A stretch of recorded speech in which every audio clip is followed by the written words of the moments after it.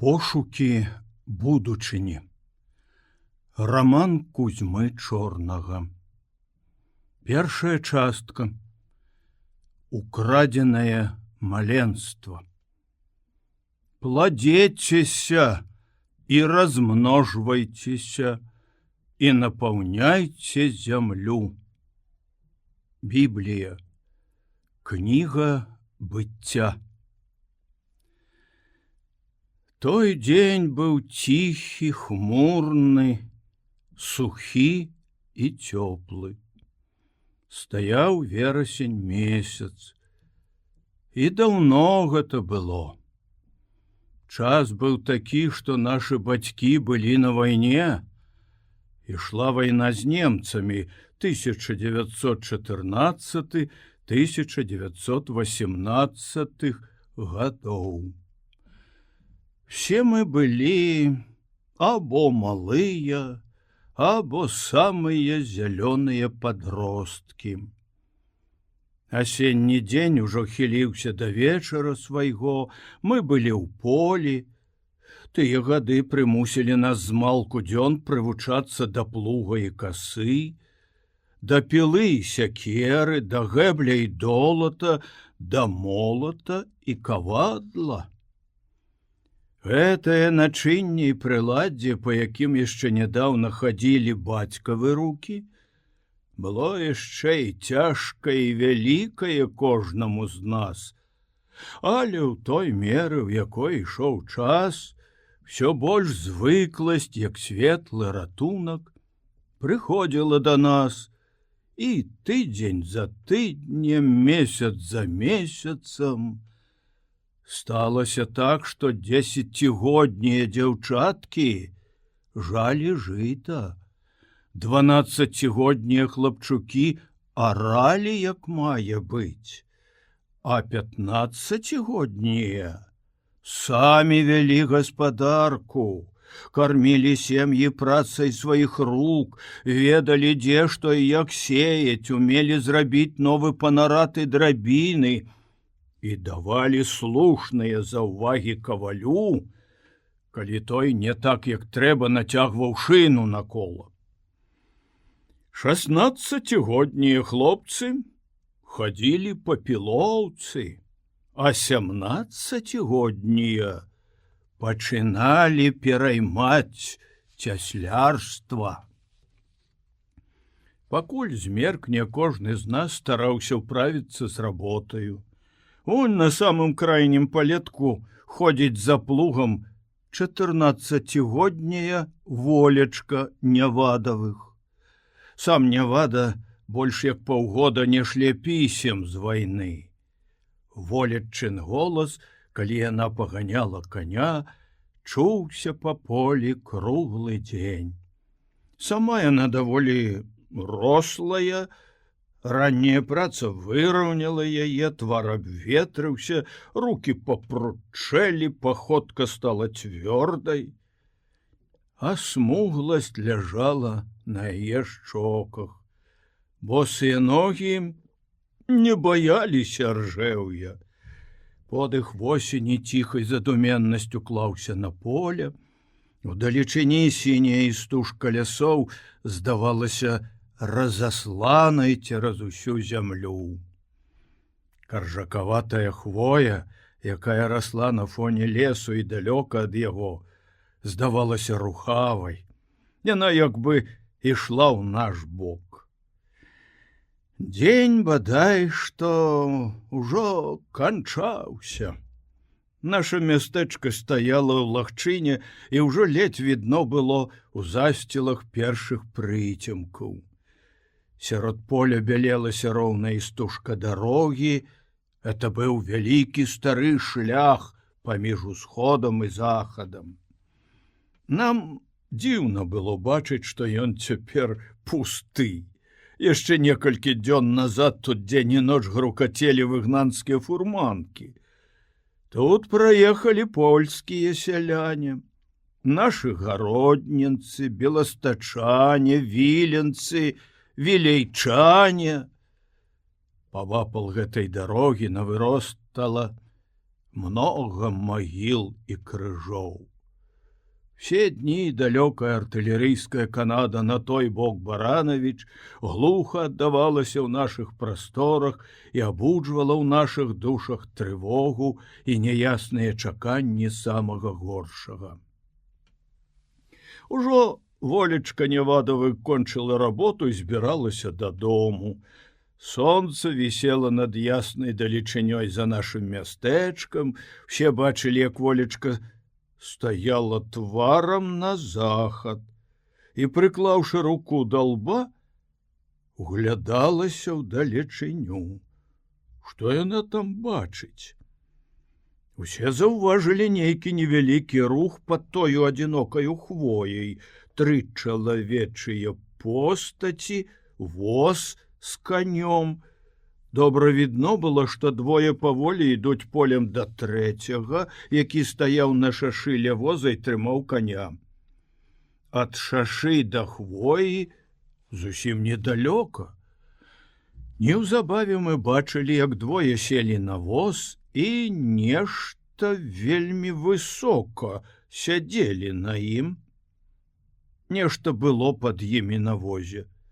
Трэці ішоў ззаду, а воз набліжаўся да нас.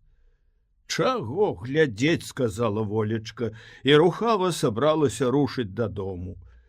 Я вельмі добра аж дагэтуль памятаю яе словы. Хіба яна магла тады падумаць, што гэта едзе на старой растрэсенай фурманцы яе лёс.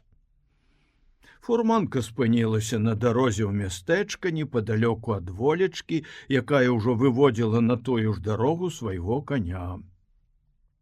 Всё гэта было даволі дзіўнае. На старым, пазвязваным дротам і вяроўкамі возе стаяла зачыненая труна. На ёй у задку воза спіною к каню сядзеў нейкі чалавек. Это была істота, на якую мы глядзелі з непаразуменнем. Вочы чырвоныя прыпухлыя, позірк вялы, твар спушчаны ўніз да грудзей, чалавек увесь сціснуты, скамечаны. Чым больш мы прыглядаліся, тым больш здагадваліся. Гэта палонны немец. Ззаду за возам прыйшоў і канвойны расейскі салдат.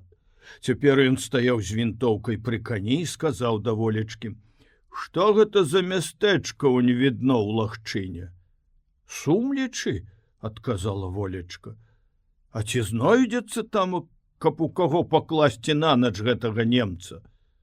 «Дык дзіва, што знойдзецца», — адказалі мы ўсе хорам, зацікаўленыя тым, што ў нашым мястэчку будзе начаваць палонны немец.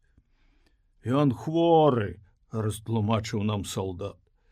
«Трэба даць яму паляжаць, а то ён не дойдзе да месца. І так дарогаю колькі разоў лажыўся каля дарогі. Унь пад той хваінай у полі. Нешта гадзін 2 ляжаў. Это добра, што гэты хлопец з возам якраз натрапіўся на дарозе. А то мне было хоць скачы каля яго, не ўстае, да і годзе. А яшчэ далёка асталося мне яго канваіраваць». «Але добры інтэрас», — з пратэстам у голасе і тоне абазваўся трэці з гэтых людзей. Гэта быў хлапчук год 16. З усяго відно было, што ён гаспадар коня і воза. Ён сядзеў на другім канцы труны, у перадку воза, тварам к каню і спіною да немца, і трымаў у руках лейцы. «Табе трэба яго канваіраваць, ці каб ён вылежваўся, а мне вазіся з ім». І вазіў труне непахаванага бацьку. «Табе добра, у цябе немец, чорт яго бяры. Яны з гармат смалілі па нашай вёсцы, і нас у свет выгналі. У мяне хворы бацька учора памёр на дарозе. Хворы з дому выехаў, і маці памерла на тым тыдні, пры дарозе пахована, і сястра памерла. Ну, дык таго, што было, не вернеш. Давай падвязём яго ў мястэчка. Не павязу я яго. Пакуль не пахаваю бацькі, нікога слухаць не буду. Я яго хацеў хаваць пад той хваінай, а ты казаў, што паможаш мне дзе-небудзь тут пахаваць. Забыўся? Ну дык памагай. Дзе ў вас тут могільнік, сказаў салдат у наш бок. Мы оступам стаялі каля гэтага растрыбушанага воза з труною. Сонца ўжо вісела на самым пункце свайго захаду, к вечару неба расчысцілася, і восень нарадзіла ясноту хоць перад скананнем дня. Могілкі вунь, бярозы відны перад мястэчкам. Поедем хаваць, сказаў салдат. Хлапчук закруціў над канём канцамі лейцаў, пачаў нокаць і цмокаць, конь раней угнуў галаву, рэбры пад яго скурай захадзілі ходорам, ён зрушыў з месца воз. Салдат пайшоў ззаду, за салдатам Волечка павяла свайго коня, які цягнуў плуг на саначках, а следам мы з коньмі, плугамі, баронамі. Хлапчук сядзеў у перадку на канцы труны, а немец на другім канцы труны, угнуты, скурчаны, безуважны да ўсяго. Так праз хвілін 10 гэтая дзіўная працэсія спынілася каля местачковых могілак, за якімі пачыналіся ўжо местачковыя хаты. Хлапчук саскочыў з воза і скамандаваў: «Прынясіце рыдлёвак!» Выгляд у яго быў такі, як быццам бы ён быў вялікі спецыяліст хаваць такім парадкам нябожчыкаў. Добра было слухаць чужую каманду, але як яе адразу паслухаць? Мы ж былі гаспадары. Нашы ж бацькі былі на вайне. Быццам на тое ішлося, каб Волечка першая памагла невядомаму ў мястэчку госцю хаваць бацьку. Салдат вырваў з яе рук повад і перадаў мне яе коня. Пастаў на ноч яе коня, яна прынясе рыдлёўкі. Тут жа ўсе разышліся, але як змеркла, ужо ўсе зноў былі тут. Перашкаджаючы адзін аднаму, мы капалі вялікім гуртам магілу невядомаму нам чалавеку. Пасля мы патурбавалі немца. Салдат памог яму злезці на зямлю, ён лёг на траве. Цяжка было нам апусціць труну ў яму, але нас быў вялікі гурт. Калі ўжо была насыпана магіла, мы зноў усадзілі немца на воз, і ён на возе лёг, крэкчучы і стогнучы. Волечка пазбірала рыдлёўкі, працэсія, але ўжо без труны, зноў рушыла. Мы ішлі за возам. Хлапчук сказаў да Волечкі: «На, падвядзі коня, а я хоць душу пражыўлю крыху. Не было часу за цалюткі дзень нават закурыць». Волечка ўзяла лейцы і пайшла побач коня. Недарослы гаспадар, якога скруціў паперы нейкае пацёртае лісце, і так зацягнуўся дымам, што здавалася, это ён ратуецца ад вялікае навалы. «Куды ж ехаць?» — сказала Волечка. «Ну, ввядзі ў сваю хату», — сказаў салдат. Волечка ўвяла коня з возам у свой двор, сама яна адразу пайшла ў хату, у яе была гаспадарка, трэба было падаіць карову, на дварэ ўжо зусім сцямнела.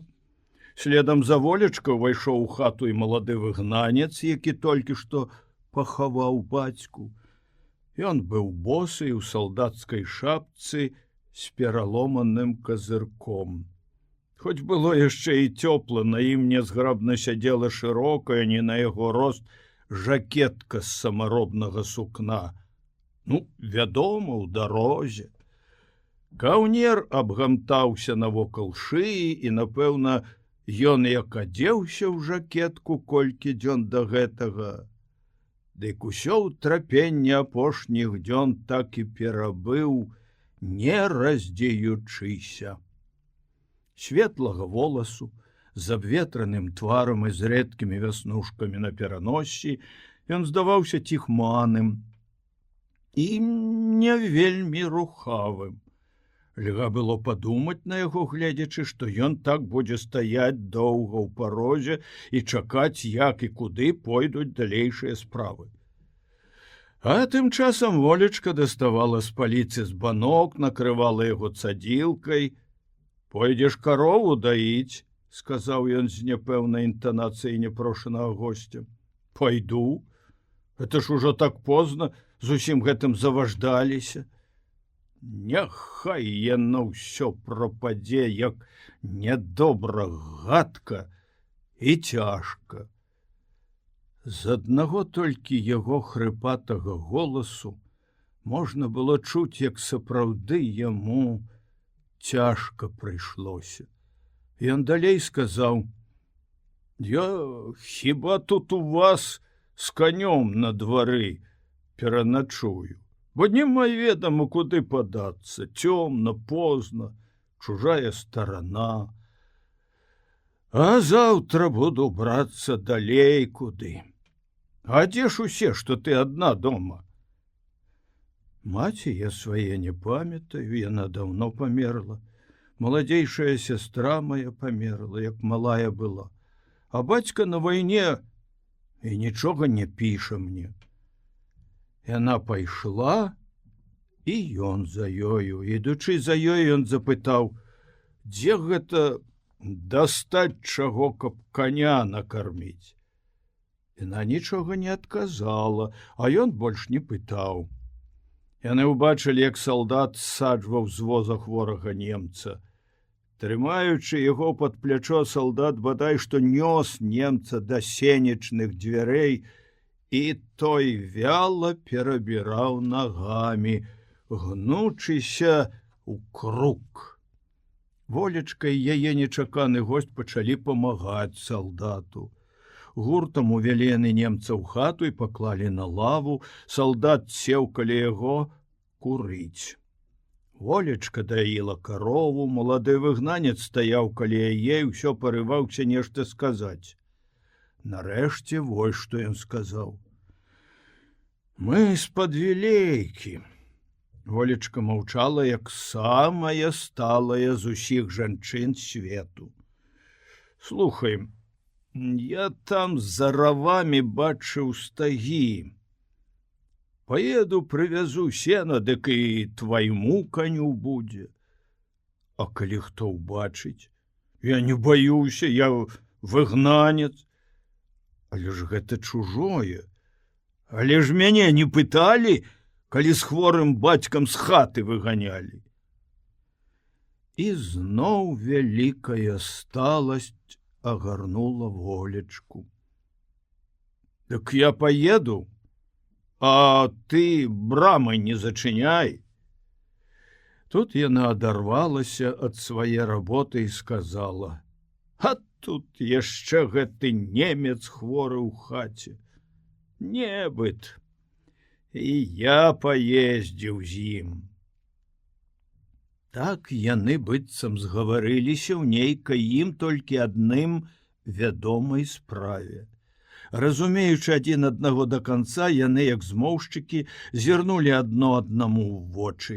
Яна зноў пачала даіць карову, ён ціха выехаў на пустым возе з двара. Прайшло гадзіны паўтары, калі ён вярнуўся. Каля аднаго акна ў Вольчынай хаце гарэў агонь. Ён увайшоў.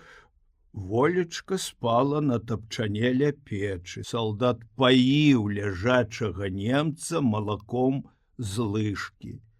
Волечка ўсхапілася, як бы электрычны ток працяў яе сонную, калі толькі яе госць увайшоў у хату. Абое разам яны выйшлі ў сенцы. «Прывёз», — сказаў ён, — «я дам і твайму каню». «Стаў і свайго?» да майго ў хлеў. А ты ідзі спаць. Сонная, яна хістанулася на нагах і шпарка пайшла ў хату. На ён ціха і спакойна зачыніў за сабою сенечныя дзверы. Вераснёвая ноч стаяла над зямлёй.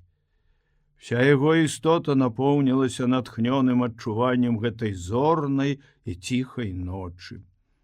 Ён доўга стаяў пасярод незнаёмага яму двара на новым сваім месцы, аб існаванні якога раней і не здагадваўся. Свайго і вольчынага каня ён паставіў да сена і сам лёг на воз тварам у зоры. Чорныя сілуэты вялікіх дрэў вырысоўваліся перад ім. Дзесьці за гэтай цеснай сялібай, за ціхай вуліцай, за пахучымі паплавамі, дзе ён нядаўна браў сена. І такая стаяла цішыня. Ну, здавалася, восень сочыць, ці не парушае, што яе спакою. Чутно было, як грукалі коні, перажоўваючы сенам. Сонная птушка спалохалася, крыкнула і сціхла. Залапатаў крыллямі певень. Яблык адарваўся ад галіны і стукнуўся аб зямлю. І зноў надоўга ўстанавілася цішыня. Ён спаў на сваім возе доўга, раптам усхапіўся і сеў. Зорнае неба ўсё таксама распасціралася ў шырокай вышыні. Смутак лажыўся на яго душу. Скора дзень, трэба зноў ехаць. Куды? Чаго? Павошта? Чаго шукаць у шырокім свеце? Не знойдзецца тое, што прайшло. Мінулася і загінула ў гарматным агні. Попел ад яго развейваецца ветрамі далёка адсюль. Адзін клапатны з утрапеннем і небытам дзень адышоў у вечнасць. А гэты новы ідзе на яго месца. Ён звесіў ногі з воза, угнуў плечы і заныў у маўклівасці ночы і свае душы. Ён нават не заўважыў, што в адным акенцы хаты гарыць святло. Пачынала цадзіцца павольнае світанне, зоры радзейшыя сталі. Як бы хто высыпаў неба на ўсходзе белым попелам, і раптам стукнулі сенечныя дзверы, на ганку стаяла босая волечка. «Што?» — сказаў ён. Вострая радасць агарнула волечку. Яна не адна, тут ёсць асоба, з якою яны ўчора сталі ўдваіх, як бы вялікімі на ўвесь свет змоўшчыкамі. Разам яны як бы хацелі адгарадзіцца ад усяго свету, які для іх абаіх быў такім бязлітасным. Яна падбегла да яго і паклала руку на яго калена і зашаптала: «У хаце немец, мусіць, умірае, нешта лапоча і нечага хоча, але ні я, ні салдат здагадацца не можам». Ён саскочыў з воза. Яна застыла ў нерухомай паставе чакання, што ён будзе рабіць у такой нязвыклай справе. І якраз ён тут павінен даць рады, а не яна. Вельмі можа быць, што тут і ўпершыню у яе з'явіліся пачаткі спадзявання жанчыны мець дапамогу ад мужчыны і ісці за ім. Ён жа стаяў і адчуваў цяжар ускладзенага жыццём на яго клопату. Ён мае дачыненне да ўсёй гэтай нечаканай цяжкай справы і выйсці з яе нельга. Раптам ён нейк устрапянуўся і шпарка рушыў у хату. Волька подбегам кінулася за ім. Немец ляжаў на лаве і нешта стараўся сказаць. Твар яго ж яшчэ больш умарнеў, але ўчарашняй вяласці ў вачах не было. У вачах свяціўся бляск, і, можа, гэта з гарачкі? Ніхто тут нічога не ведаў, што ён сказаць хацеў, невядома. Салдат сказаў хлопцу: «Немец можа памерці, трэба доктара». «А хіба я ведаю, дзе той доктар?» Развёў хлопец рукамі, і ў яго голасе было многа пратэсту. «Што вы маеце да мяне? І так мяне ўчора валтузілі, не далі, не давалі ж бацьку пахаваць». Волечка стаяла за ім, нейкая малая, ціхая. «Пакажы мне, дзе ў вас доктар?» — сказаў да яе салдат. «Хадзем». «У нашым мястэчку цяпер няма доктара, ён на вайне». «А дзе ж вы лечыцеся, калі хто захварэе?»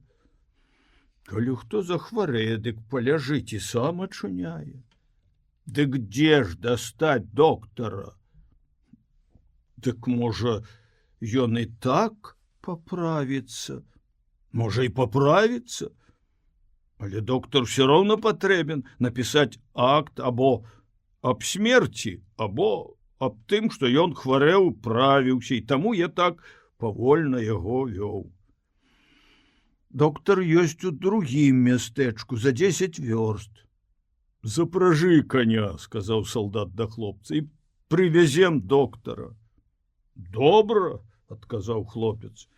Магло здавацца, што ён нечаму ўзрадаваўся. «А калі ехаць, трэба хутка». «Дай яму чаго паесці», — сказаў салдат да Волькі. Хлопец і Волька выйшлі ў сенцы і сталі раіцца. Яна сказала: «Я звару чыгунок бульбы, ёсць накопаная, і салдата накормім, а немцу малака дам». Выходзіла так, што хлопец тут як бы гаспадар, і з ім трэба раіцца. «Добра», — адказаў ён, «пакуль ты ўправішся, дык я воз абладжу. Мне яшчэ трэба карову падаіць». З якой ахвотай ён узяўся за работу. Як гэта ўсё добра. Ён прымацован да нейкай справы, і надалей адышла неабходнасць выбірацца ў невядомую дарогу, шукаць немаведама чаго у беспрытульным свеце. Ён абгледзеў воз.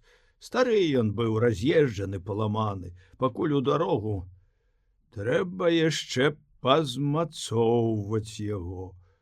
Ён за гэта і ўзяўся. Пасля пайшоў да коней, коні паелі сена і абнюхваліся з выглядам знаўцы гэтай справы. Ён падняў вольчынаму каню верхнюю губу і агледзеў зубы. Вымасціў сенам воз, напаіў коні, запрог у воз свайго коня. Снедаючы разам з салдатам і Волькаю, ён сказаў да яе: «Твой конь вельмі стары. Я яму ў зубы глядзеў. Дзіва, што ён такі худы. У яго жаваць няма чым». «І твой худы», — адказала яна. «Але ён малады, яму ўсяго 5 год. Ён здарожаны. Калі яму даць харч і спакой, то я б яго на ляльку вырабіў бы». Волька показала яму, куды ехаць, і ён выехаў з салдатам у дарогу. Салдату рупіла хутчэй адчапіцца ад усёй гэтай валаводзіны, і ён падварушваў свайго фурманшчыка, а той выконваў свае абавязкі з заўзятасцю чалавека, які з гэтага хлеб есць. Так што яны шпарка даскочылі да мястэчка, але доктара і там не засталі. Ён паехаў у нейкае сяло да хворых, Але затое там яны здабылі фельчара казённага з амбулаторыі, і салдату ўдалося вельмі хутка выехаць назад з фельчарам. Гэты фельчар быў чалавек мясцовы, служачы пры доктары, ён за доўгія гады набыў вялікую практыку і ведаў практыку жыцця, і на хваробах знаўся. Всю дарогу ён распытваў: а адкуль, а як, а што? Салдату было весялей, таму і ехалі павальней. І вось праз усю дарогу назад, не спяшаючыся ехаць, малады фурманшчык разглядаў наваколле паабапал дарогі. Дзень гэты быў сонечны, на бярозах трапяталася жоўтае лісце, у чыстым полі адзінокі лісток на дарозе імкнуўся з ветрам удалячынь. Лясы паўз дарогу нерухома вартавалі спакой восені. На пустым іржышчы і на пакошах хадзіла жывёла, ясны сум восені, здавалася, плыве з ветрам, і ўсё вісіць, як доўгачаканая ласкавасць. Шыпшына кустамі стаяла без лісця і з чырвонымі пладамі. Патузваючы лейцы, малады фурманшчык перажываў дзіцячае жаданне спыніць коня, адысці да шыпшынніку і нарваць, немаведама дзеля чаго, поўную шапку ягад. Душа яго ўціхамірвалася дарогай, павольнай яздой, восенню і цішынёй. Яму здавалася, што ўжо з гэтых мясцін яму нікуды не трэба ад'язджаць, нікуды ніколі, што не трэба ўжо шукаць у свеце прыстанку, і што тут усё вельмі падобна на той родны кут, з якога ён з блізкімі сваімі роднымі выехаў. З такім станам свае душы ён уехаў сумлечы, пад'ехаў да добра ўжо яму вядомай вольчынай хаты. Салдат шпарка саскочыў з воза, пабег у хату, а следам і фельчар. Калі ж малады фурманшчык увайшоў у хату, ён убачыў, што немец ляжыць усё на тым жа месцы, а волечка поіць яго з лыжкі малаком. Салдат сядзіць у одыме, а фельчар пільна прыглядаецца да немца. Калі ж волечка з пустой міскай ад малака адышлася к печы, фельчар пачаў абслухваць, абмацваць хворага немца.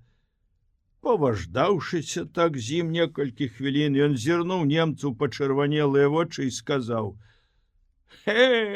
пане браце немец, дык жа мяне дарма з табой напалохалі.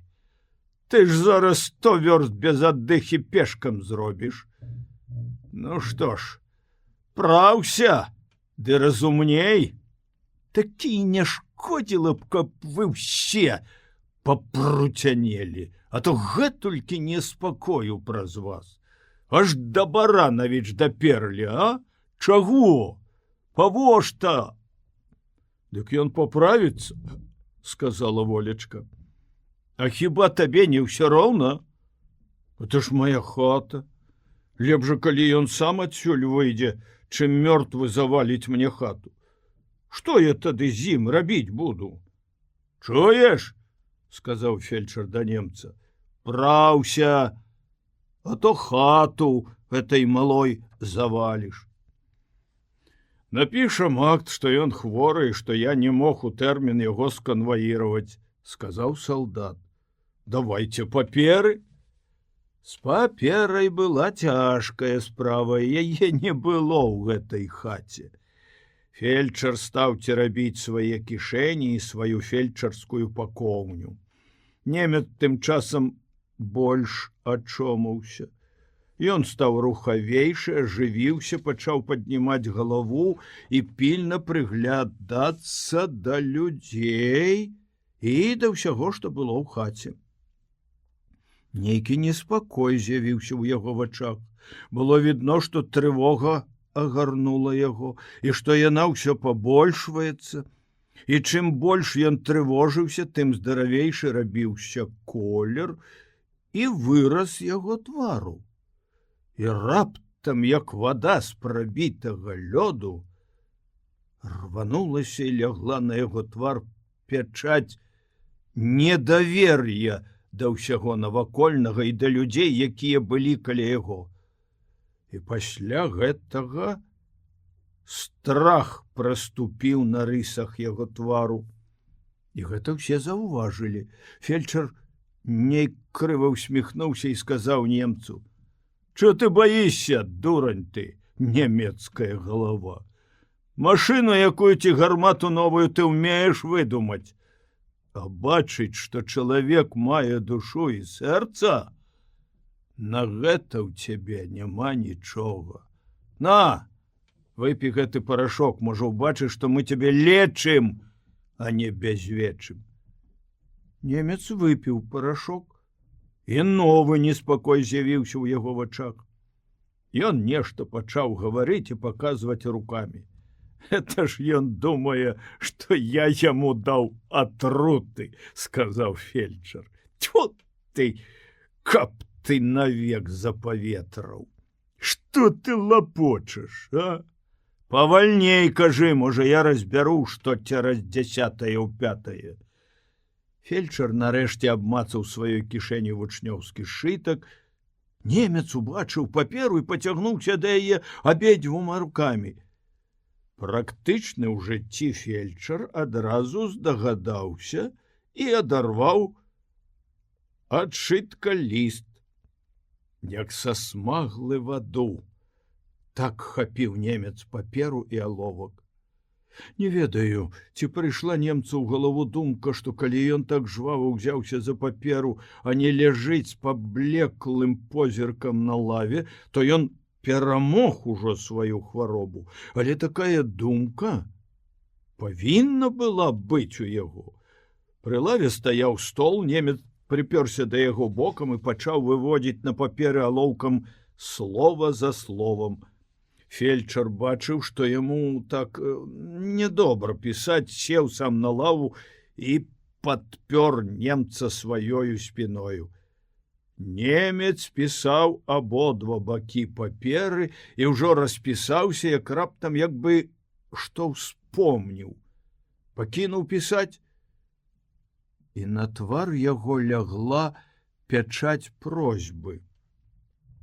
Ён штосьці пачаў гаварыць фельчару, які ў гэты час якраз даў яму зноў парашок.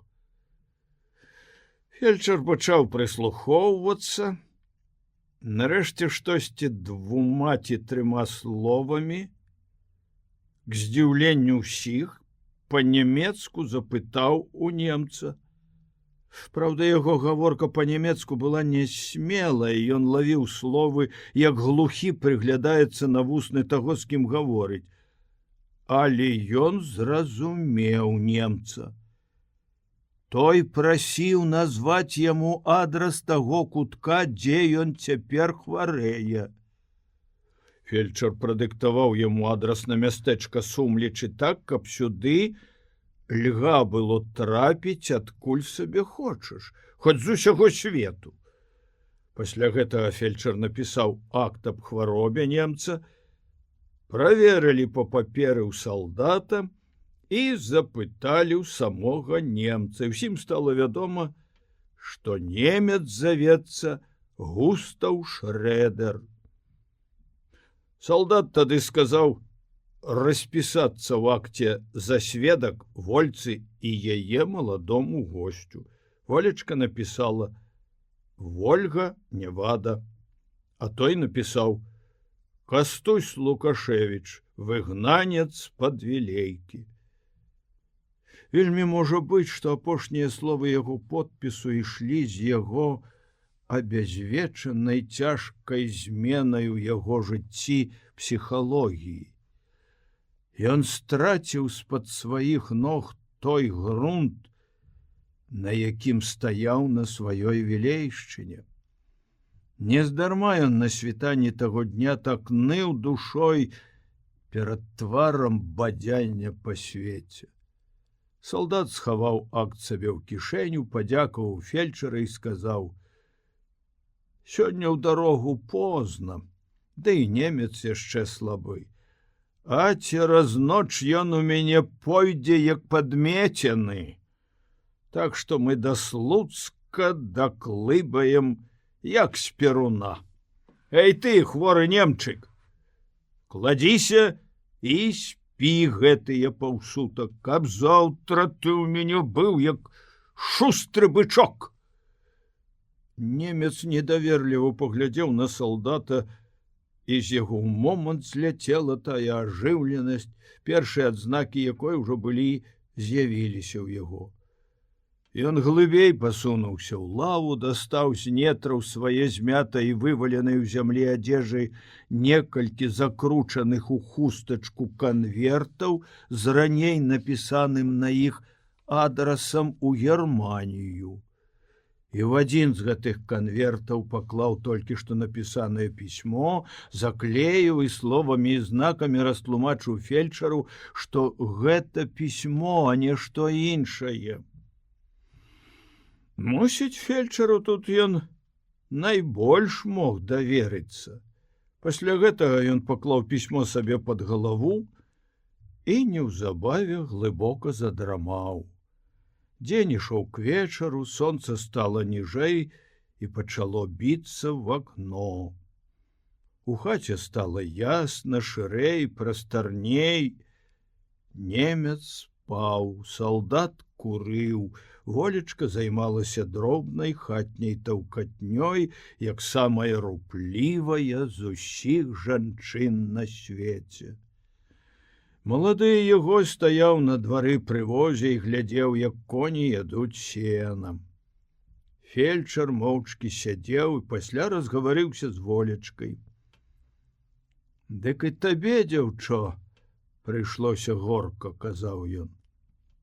«Ну, бацька твой дарма што пісем не шле, а можа быць жыў і здароў і хутка вернецца дадому.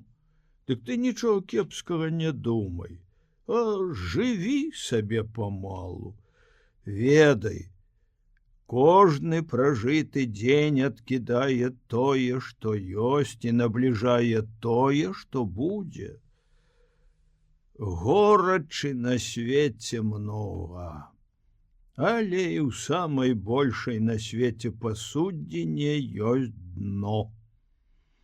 Няхай сабе яна хоць і да краёў наліта атрутай. А ты стаіш перад векам сваім, дык атрута і горыч выветрацца і высахнуць, а ты жыць будзеш. Дык як жа мне, сказаў ён нарэшце да салдата. Ну, трэба дадому брацца. Я пайду да старасты, каб даў фурманку вам, прагаварыў салдат. А мы з немцам у дарогу заўтра. І гэтулькі было ў салдацкім голасе спакойнай ураўнаважанасці, гэтулькі было ў ім упэўненасці, што ўсё на свеце ідзе да таго, да чаго яно ідзе, што, здавалася, ніякае хваляванне не пройме гэтага чалавека. Салдат выйшаў, і ўсе ў хаце чулі, як ён на двары гаварыў з маладым выгнанцам. Немец крыху прыўзняў галаву, павярнуўся тварам угару і ляжаў, гледзячы ў столь. Фельчар даў яму яшчэ парашок, і той, мусіць, ужо як мае быць, убачыўшы, што яго не страляюць і не рвуць на кавалкі, а лечаць, выпіў лякарства і зноў спакойна ляжаў. Тым часам хлопец увайшоў у хату і, ні на кога не гледзячы, як бы сам сабе сказаў: Дык не, ну дык можна ж было і учора пайсці да старасты, каб даў фурманку, а то мяне ганяў у мястэчка. Знайшоў сабе вазюра. Добры інтэрас, што ён да мяне мае, пот прычапіўся. Намнога ты за яе старэйшы, сказаў фельчар хлопцу, паказваючы на Вольку. Адкуль жа я магу ведаць? Паціснуў плячыма хлопец. Як гэта? Хіба яна не сястра твая? Я на выгнанства ад вайны еду. Тут асталяваўся жыць? Не, я тут бацьку хаваў. Куды думаеш ехаць? І сам не ведаю. Кожная дарога куды-небудзь вядзе, але ты выбірай тую, якая не вядзе ў прорву.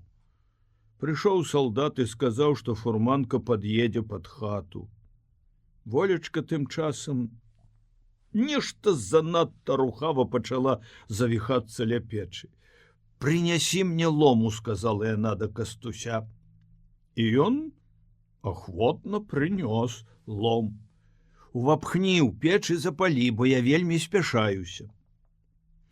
Сонца спускалася ўсё ніжэй, праменне яго з кожнай хвілінай зменьвала свой колер, і нарэшце ў яго роўным чырванаватым бляску ажыла задумёнасць ціхага змяркання. І тут пачалася паэзія спакойнага адвячорка ў хаце. Все ціха сядзелі, кожны на сваім месцы са сваімі думкамі.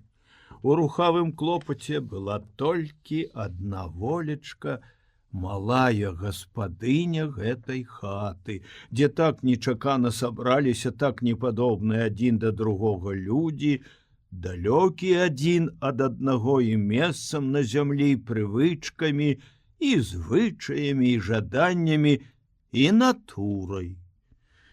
У печы зырка гарэў агонь, пры ім кіпеў вялікі гаршчок. Волечка то выходзіла ў сенцы, то зноў уваходзіла ў хату і кожны раз прыносіла то цыбулю, то моркву, то бульбіну, то нейкае карэнне, то лісце і падкідала ў гаршчок.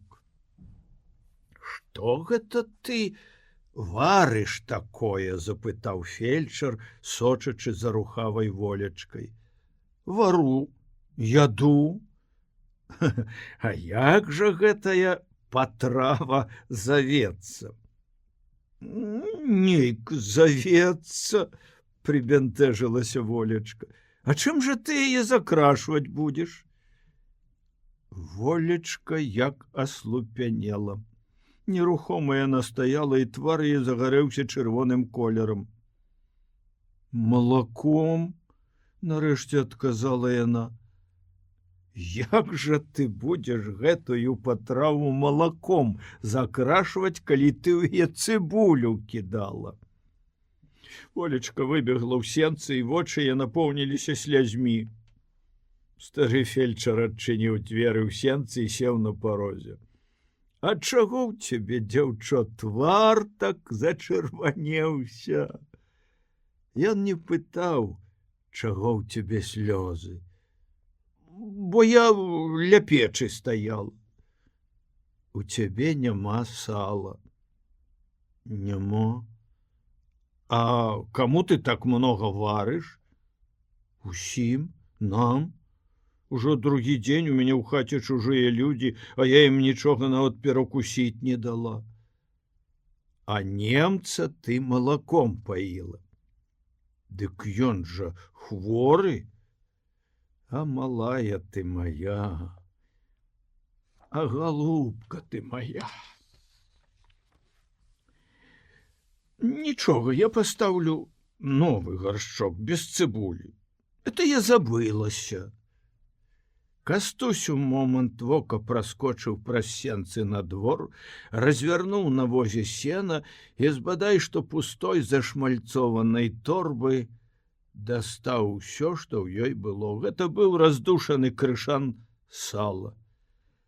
Аж босыя пяты яго мігцелі, як маланка, калі ён ускочыў назад у сенцы. На твары яго ляжаў таемны выраз вялікага змоўшчыка. Волька, выйдзі на момант.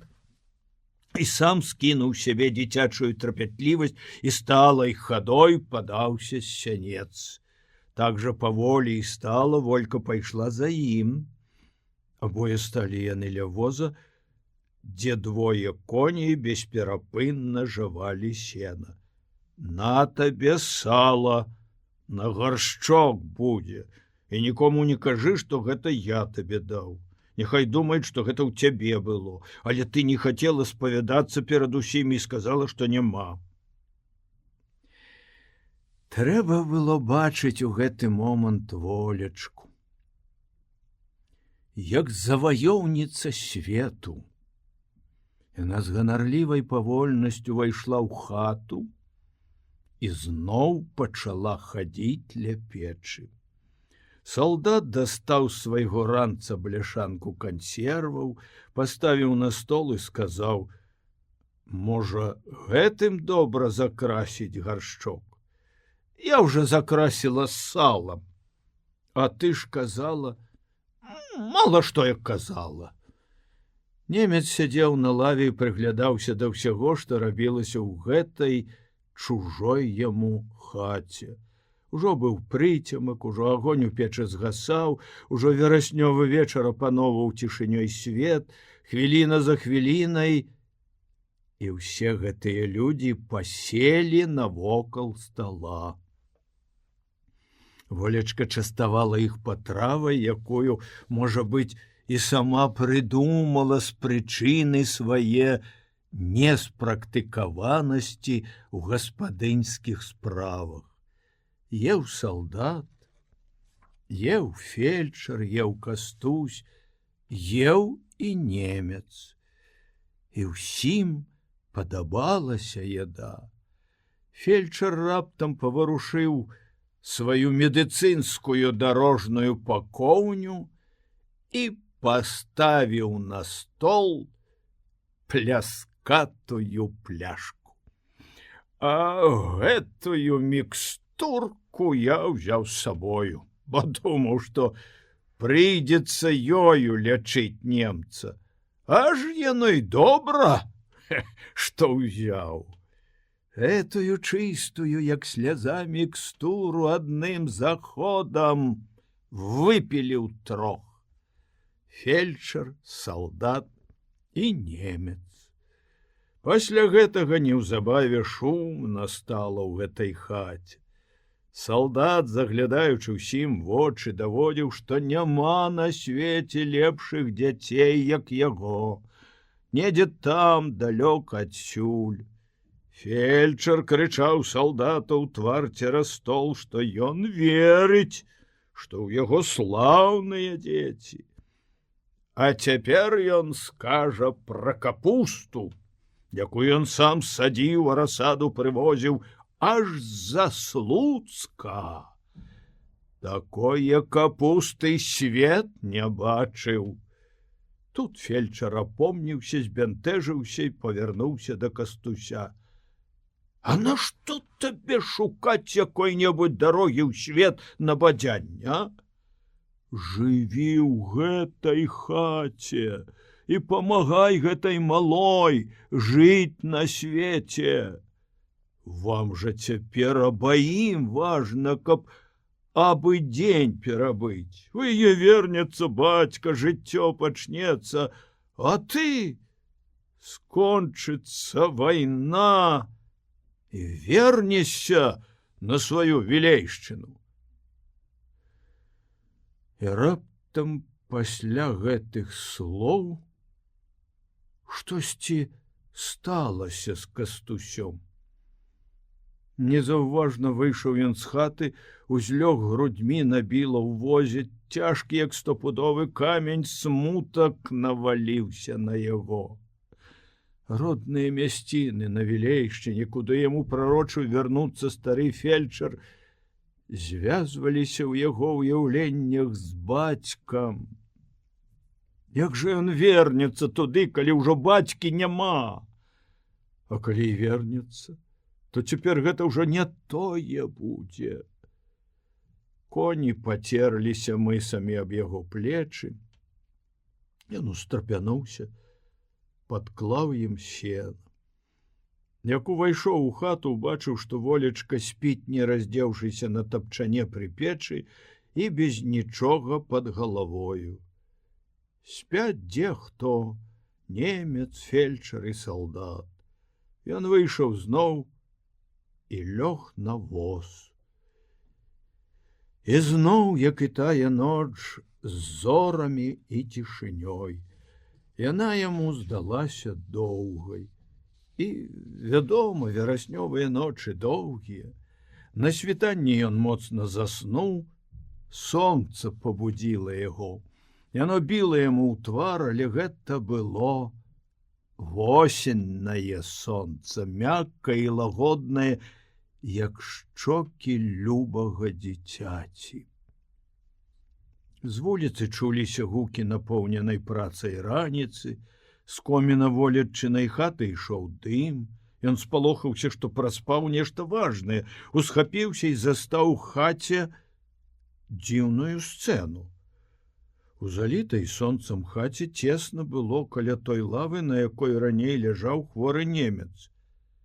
У печы палаў агонь.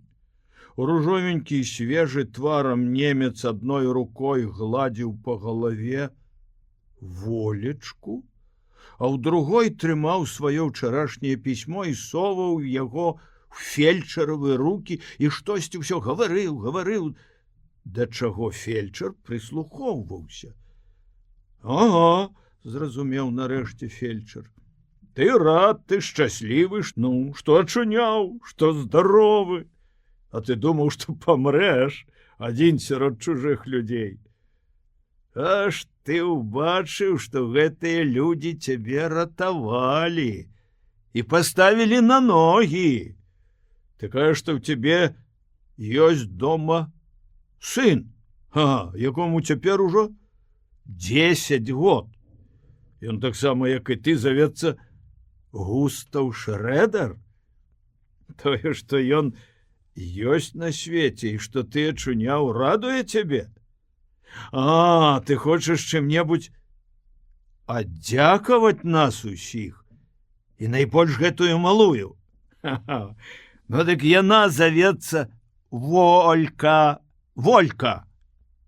Вядома, немец нічога не ведаў, што кажа фельчар, але ён, не чуючы, нічога не слухаючы, гледзячы сам у сваю душу, раптам прыгарнуў да сваіх грудзей Волеччыну галаву, і твар яго перасмыкнуўся момантным рухам шчасця. У наступны момант ён пачаў шнырыць па патайных кішэнях і па падшэўкай свае адзежы. Ён дастаў адтуль 2, ці, можа, і 3 залатыя гадзіннікі. Некалькі залатых пярсцёнкаў, звязаных ніткай, і залаты нацельны крыжык праваслаўнай царквы, 8канцовы з мініяцюрным абразком на адваротным баку расейскага барадатага святога. Всё гэта ён загарнуў прыгаршчы і сунуў у рукі Волецы. Яна збянтэжылася і апусціла рукі. Немец сілаю даваў ёй гэты дарагі падарунак. Было вельмі падобна, што гэтыя рэчы душаць яго. І ён стараецца выратавацца ад іх. Гэта табе, гаварыў ён, каб ты была шчаслівая за маю радасць. Мой Густаў цяпер мае свайго бацьку. Твар яго свяціўся радасцю. Пячаць вялікай праўды ляжала на яго вачах. Ён уладар свету, бо ўжо зноў ходзіць па зямлі, і трохдзённае змрочнае ўтрапенне яго мінулася навек. А ўсё золата, якое толькі ёсць на свеце, нікчэмная драбяза і непатрэбшчына перад самім жыццём. Здавалася, праменне ідзе ад яго ўсмешкі. Усміхаўся шчасцем і салдат, і фельчар, і нават Кастусь. Толькі Волечка стаяла чамусьці маўклівая. Это была сцэна як бы бурнай чалавечай радасці. Салдат раптам сказаў: «Ну што ж, Бог дасць, скончыцца вайна, і жыць будзем сваю волю». Немец всё гаварыў раз-поразу: «Густаў, Густаў!» Фельчар як бы раіўся сам з сабою, сам сабе усміхаючыся, прыехаўшы дадому, адразу забегчы ў сад і тут жа растлумачыў всё, не спускаючы з губ усмешкі. «Густаў, Густаў!» — выварочваў немец перад гэтымі людзьмі сваю душу. Здавалася, што няма на свеце ні вайны, ні выгнанства, а толькі радасць чалавека жыць сваею воляй. Раптам салдат спахмурнеў, устаў і сказаў: «Ну, немец, у дарогу!» Немец дагадаўся, таксама спахмурнеў.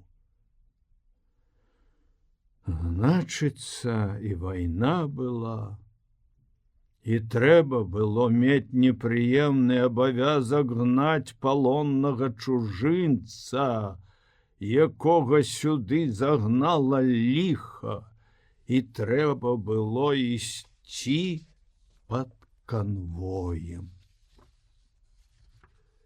Немец памахаў рукой Волечцы, і апошні промень усмешкі патух на яго твары. Салдат апанураў адразу і выйшаў следам за немцаў выконваць свой прыкры абавязак. Фельчар устаў, паглядзеў на залатыя рэчы, якія ляжалі на стале, і панура прамармытаў: «Гэта расейскія афіцэрскія рэчы. Эйш, сукін сын! Паздзіраў з мёртвых або з раненых». Тут ён убачыў, што на стале ляжыць тое нямецкае пісьмо. Ён стаў яго разбіраць, і многа прайшло часу, пакуль ён сказаў: «Гэта жах, што ён піша.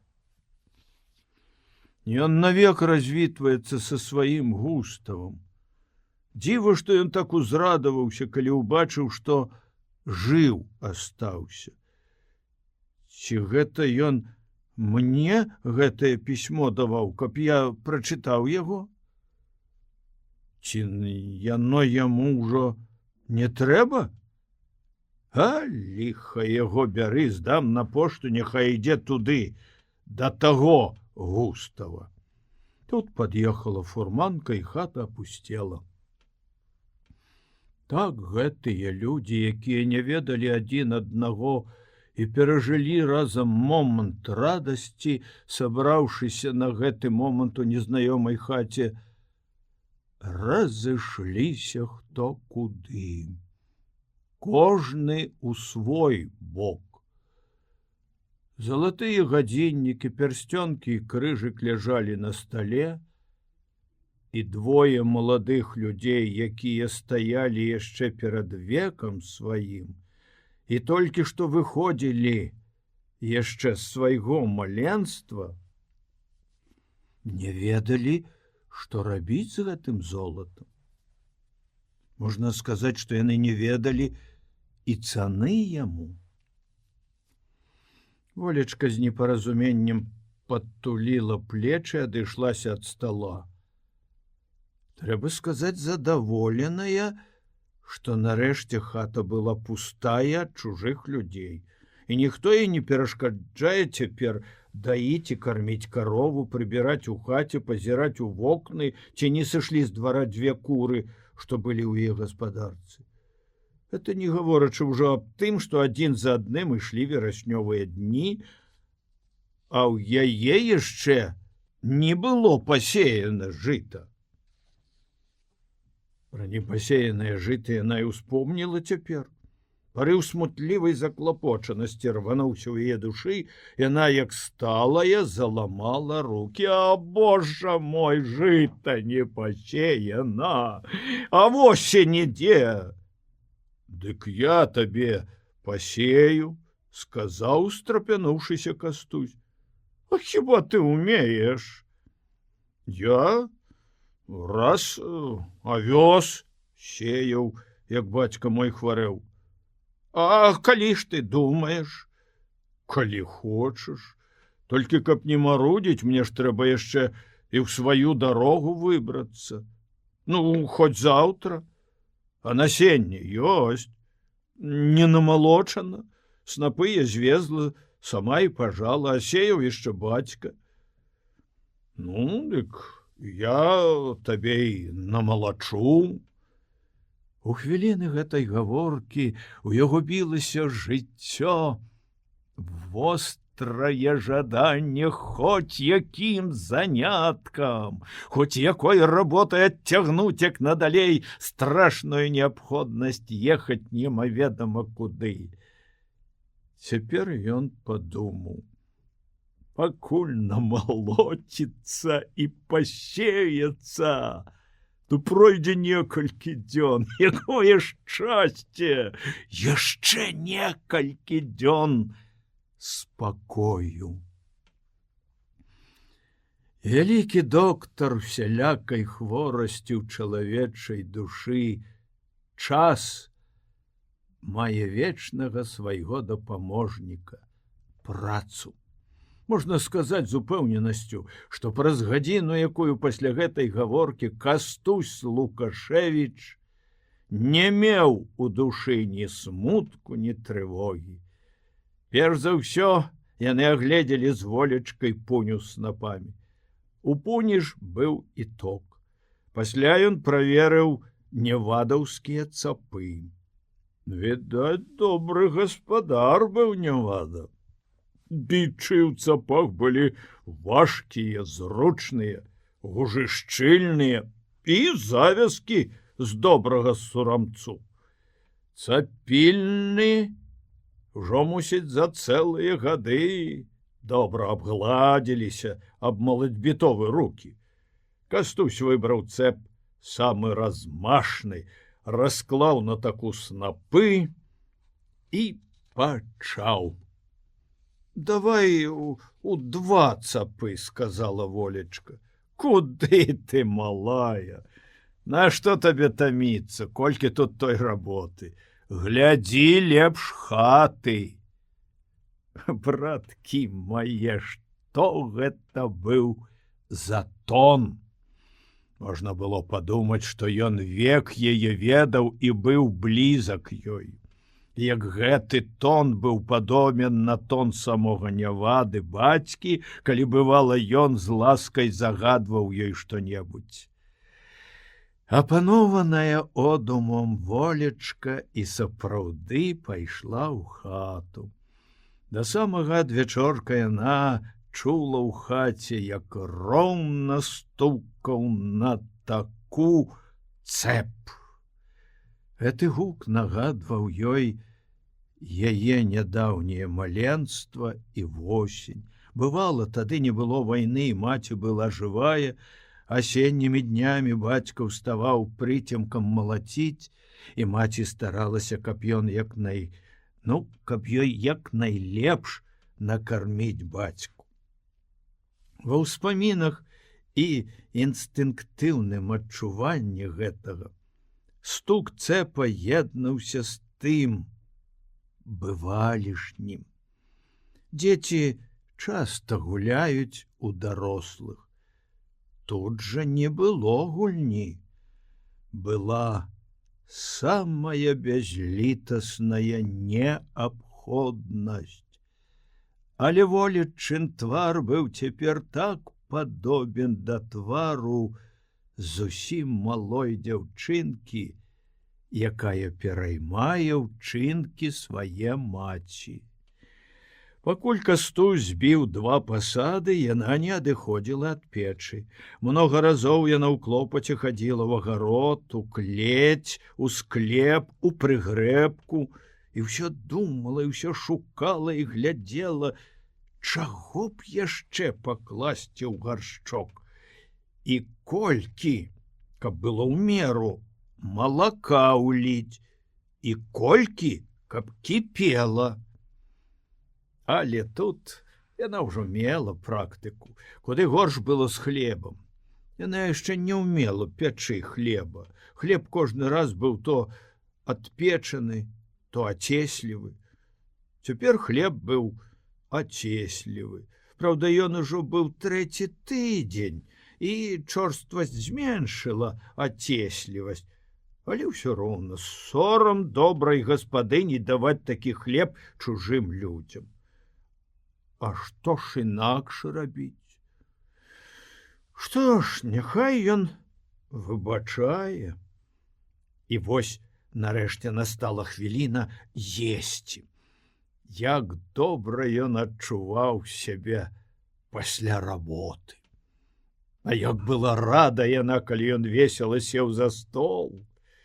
Яны елі з адной міскі, абое не заўважалі, што хлеб ацеслівы. Ён усё гаварыў і наіўнымі, бадай што дзіцячымі жартамі рассмешваў яе, наіўную, малую, рухавую. Кудысьці далёка ў невядомую туманную далечыню адплыў прыкры клопат думаць, куды б ехаць далей у тую брадзячую беспрытульнасць. Але ж ты, гаспадыня, у цябе ж мышэй больш як таго жыта. Я калі варухнуў снапы, дык мышэй цэлых 2 плоймы, і яшчэ маленькая плоймачка бяжыць ззаду. Яна зарагатала і выліла з лыжкі на стол. Тады зарагатаў і ён. Бо кота няма, дык і мышы, сказала яна. А што ў цябе ёсць? Няма ні кота, ні сабакі, ні пеўня. Нават павука добрага няма.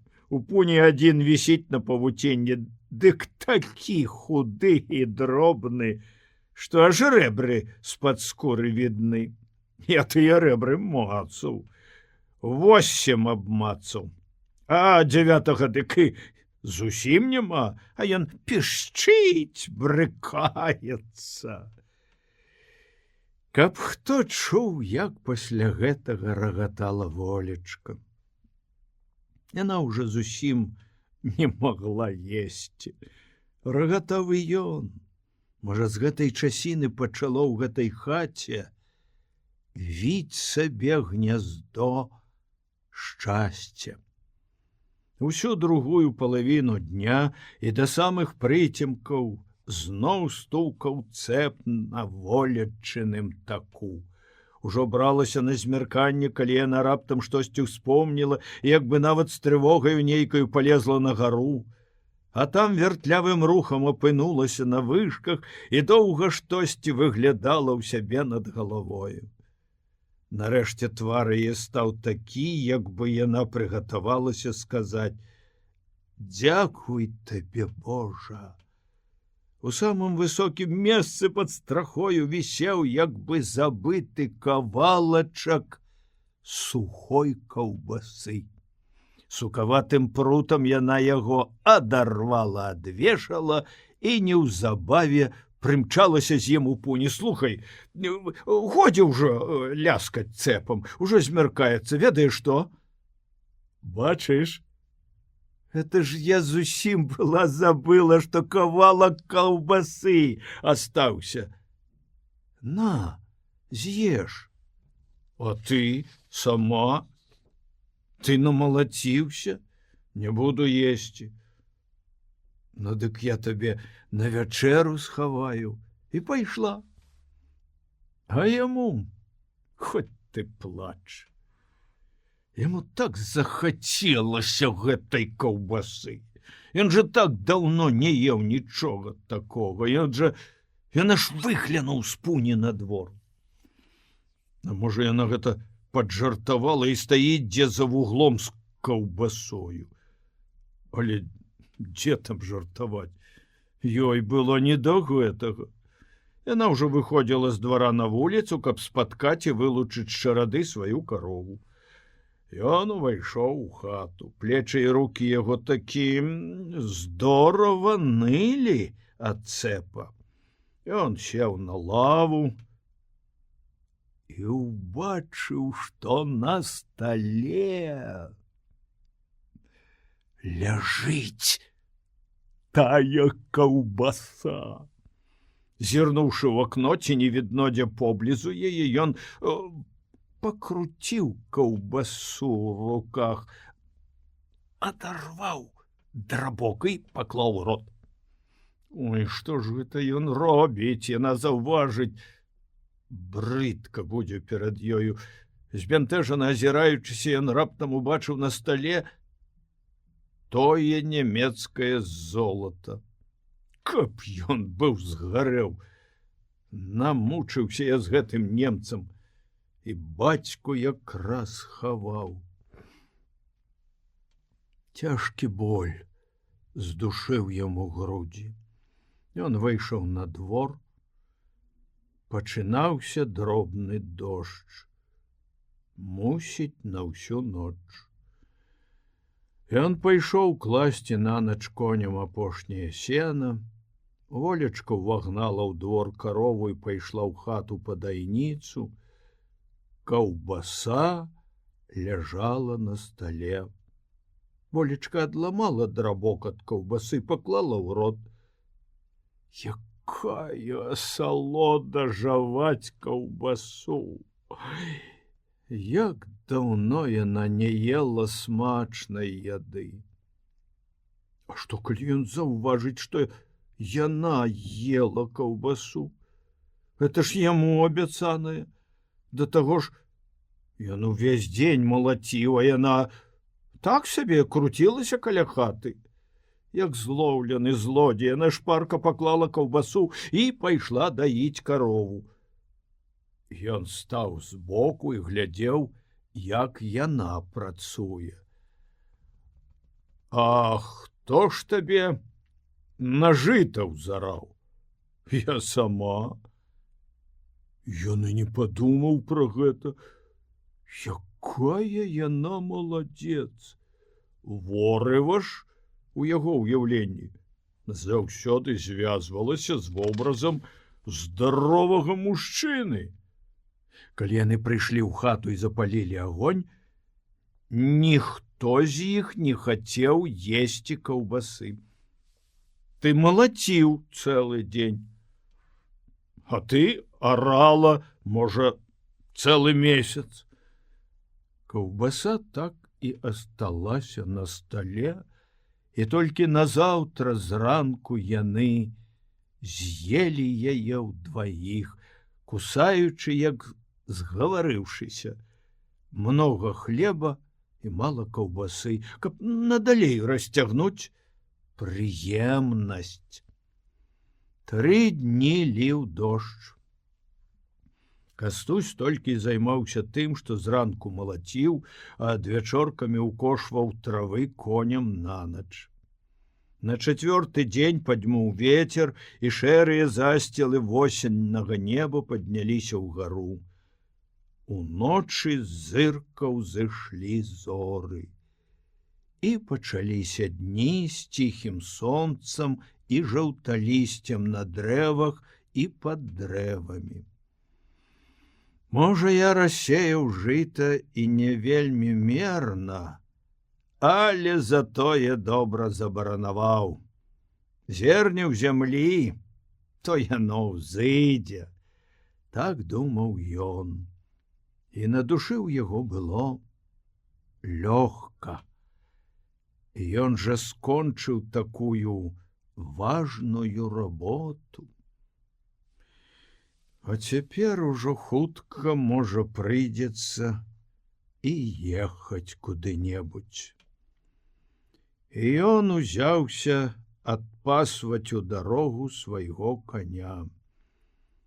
Ён важдаўся з параю коней і днямі, і начамі, то карміў іх, то пасвіў.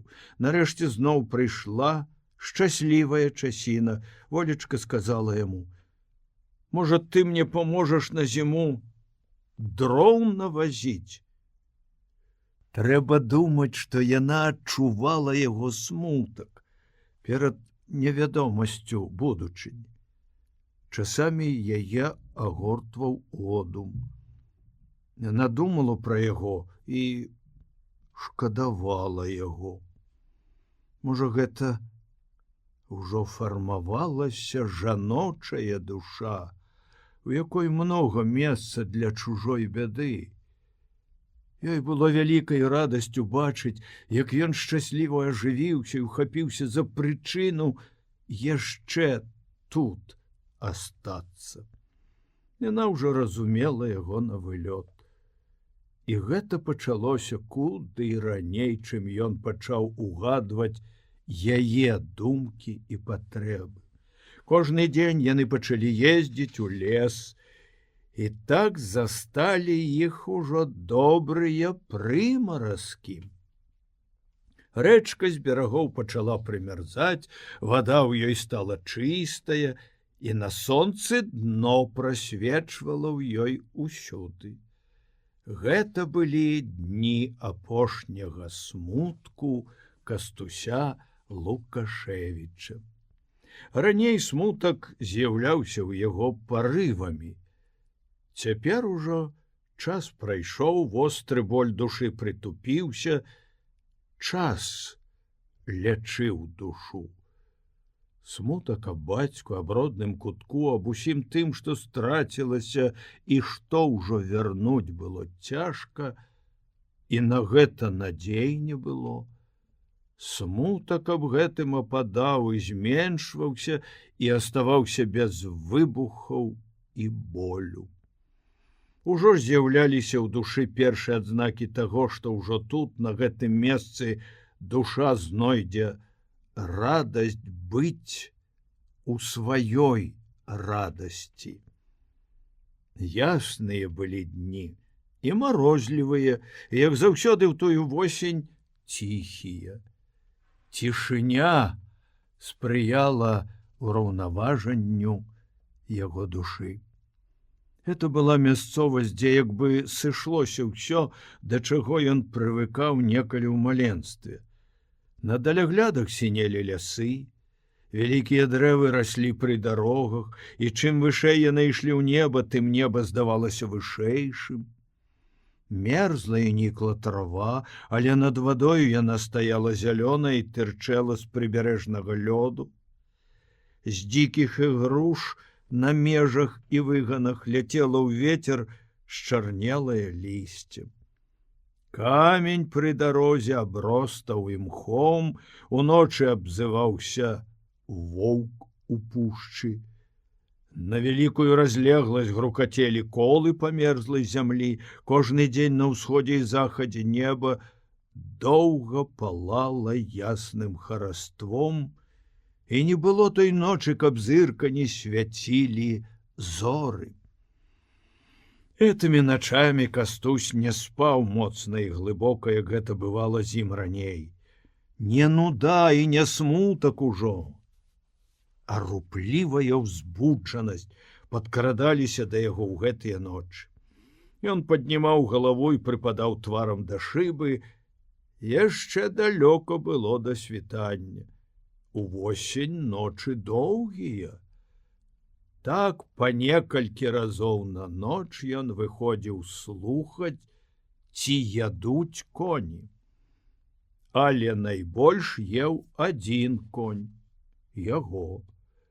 Волечын жа быў зусім стары.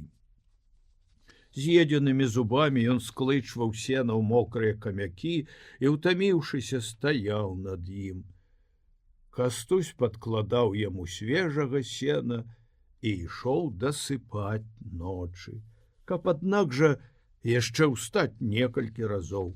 Душа яго чула, і вочы бачылі, што стаіць хараство зорнай ночы, і восень позняя пагодная. Але аднак жа цяпер ужо сталасць заклапочанага чалавека панавала над усім у яго душы. І гэта было яго шчасце, бо ён не аддаваўся голым пачуццям, а паўнаце жыцця, якое яно ёсць. І гэта ратавала яго ад хваравітых парываў, якія навек могуць сапсаваць маладую натуру. Шчаслівасць укрывала ад гэтага і волечку. Цэлымі начамі яна ціха і глыбока спала і ўставала тады, калі пачынала цадзіцца світанне. Пры лучыне абое яны рыхтаваліся, як толькі развіднее выехаць у лес. Дровы вазілі на кастусёвым кані. Волеччын ніяк не правіўся, а яшчэ больш худнеў. Волечка раз была сказала: «Яшчэ тата казаў, што трэба перамяніць каня». «Я табе перамяню яго», — адказаў ён ёй на гэта. І яна не прыняла яго адказу за пустыя словы. Незаўважна ні для кога з іх. Яна пачынала адчуваць у ім нейкі для сябе аўтарытэт. Дзень за днём і куткі волеччынага двара былі ўжо завалены галлём і тонкім сухастоем. Ужо на зіму даволі будзе апалу. Але што гэта за дровы? Калі везлі з лесу апошні воз, Кастусь нагледзеў гушчырні ў баку ад дарогі добрую хваёвую сухастоіну. Я яе ўночы спілую і за 2 ночы перавязу. Ось гэта дык будуць дровы, на самыя маразы і хлеб пячы, а самага камля пастаўлю шулы ў браму, а то двор не зачыняецца. А як жа яе спілаваць?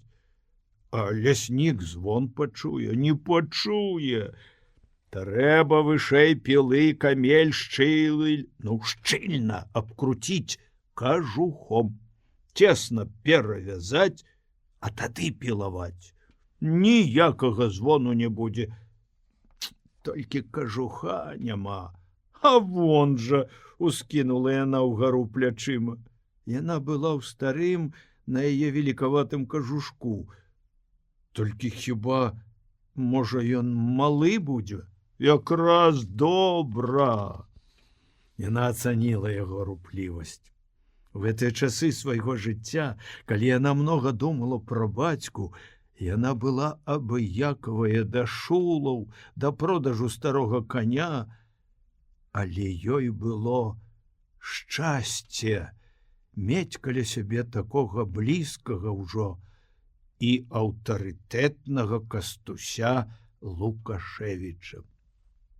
Всё, што ён скажа, усё добра. З якой ахвотай яна будзе пілаваць зіму ночы гэтае сухое дрэва, гэтая гаворка зноў зрабіла іх як бы нейкімі змоўшчыкамі. Яна сядзела наверсе воза, а ён ішоў збоку і павярнуў коня на кругавую дарогу. Зробім круг, але паглядзім, як узышло жыта, сказаў ён.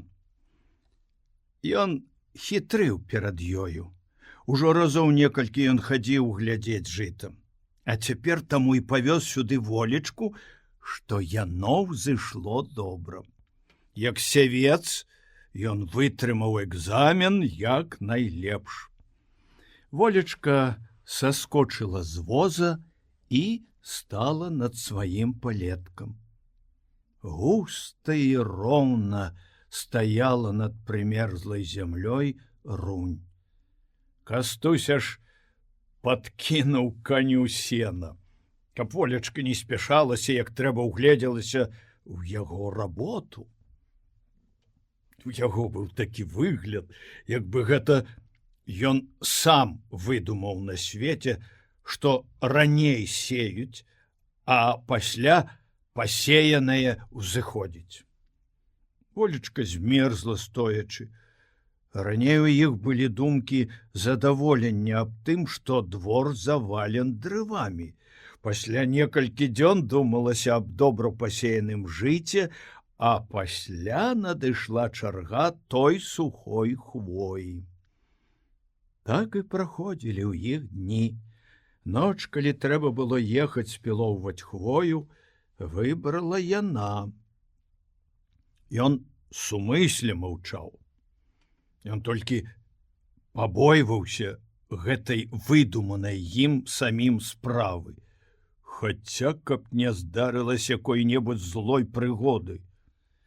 Якой радасцю ўстрапянулася яго сэрца, калі з самага вечара яна сказала яму: «Узняўся вецер, у лесе будзе шумець і трашчаць, пілу цяжэй чуць будзе. Ці не паехаць сёння?» Не кажучы больш адзін аднаму ні слова, яны адзетыя пасядзелі ў поцемку, паслухалі, як гудзе на дварэ вецер, паглядзелі, як стаіць сярпок месяца, і выехалі з двара. У вышыні лесу гулой трашчала, быццам над лесам цяглося, што гулкае і неспакойнае. Ён адразу знайшоў патрэбнае дрэва. Яшчэ тады ўдзень ён вымеркаваў, у які бок яно павінна ўпасці. І цяпер ён вобмацкам прыставіў пілу. Няхай сабе звініць, думаў ён, абы хутчэй. Але яна не вытрымала. Яна скінула з сябе кажушок, і ён зразумеў яе трывогу. І ў яго душа заныла. Скінуў ён з сябе світу. Калі кажушком і світай згамтанымі разам абкруціў ён дрэва вышэй пілы і перацягнуў сваёю папружкай, звон і сапраўды стаў глушэйшы. Як не стараліся яны цягаць пілу, прайшло даволі многа часу, пакуль дрэва лягло. «Пачалі, дык трэба канчаць», — сказала яна, і ён з-за ветру ледзь пачуў яе. Пакуль яны распілавалі хвою на кавалкі, за баіх ішоў пот, і вецер працінаў іх. «Садзіся хутчэй на воз і накідайся паверх кажуха маёю світай», — скамандаваў ён, «а я хуценька завязу цябе дадому, бо захалодзіся». Тут жа недалёка. «Я шпарка пайду, садзіся!» — крыкнуў ён, і яна паслушна села. Дома ён загадаў ёй класціся спаць, а сам зноў пагнаў каня ў лес. Калі ён вярнуўся дадому, ужо спявалі пеўні. Разгрузіўшы воз і паставіўшы каня, ён увайшоў у хату ціхенька, каб не пабудзіць яе, і ўбачыў, што яна не спіць, а стаіць ціха, прыпаўшы да аконнай шыбы. Яна сказала, што з трывогай чакала яго і баялася якой-небудзь злой прыгоды.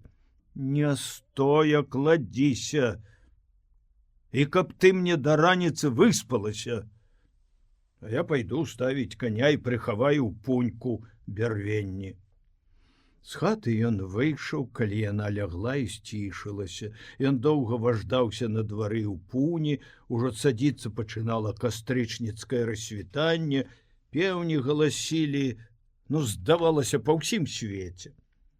Ці спіць яна такая клапатлівая? Увайшоў у хату і прыслухаўся.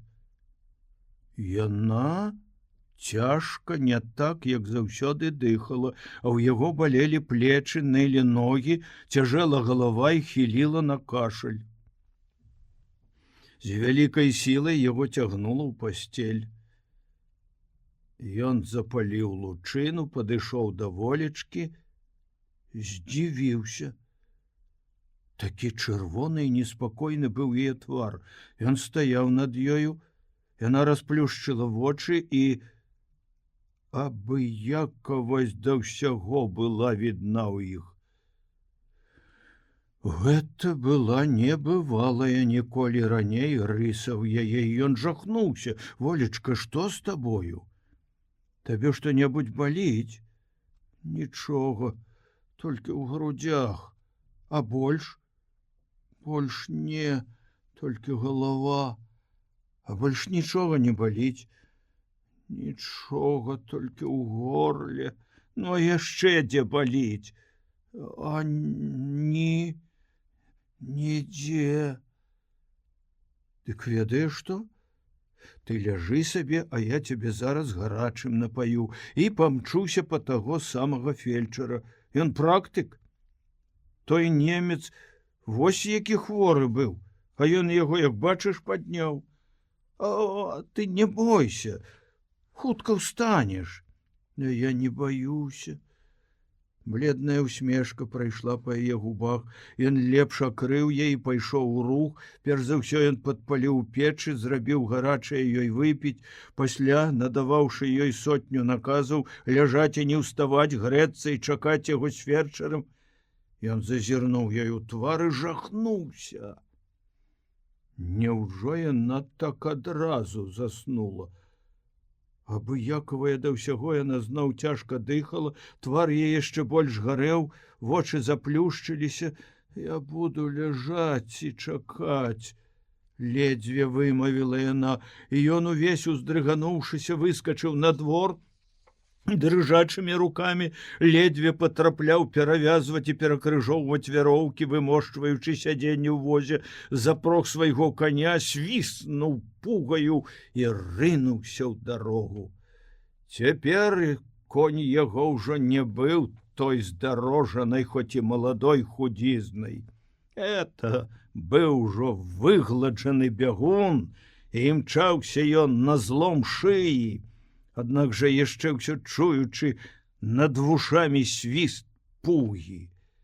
Кастусь даімчаўся так да мастка над неглыбокаю рэчкай і раптам убачыў, што вада пасля былых дажджоў яшчэ ўсё стаяла даволі высока, і сарваны ёю масток толькі палавінай сваёй трымаецца пад той бераг, а бліжэйшая палавіна расплылася бярвеннямі. Ён павярнуў коня берагам паўз рэчку, выглядаючы броду. Паплаўны бераг замакрэў, пачыналася адліга. Колы клалі след на вялістай траве, конь замакрэў, а ён усё гнаў яго. Божа мой, спазнюся!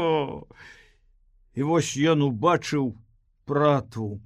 Плыткая вода дробна білася ў пясчаны бераг, ён нацягнуў ляйчыну і вагнаў коня ў ваду. Усё больш падаючыся ў рэчку, ён ужо стаў на ногі. Пасля стаяў на сядзенні, каб вышэй быць над вадою, вода ўсё паднімалася, вода ўжо ў яго ў халявах і вышэй кален. Сэрца яго разрывала грудзі, але як выбрацца з рэчкі? Той бераг вельмі круты. А Божа, як жа ён павязе так цераз ваду фельчара?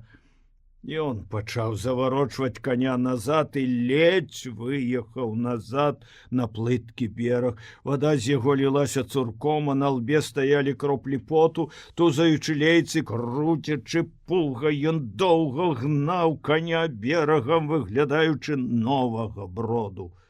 І такі ўбачыў. Нават след чужых калёс вёў ваду, адным махам пераскочыў рэчку, аж да самага мястэчка, не даў каню перадыхнуць. Ён жа і так колькі часу праваждаўся ў гэтай вадзе. Тады ў вадзе яму было горача ў галаву, цяпер ён дрыжаў з холаду. Здавалася, мокрая адзежа яго лубянее на ветры.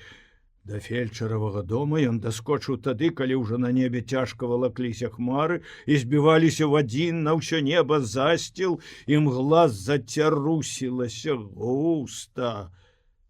Фельчар з раскудлачаным сівым кліночкам барады выскачыў на двор насустрач мокрай фурманцы. Вельмі можа быць, што ён не ведаў, за што взяцца ў такі нудны дзень, і таму быў такі рухавы, калі ўбачыў праз акно, што нехта пад'ехаў. У яго пасярод двара стаяла карова і ела скучы капуснік. Так, певень хацеў умасціцца на мокрую жэрдку і з крыкам саскочыў на зямлю. Боже, як непрытульна і нудна. Але ўсё гэта глупства, бо є самае важнае. А можа, там воліцца яшчэ горш стала. Хутчэй, трэба хутчэй. Мокры хлапец сам сябе падганяў. Як падстрэлены кінуўся ён да фельчара. Дзень добры вам. Я так імчаўся па вас, што траха не астаўся ў рэдцы з канём. Праўда, масток сарвала, сказаў прывыклы да ўсяго фельчар і пагнаў у хлеў карову, ідучы запытаў: сам адкуль, а што здарылася? З волечкай вельмі дрэўна. З якой гэта волечкай? Ну, а з той, што вы прыязджалі да яе ў хату палоннага немца лячыць. А, дык ты Сум ліч, той самы выгнанскі сын. Ну, бачш, як добра, што я параіў табе астацца там жыць. Хто б цяпер аб хворай воліцы падбаў бы? Ну, ідзі ў хату, сушыся, а то з цябе, пане браце, вада, як з рукава джгае. Няма калі сушыцца, трэба назад імчацца, яна там ледзьве жыве. А што з ёю? Ляжыць без памяці. Можа, аб'елася чаго? Не, у яе баліць галава, горла і грудзі. Пастаў каня ў хлеў, пасля паедзем, калі на небе расчысціць. Не, родненькі мой, ну паедзем цяпер. Чаго ты гэтак спалохаўся? Відаць, што ніколі хворых не бачыў. Як гэта не бачыў? Мне бацька на дарозе памёр. Фельчар нічога не адказаў і моўчкі стаў корпацца ў шафе. Кастусь так жа моўчкі чакаў. Нецярплівасці яго не было меры, аднак жа ён вытрымаў і аж уздрыгануўся, калі фельчар сказаў, што можна ехаць. Ён сам сваім вушам не верыў, ён баяўся, што фельчар не захоча ехаць, а тым часам на небе і сапраўды расчышчалася. Фельчар сказаў: па паўдні зусім распагодзіцца. Кастусь пагнаў змучанага коня з усіх сіл, дождж усё пабольшваўся, цераз брод праскочылі ў момант, фельчар сам пачаў пакрыкваць на коня. Кастусь без перастанку тузаў лейцы. Як уехалі ў двор, фельчар не даў Кастусю апомніцца, сагнаў яго з воза адразу і вапхнуў у хату. Ты ўвесь сінеў і калоціся, як святы на споведзі. Каб ты не смеў мне да самага вечара з печы злазіць, а то воліцы прыйдзецца ехаць па мяне і ў бродзе плаваць. Ну, а ты, малая, дзе ты там? Як маешся? Ха-ха! Вось ты якая! Ну, нічога, пакажы шыю. Каб ты мне цэлы тыдзень вылежала, а тады ўставай сабе і рабі, што табе трэба. Ляжы, волечка, ляжы, пакажы язык. А ты там, на печы, яшчэ ўсё дрыжыш. Не глядзі, што ты на печы, а на табе гэтую адзежыну, акрыйся і дыхай сабе ў жывот. Але ж і кажушок злубянелы. Чый гэта, а? Твой? Не, это волечын. Грэйся. З цябе павінна выйсці 7 патоў, толькі тады маеш права з печы злезці. Ты мне глядзі, 6 патоў сыдзе, а ты не злазь, чакай 7. А як жа лічыць тыя паты? Ледзьве адцягнуў голас Кастусь. Выцірай лоб і чакай, пакуль зноў замакрэе. І так да 7 разу. Добра, толькі я раней пайду, коня пастаўлю. Не смей! Нічога каню не зробіцца, калі пастаіць на свежым паветры. Коня кожны ветерынар можа вылечыць. А няхай паспрабуе цябе вылечыць, а? Ха-ха, толькі я цябе магу лячыць. А дзеля гэтага воліцы прыйдзецца ў бродзе купацца, чуеш? Чую!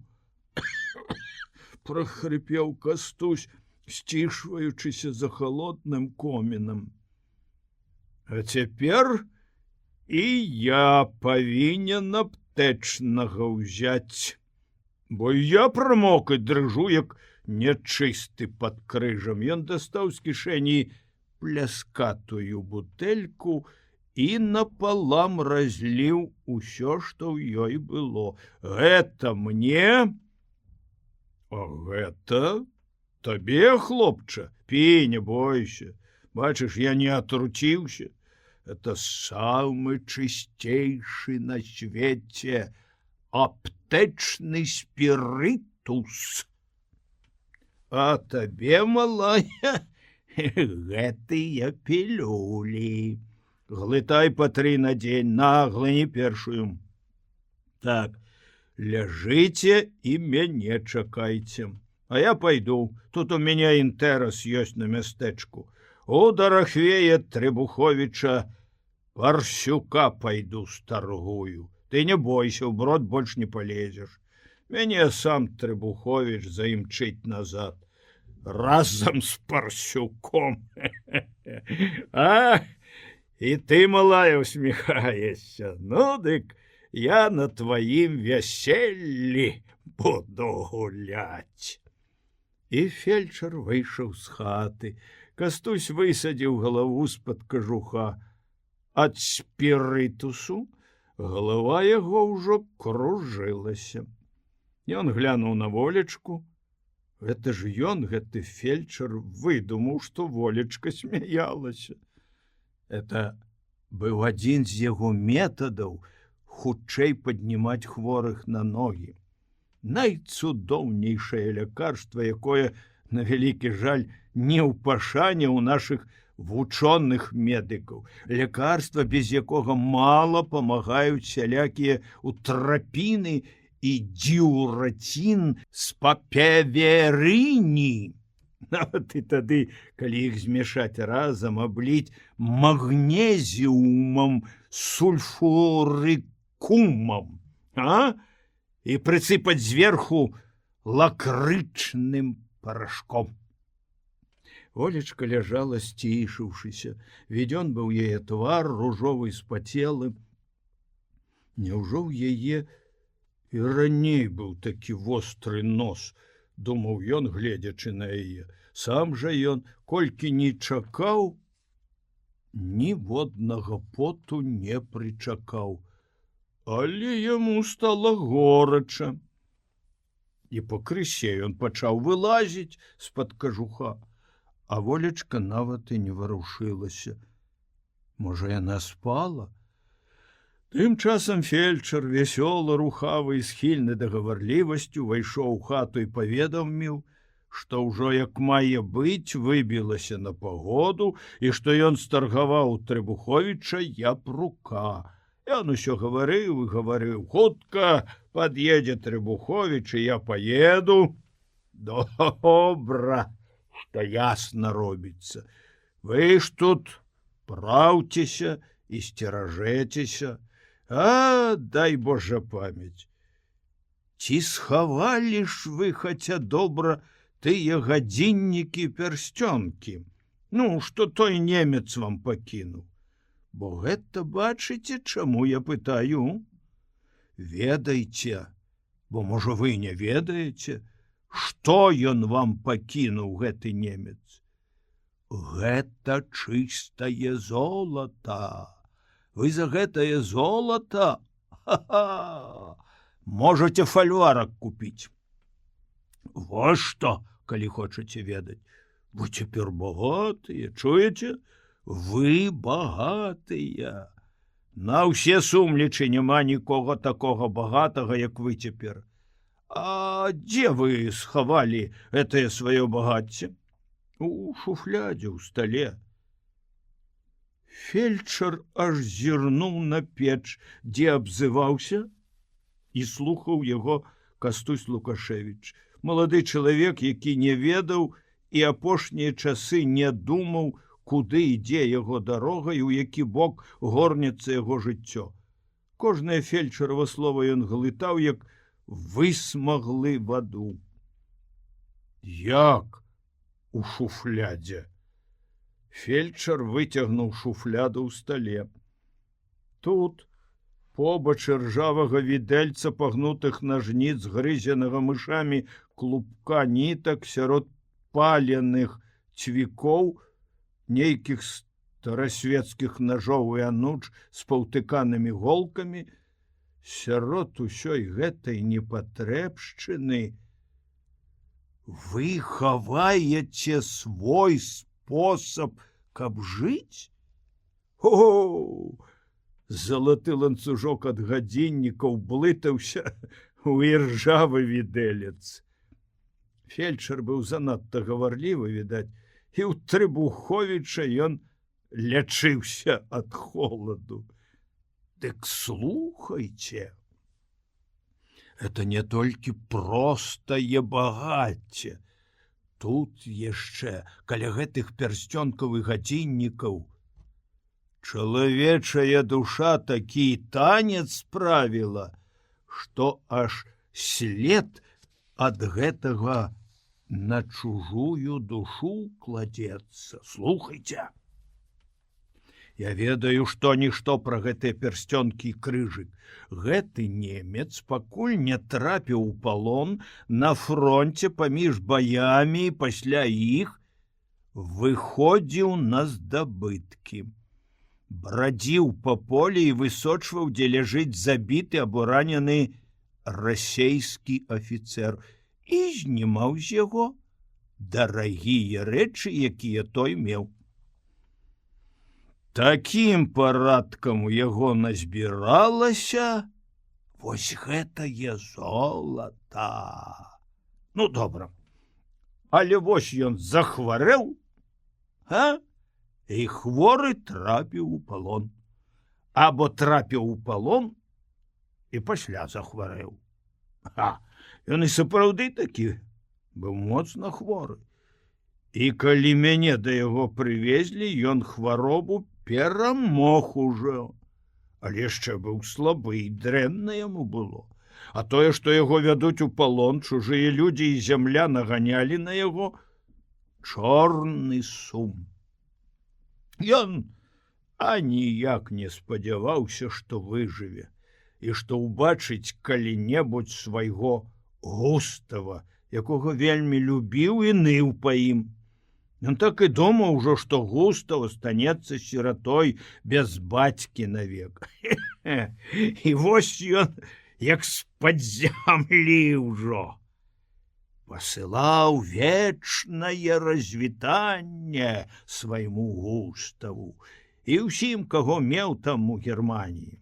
Вось тое пісьмо, цэлымі вечарамі я калупаўся над ім, узяў слоўнічак і нямецкую граматыку і пералажыў яго слова за словам на нашу мову.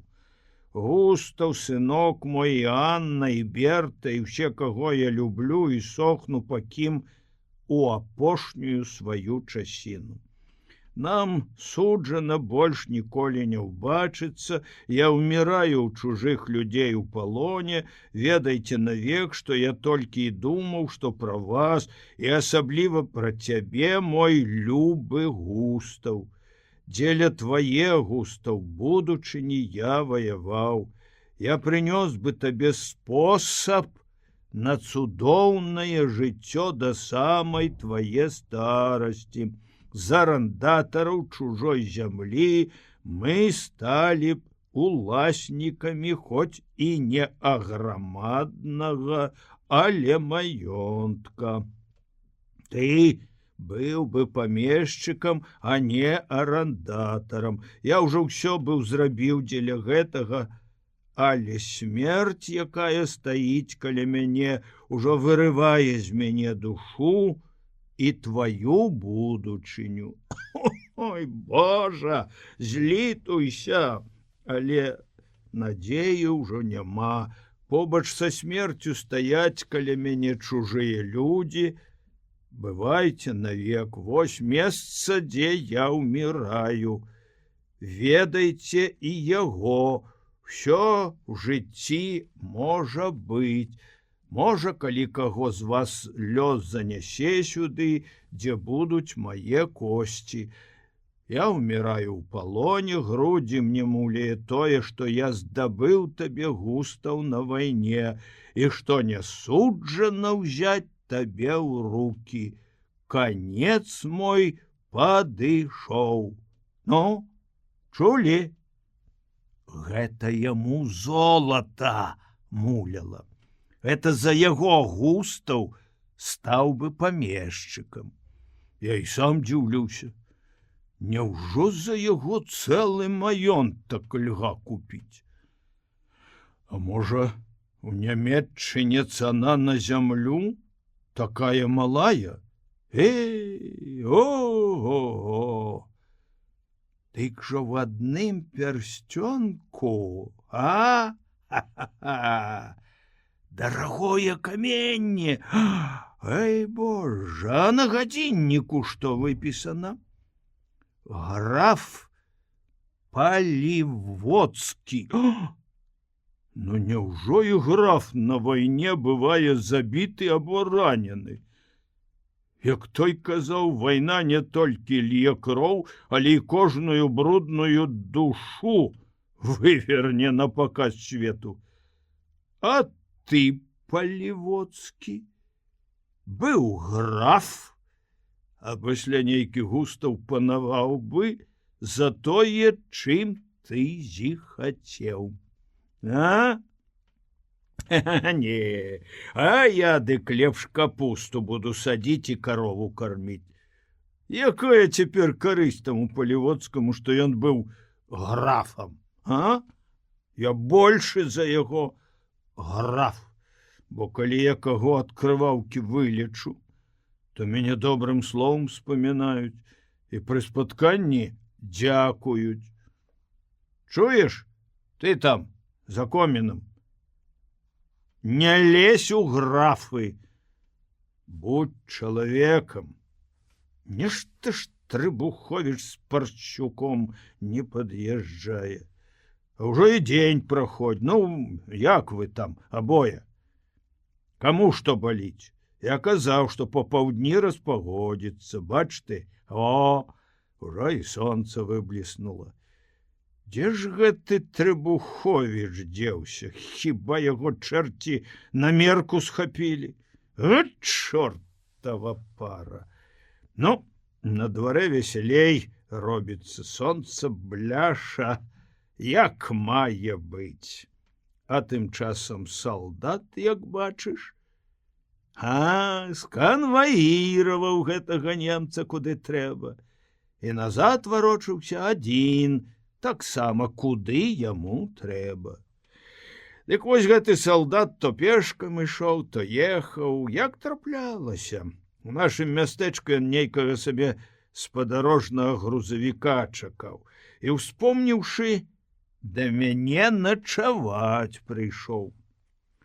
Вечарам мы з ім сабе слова за слова, а ён мне расказвае пра таго немца. Божа мой, кажа ён, не пазнаць стала немца. Як толькі, кажа, выйшлі за Сумлічы, дык той немец адразу пачаў высвістваць, выспеўваць, ганяць пры дарозе птушак, вітацца з кожным, хто па дарозе праязджае. Гэтакі ў яго шчаслівы час настаў, вы чуеце?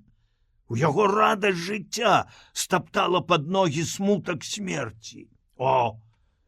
І вось на першай папасцы, выпрасіўшы ў салдата колькі лісткоў паперы з запісной кніжачкі і алавічок, дробна і густа нешта ўсё пісаў і пісаў, а пасля запячатаў канверт і даў салдату, каб той на першай пошце ці дзе іх здаюць такія пісьмы, адправіў.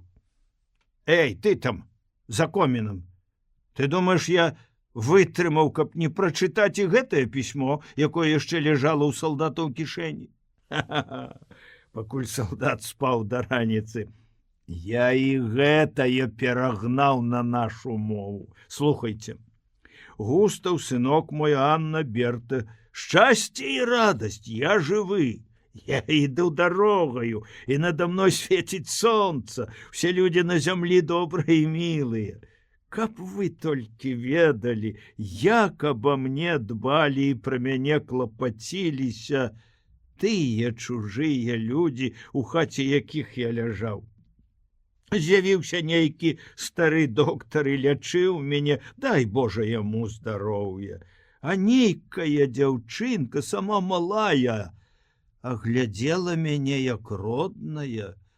Яна адпойвала мяне малаком, а назаўтра нешта такое смачнае зварыла, чаго мне ніколі датуль есці не даводзілася.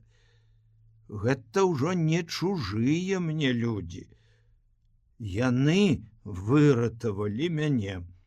І калі я ўстаў на ногі, убачыў, што жыву і ўжо здаровы, я мог бы на каленях паўсці перад імі ўсімі і на развітанне. Я не вытрымаў і... Густаў, маё сэрца баліць аб табе, што ты астанешся арандатарам. Я аддаў той дзяўчынцы тое, што было тваё. Бог дасць, я вярнуся дадому і буду доўга-доўга расказваць табе пра гэта. Але ўсё яшчэ можа быць. Можа, я здолею зноў здабыць тут табе тваё, любы мой Густаў. Выбачай мяне, але я не хачу гэтымі цяжкімі думкамі душыць сваю светлую радасць аб тым, што мне добра цяпер і што чужыя людзі мяне вярнулі да жыцця. Калі ты падрасцеш, ты, можа, і асудзіш мяне, што ты не маеш маёнтка. Але само жыццё і ўсё, што будзе з намі далей, згладзіць усё і перада мной можа зноў паставіць магчымасць здабыць табе тое, чаго ты варт, мой сын. Што ж, гэта адзіны раз у жыцці ў мяне так і рванулася душа і павяла мяне на гэты ўчынак. Вы чуеце, як яго ўжо точыць чарвяк, што ён так і рвануўся душой, а? От бо нямецкая душа, ніякіх там парываў, а ўсё павінна быць вылічана. Колькі аршын радасці, колькі ўдзячнасці, колькі сяброўства і колькі добра другому, каб не перадаць лішне. А можа, ён яшчэ і з жывога гэтага палівоцкага здымаў. Якое там к чорту знімаў, здзіраў тое золата. Дык тады пісара пры ім не трэба было, каб запісваць, колькі немец скур з чалавека здзярэ. А вось калі душа яго на момант зварухнулася на справядлівую ўдзячнасць,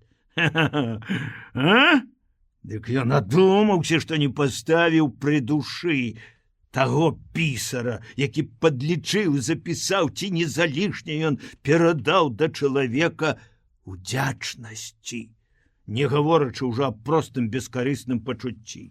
О, я немцаў ведаю, яшчэ калі быў малады, служыў пры вялікім доктары, і ён мяне браў з сабою ў Германію, калі ездзіў паказваць свой спосаб, як рак вырэзваць. Ну, ты там за комінам, Калі толькі адагрэешся добра, то злезеш і дасі ёй паесці.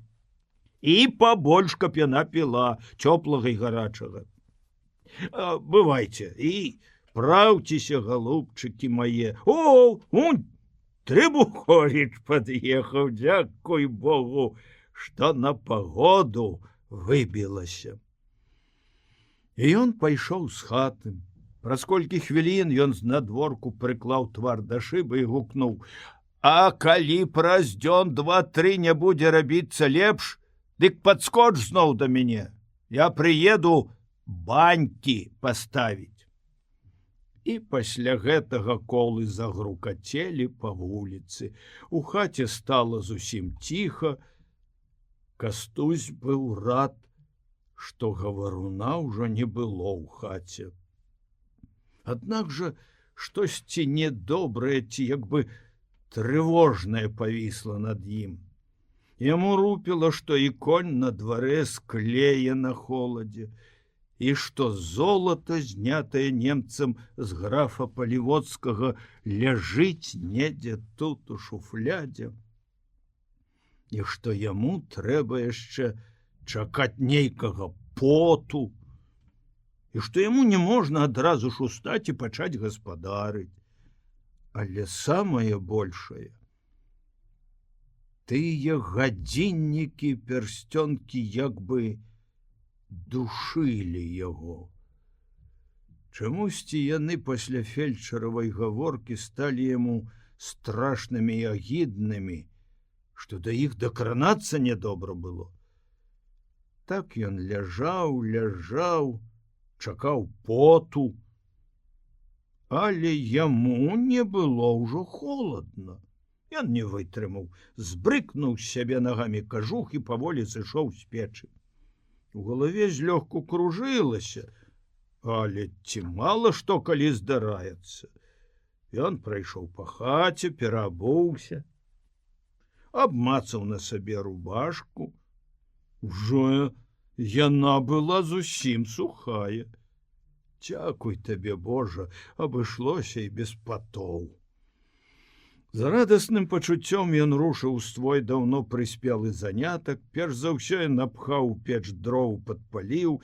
Праз 10 хвілін ужо была падоена карова. Хвіліна спатрэбілася на тое, каб вывесці за глабель вымучанага коня і вагнаць у хлеў. Яшчэ праз хвілін 10 ён нясмела глядзеў у волеччын твар і ўсё ўгаворваў яе падняцца і напіцца гарачага малака. Ён прыўзняў яе, падтрымаў за плечы і напаіў. Яна сказала: «Трэба, каб у хаце было зусім ціха, дык я засну». Тады ён адзеўся ў тую сваю, што яшчэ з дому суконную жакетку, і ціхом выйшаў. Тым часам і дзень блізак быў да вечара. Надвор'е зусім расчысцілася, свяціла сонца. На душы ў яго стала лягчэй. Ён выцер саломаю коня, акінуў вокам двор і ціха вайшоў у хату. Хоць і ціха, але волечка прачнулася. Шпарка яшчэ цішэй ён выйшаў з хаты і зірнуў у акно. Відна была волечка на пасцелі. Ну, цяпер яна спіць. Доўга не пайду ў хату, няхай спіць, не буду будзіць. Ужо захад згарэў чырвоным полымем і патух. Ужо зоры загусціліся ў небе. Ужо шырокі серп месяца ўзышоў, а ён усё баяўся ісці ў хату. Пахаваў у пуню пад салому ўсе тыя хваёвыя бервенчукі, разоў некалькі падкладаў коням сена. Перачакаў ужо і позні вечар. Змерз, многа разоў зазіраў у акно, волечкі не мог убачыць, а ў хату не ішоў, няхай спіць. Стаяў гадзінамі, тросся з холаду, а не ішоў. Яму было добра берагчы яе сон. Нарэшце пайшоў. Так адчыняў дзверы, быццам гэта ён нёс на галаве паўнюткую шклянку вады. Не вады, а дарагой вадкасці або яду, кроплі якога прапаліць на вылёт яму галаву. Такая ж была яго радасць, калі ён нарэшце апынуўся ў хаце і ўбачыў, што Волечка спіць. Але яна не спала, а бачыла, як ён увайшоў і стаў каля яе. Дзе ты быў дагэтуль? Ужо табе нікуды больш не трэба ісці. Неяк адной нядобра, сумна. Адчуванне вялікага шчасця апанавала ім. Ён будзе тут каля яе, усю ноч ён не будзе спаць, а вартаваць будзе яе сон і спакой. Не пайду, толькі трэба дзе гэтае золата схаваць, няхай яно агнём пойдзе. Вазьмі ў шуфлядзе медны ключык, адамкні ў клеці куфар і ўкінь туды. Хай яно прападзе, няхай бы лепш немец яго панёс з сабою, а то праўда. Калі ён адамкнуў куфар і паклаў прыскрынак золата, быццам з душы яго спала што цяжкае. У хаце ён пачуў ад Волечкі. Добра, што ўжо няма ў хаце. Гэты фельчар, як пачытаў тыя пісьмы. Божачка, што той немец перажыў? Як ён мучыўся? Не ідзі ўжо нікуды, а будь тут і спі. Ужо ноч. Добра. А за клопат вазьмуся, можа, нават і заўтра. А за які клопат? Коня табе змяніць, рэштку бервенчукоў перавесці з лесу, падабраўшы ноч, шулы паставіць, браму зрабіць, жыта ў млын змалоць. І пайшла тая ноч, месячная, добрая, ціхая. А к раніцы зноў схмурнела неба і пачаў падаць мокры снег. Тады пад раніцу яны, кожны па-свойму, саснілі нейкага высокага чалавека ў чорнай адзежы і з заплюшчанымі вачыма. Ён не спаў, а быў нежывы, гэта ў яе. А ў яго рагатаў і танцаваў, але вымагаў, каб яму аддалі боты і кашулю. Гэта быў граф Палівоцкі. Кастусь прачнуўся і думаў, ці сапраўды гэтакі мог быць той невядомы Палівоцкі. А Волечка прахапілася з енкам і крыкам: «Ой, божачка!» «Што? Абазваўся ён. Ой, Палівоцкі, а хто гэта тут у хаце? Гэта я! Крыкнуў Кастусь. Хто? Яна яшчэ не адвыкла ад свае адзіноты і не прывыкла да яго. Ён падбег да яе, убачыў, што яна дрыжыць. Колькі раз, жывучы ўжо адна без бацькі, яна так прачыналася раніцамі ад непрыемных ці страшных сноў. І прывыкала ў адзіноце сваімі сіламі гнаць ад сябе цяжкае ўражанне ад кашмараў. Цяпер жа яна падумала, што недзе каля яе ёсць ён. Як лёгка і адразу згінуў сон. Яна усміхнулася яшчэ з заплюшчанымі вачыма. Отак крычыш немаведама чаго. Это ж сон. І па яе твары ён здагадаўся, што яна ачуньвае. Уночы я выходзіў глядзець коней, ужо на дзень ішло. Мокры снег гразі дадаў. А конь твой ужо ані нічога не еў, нават і не зачапіў сена. Ты нічога не думай, мой конь зусім малады. Ведай, што гэта твой. Ты толькі папраўляйся. Я ж папраўляюся. Хіба ты не бачыш? А на дварэ ўжо і апошняе лісце з ігрушы асыпалася за ўчарашні дзень. Чорная, як сажа, ляжыць мокрая. Праз 2 дні ён пачаў карміць худого коня паранкаю, не адыходзіў ад яго, рабіў яму нейкае адмысловае пойло, а праз 2 тыдні сказаў вольцы, што конь крыху абгладзіўся і ўжо льга яго збываць. Аднойчы ў досвеце ён накрыў коня мяшком і сеў зверху. Конно выехаў ён з двара, торба за крайцам хлеба была ў яго руках, на конным рынку ў дробным гарадку вёрст за 40 ад Сумлеч.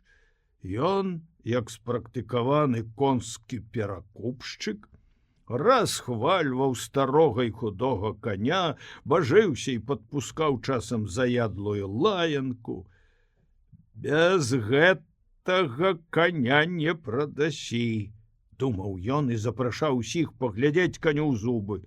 Галоўнае смела казаць, каб глядзелі ў зубы, дык ніхто і не гляне, і павераць, што конь малады. Стары высокі цыган, які тут жа побач прадаваў яшчэ, мусіць, старэйшага коня, сказаў: ты, чалавекча, прасі, каб глядзелі твайму коню не ў зубы, а ў хвост. Тады хутчэй ўсіх ашукаеш.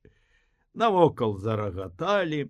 Кастусь, праклінаючы гэты дзень, адвёў свайго коня ў бок, але і адтуль 2 перакупшчыкі прагналі яго.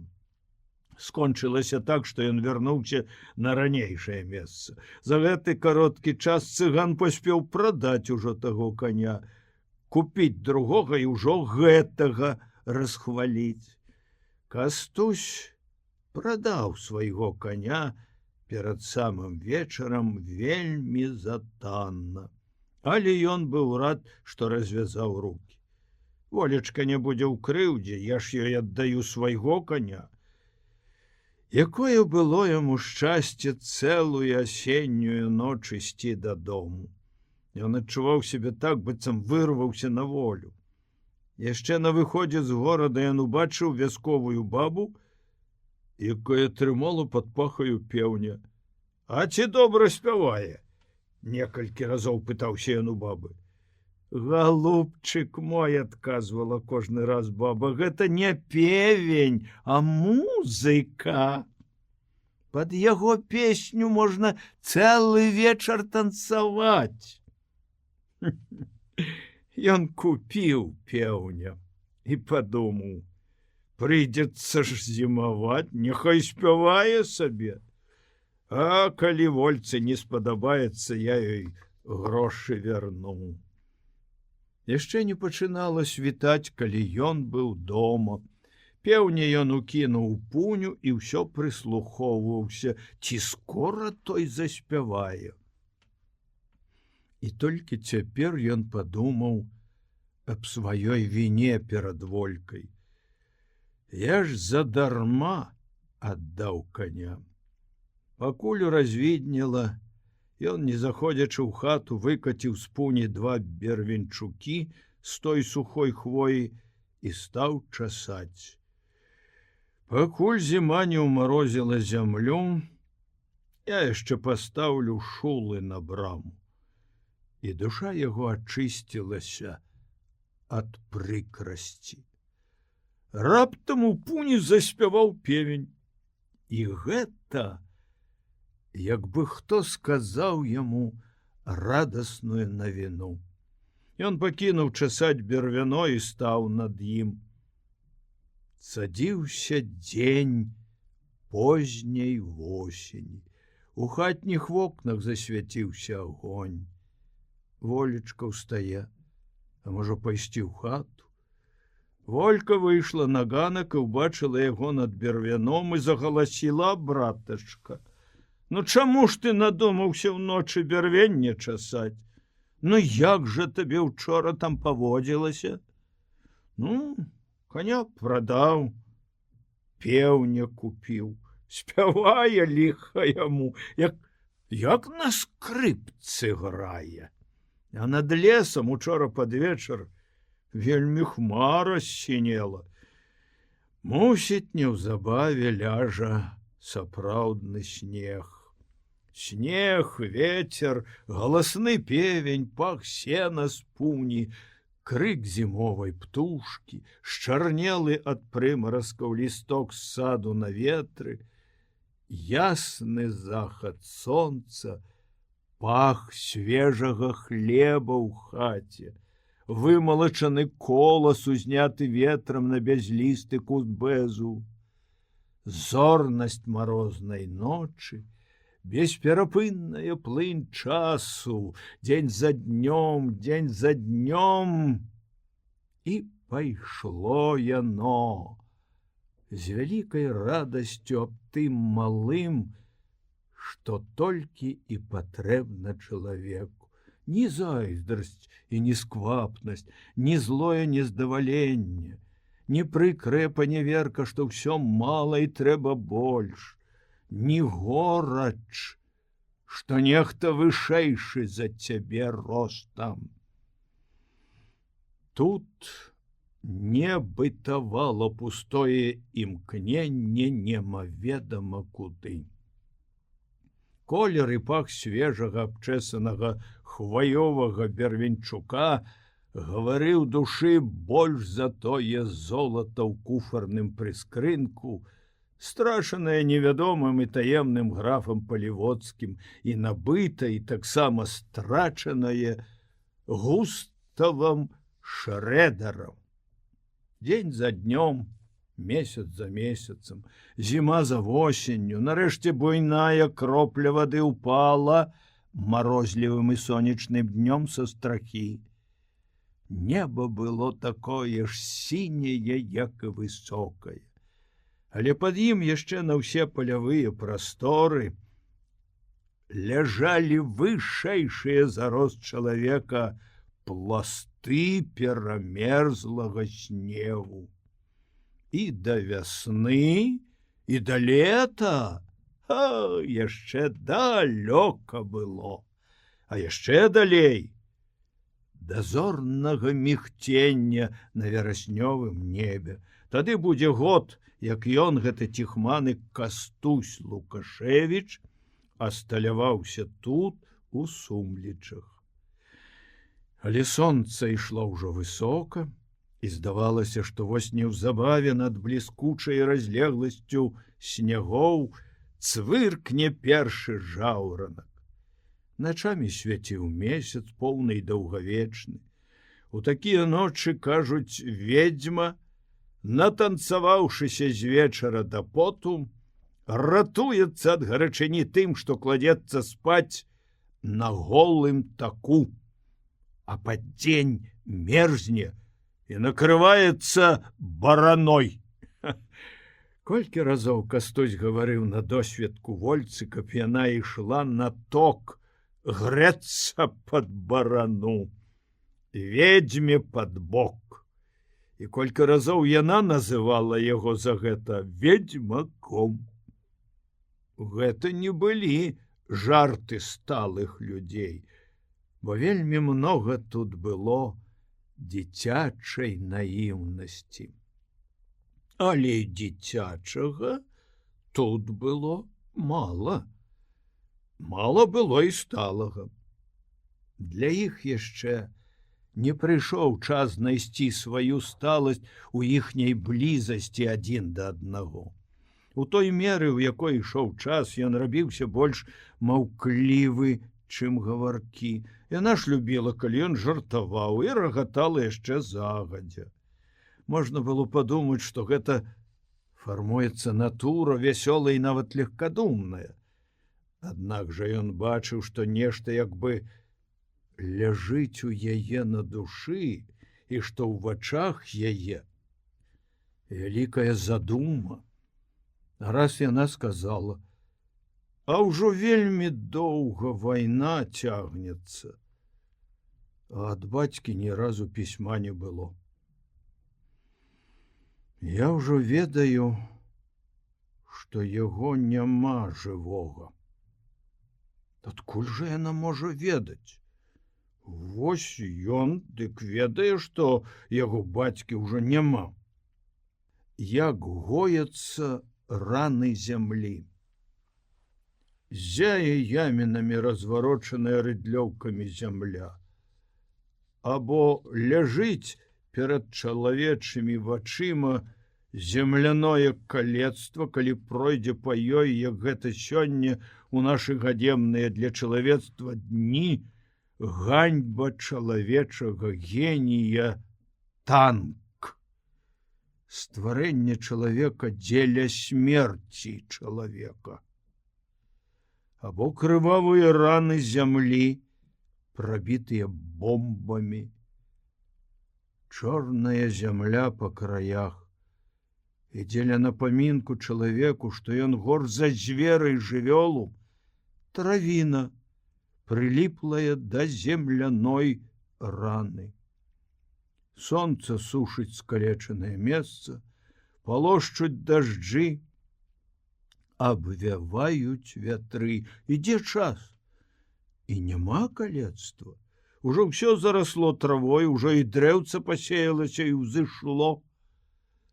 Расце ўсё вышэй, і ўжо здалёк відно, і на месцы, дзе ззяла рана, красуе хараство. І, здаецца, ніякае ўтрапенне не кране тут жыцця прыроды і чалавека. Вялікі доктар, час, спакойна і безупынна ідзе па свеце і лечыць, і гоіць. Скруха і смутак тупелі і ўсыхалі. Яны ішлі да поўнага свайго знікнення. Кастусь і сам стараўся гнаць ад сябе думкі аб нядаўным мінулым.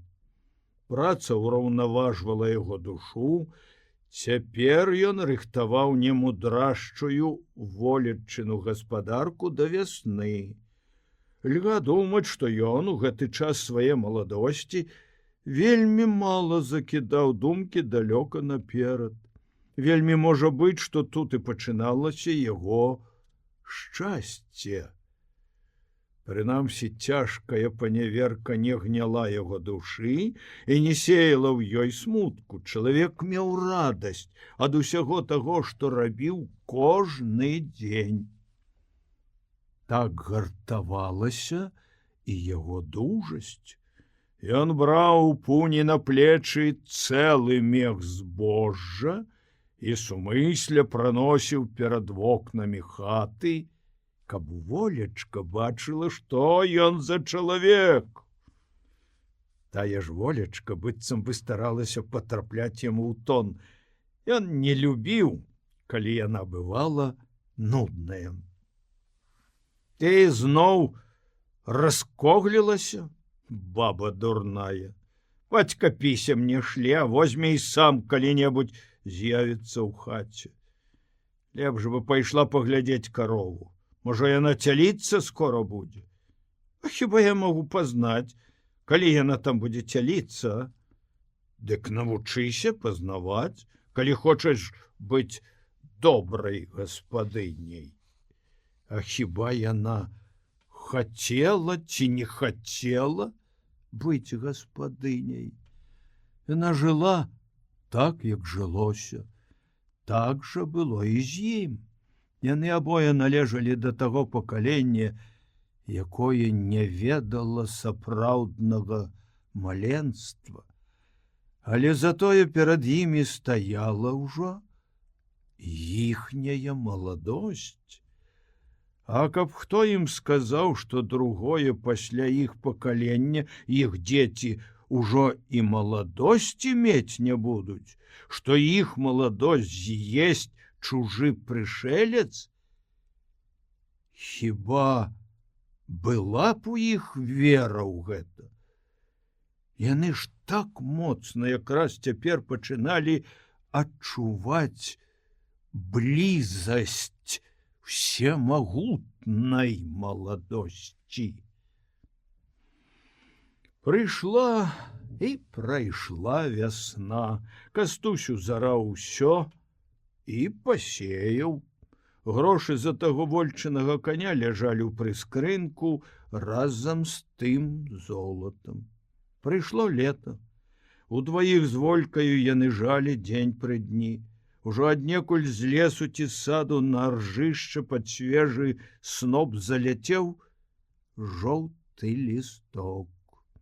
Першая яна заўважыла яго. Глядзі, глядзі, восень. І ўздыхнула. Ён адагнуўся ад жніва і сказаў: калі я сюды прыехаў, восень была пазнейшая. Каб хто бачыў, як яны паглядзелі адно аднаму вочы. Добра, што прыйшла восень. А яшчэ лепш, што ўсё мае свой час.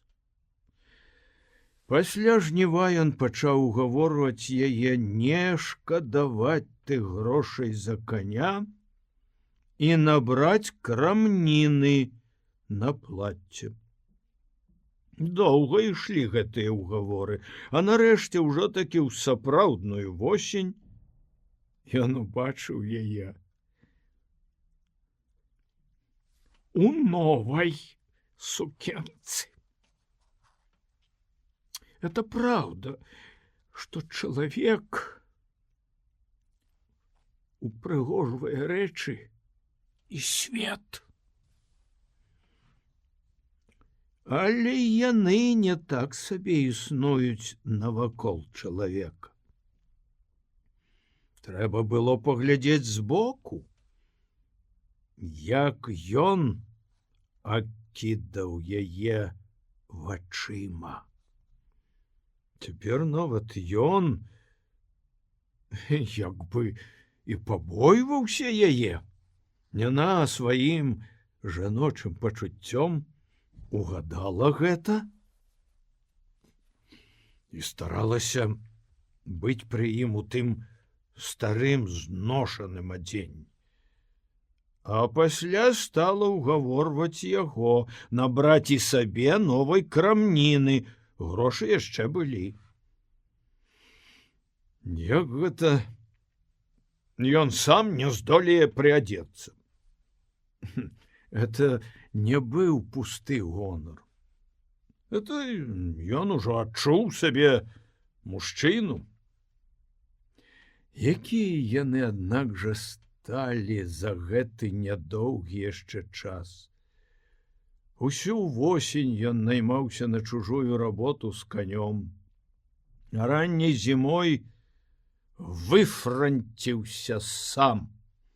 Купіў ён блучковую хустку і чаравікі і пачаў саромецца глянуць ёй у вочы. І зноў было нядобра. Яна адчувала, што яна першая павінна нешта такое сказаць ці зрабіць, каб усё зноў стала на сваё месца. Але як і што? Это была пакута. Надыходзіла новая пара ў іхнім жыцці. Яны не спяшаліся ёй насустрач. Яно само ўсё ішлося, а яны мелі радасць ад свае кожнадзённасці. Зноў вясна, зноў ён араў і сеяў, пасля вясны будзе лета, так і новыя падзеі прыйшлі. Канчалася вайна, а з-пад сумлеч згінулі паны. Кастусь вазіў з панскага лесу дрэва не таму, што надумаўся на месцы старой невадаўскай хаты або дзе інакш будаваць новую, а таму, што ўсе вазілі дрэва. Ён складаў яго на вуліцы і к лету перад вокнамі невадаўскай хаты навалена было бярвення да самых гэтых вокон. Так ён пакінуў быць выгнанцам і бяздомнікам. Ужо яму здавалася, што ніколі не было такога часу, што ён жыў дзе-небудзь інакш. Поле добра радзіла, нават ужо і клянок, пасаджаны ім дзеля забаўкі на невадавым двары ў першы год прыезду сюды, рос і ўкараняўся. Прыйшло юнацтва і сталасць натуры. Олечка была ўжо мажная і павальнейшая ў рухах, і калі ён называў яе не Волька, а Волечка, яна чырванела і бянтэжылася. Тым жа летам гэтая саромлівасць паміж імі дайшла да найвышэйшага свайго пункта. Ці не сам лёс прывёў яго сюды, каб ён дзеля яе і клён каля бацькаўскай хаты пасадзіў, і поле ратаваў ад дзікай травы, і падтрымаў яе ў тым і адзінокім сіроцтве, і сам пачаў тут станавіцца на ногі. Нашто ж было ім дзе-небудзь інакш шукаць тае невядомасці замест ужо знойдзенага шчасця? Канчалася лета, і хоць далёка яшчэ было да верасня месяца, але зорная ноч была падобна на тую, калі ён тады прыехаў сюды. Абое яны стаялі моўчкі каля свае хаты і як бы слухалі цішыню.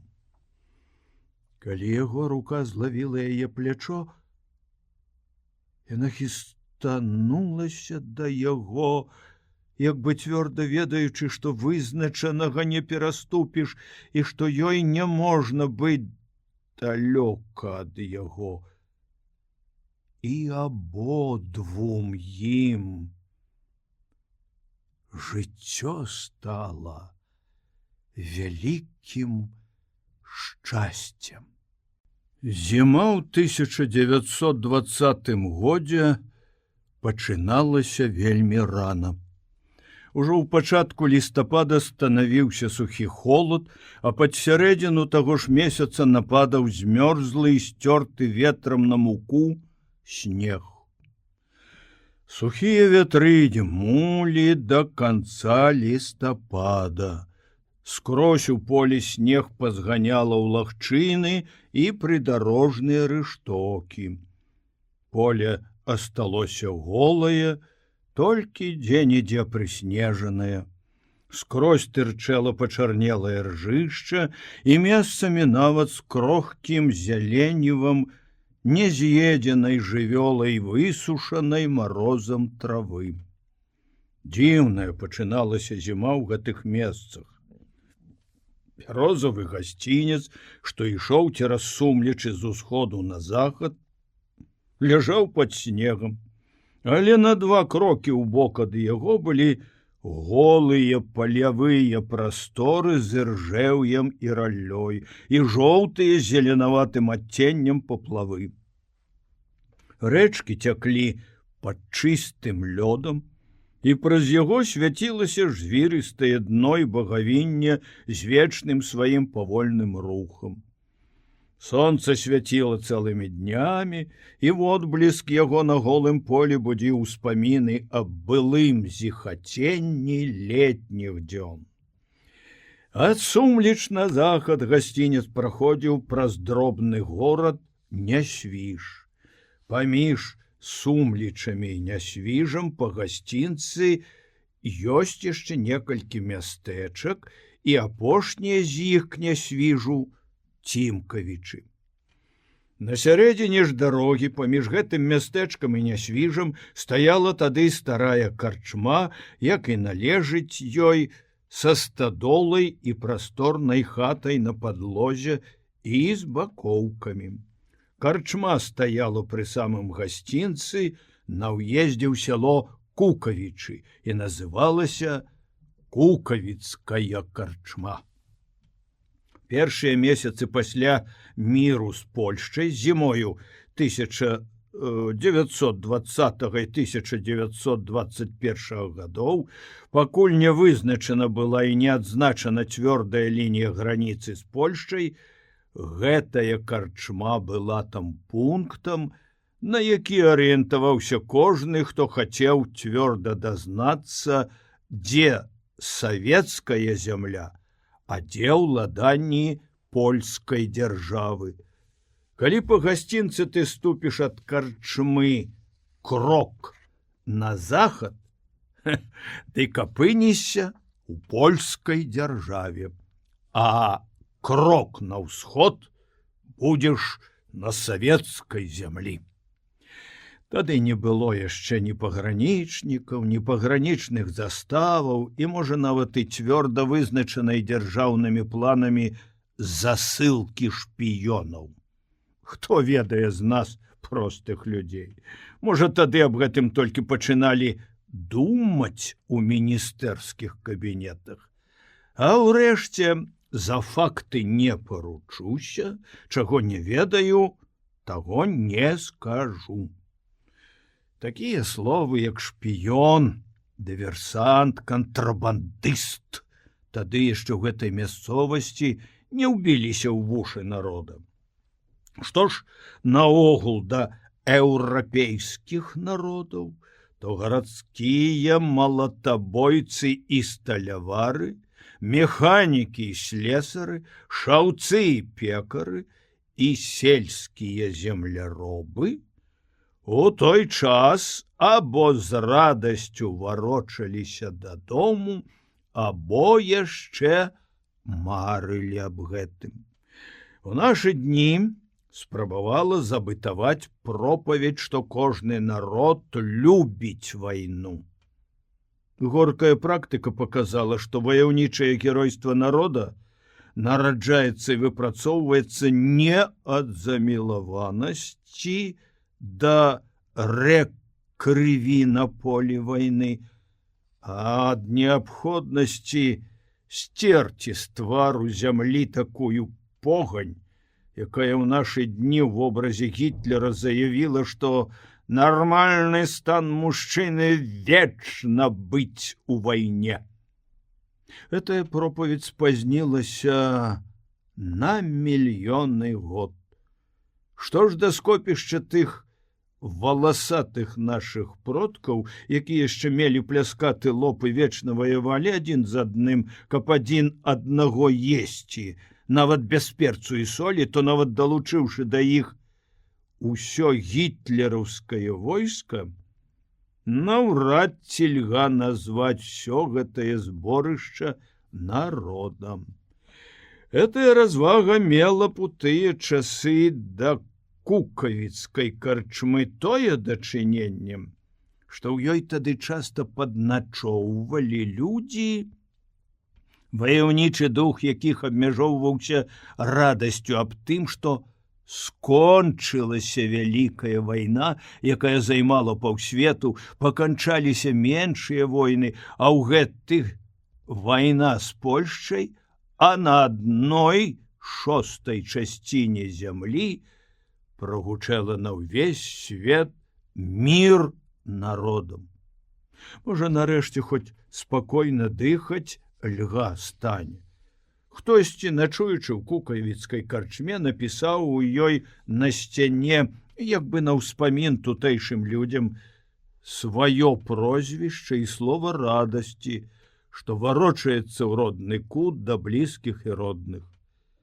З гэтага прыкладу пайшлі больш тут пісаць на карчомных сценах. За 6 год вайны і за 2 акупацыі на гэтай бітай дарозе перавярнулася бездань людзей, а кажучы, што кожны чалавек гэта цэлы свет. Як толькі маглі ўмясціць на сабе гэтулькі надпісаў сцены гэтай старой будыніны. Апошнімі днямі лістапада месяца 1920 года, калі сухі скавыш ламаў на гасцінцы бярозавае голле, змятаў з поля апошні снег і скавытаў у коміне кукавіцкай карчмы, перад самым вечарам нейкі падарожны з такім змучаным тварам, што на ім ужо страцілася пячаць чалавечага вобліку, роўнай хадой ішоў гасцінцам з захаду на ўсход. У тыя хвіліны, калі сонца вісела над самым лесам, ужо гатовае спусціцца за яго, чалавек падышоў да самай карчмы і абышоў яе навокал. Уваход у карчму і ўезд у стадолу былі проста з гасцінца. За задняй карчомнай сцяной было выгараджана жэрдкамі месца, падобнае і на двор, і на агарод. Чалавек успёрся локцямі на гэтую агароджу і так стаяў у задуме. Рыжая карова траслася з холаду, тыцкалася пысай у мерзлыя грады, дзе яшчэ аставаліся рэшткі скарэжанага на марозе капусніку і бурачніку. Карова шукала яды. Чалавек доўга глядзеў на яе і ўсё стаяў. Магло здавацца, што яму вельмі соладка стаяць на холадзе. Яно і можа быць, бо кожны яго рух сведчыў, што ён быў такі змучаны, што яму соладка было стаяць у нерухомасці. Можа, чалавек крыху адпачыў стоячы, бо праз нейкі час вочы яго як бы ажывіліся і, як бы развясельваючы сам сябе, ён сказаў: «Усё на тым самым месцы, і карова тая самая. Дай жа Божа, каб і дома ўсё было ў шчасці і радасці. Эх, Божа мой, Божа, колькі было бадзяння і пакуты! Жартачкі, цэлыя гады!» Ён уздрыгануўся, адарваўся ад плота і рушыў у карчму праз чорны ці задні ход з агарода. Здавалася, што ў гэтым чалавеку няма і кроплі крыві. Твар худы, выцягнуты нос. Здавалася, што скура на твары хутка стане празрыстая, як шкло, і праз яе льга будзе ўбачыць чалавека ўсярэдзіне. Кароткае шчацінне выстрыжанай барады тырчала ва ўсе бакі, а адзежа, адкуль толькі ён мог і назбіраць яе? На нагах падшытыя кавалкамі скурата лапці, нагавіцы нямецкія, салдацкія, вылатаныя дзесяткамі рознакаляровых кавалачкаў, кароткая вопратка, можа нават і на ваце цывільная, з плеч простага чалавека, якога-небудзь рабочага або панскага парабка, міжнацыянальнага і разам няпэўнага выгляду, падпяразаная вяроўкай. А шапка, рэшткі польскай канфедэраткі, без казырка, з адарванымі рагамі і залатанымі дзірамі на месцы іх. Пад гэтым падабенствам галаўнога ўбрання на галаву была закручана і закрывала вушы не то хустка, не то ручнік бруднай дзіравы. Всё гэта тырчэла гузамі і камякамі на чалавечай галаве. Гэты чалавек увайшоў у карчомную кухеньку, дзе ў адзіноце сядзеў за сталом в адных сподніках і чорнай камізэльцы стары карчмар, падобны да Майсея. Ён браў з талеркі вывараныя косці і абсмоктваў іх. Чалавек згроб з галавы канфедэратку з дзіравым ручніком, пацёр вушы і прывітаўся з карчмаром. Здароў, Шымха, жывеш? Можа, і пазнаеш мяне? Не пазнаеш? Сумліч.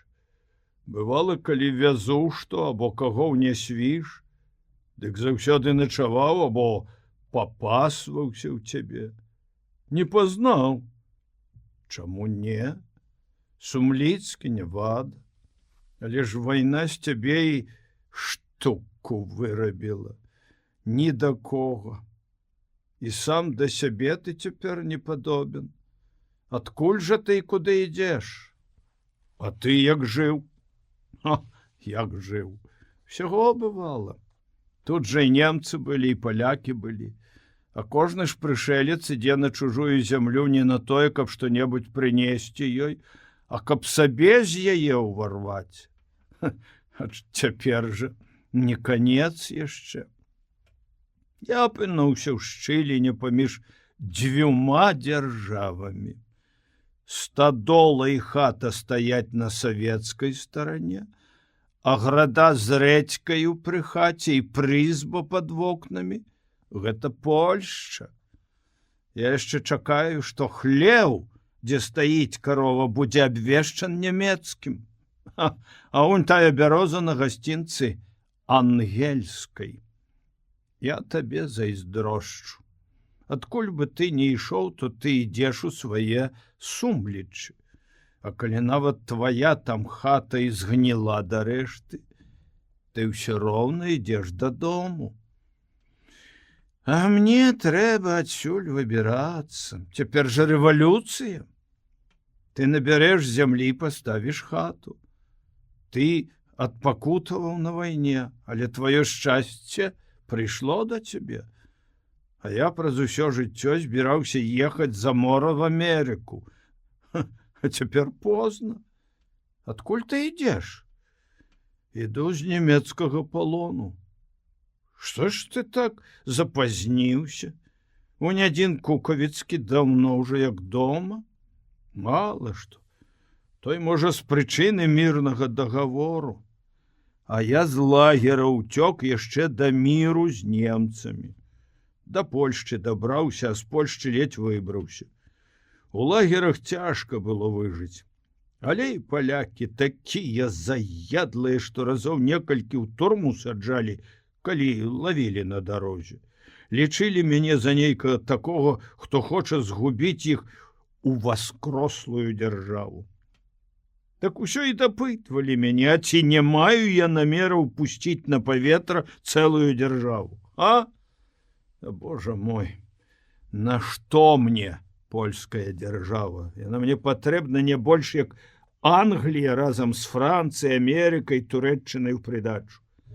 Бойцеся, кажу, Бога. Пазбірайце, вы, кажу, золата з усяго свету, зрабіце з яго трон, пасадзіце на яго мяне кіраваць паўсветам, а каб увесь свет выхваляў мяне, дык я перад вамі буду прасіцца і маліцца: пусціце, калі ласка, дайце мне шчасце спаўсці з гэтага трона. Я колькі год жыта не сеяў, кала нават не зачасаў, у кузні коня не каваў, у млыне мукі не малоў, раллі не нюхаў, ботаў не мазаў, капусты не сёрбаў, не наслухаўся волю, як пеўні спяваюць, як людзі па-людску гавораць. Вочы яго пачырванелі.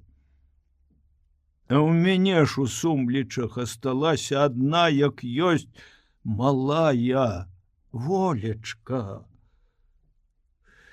што яе ўжо на свеце даўно няма. Это ўжо няма чаго й казаць. Бог дасць, нейк выкідалася. Як? Пакінуў адну ўжо колькі год таму, дзіця горкае. Пройдзем далей адгэтуль. Прыйдуць дзеўкі, дадуць табе гарачага есці, тады будзеш спаць да раніцы. дарога яшчэ табе вялікая. Удвух яны ўвайшлі ў карчомную хату. Карчмар сеў на лаву, а Невада прыпёрся плячыма да печы грэцца. Ён змагаўся з дрымотаю. Соннымі вачыма ён аглядаў здаўных знаёмыя яму сцены. Ён разбіраў там надпісы, некаторыя былі размашыста напісаны ці выразаны ножом. Каб хутчэй перабыць чаканне, ён прачытваў іх моцным шэптам.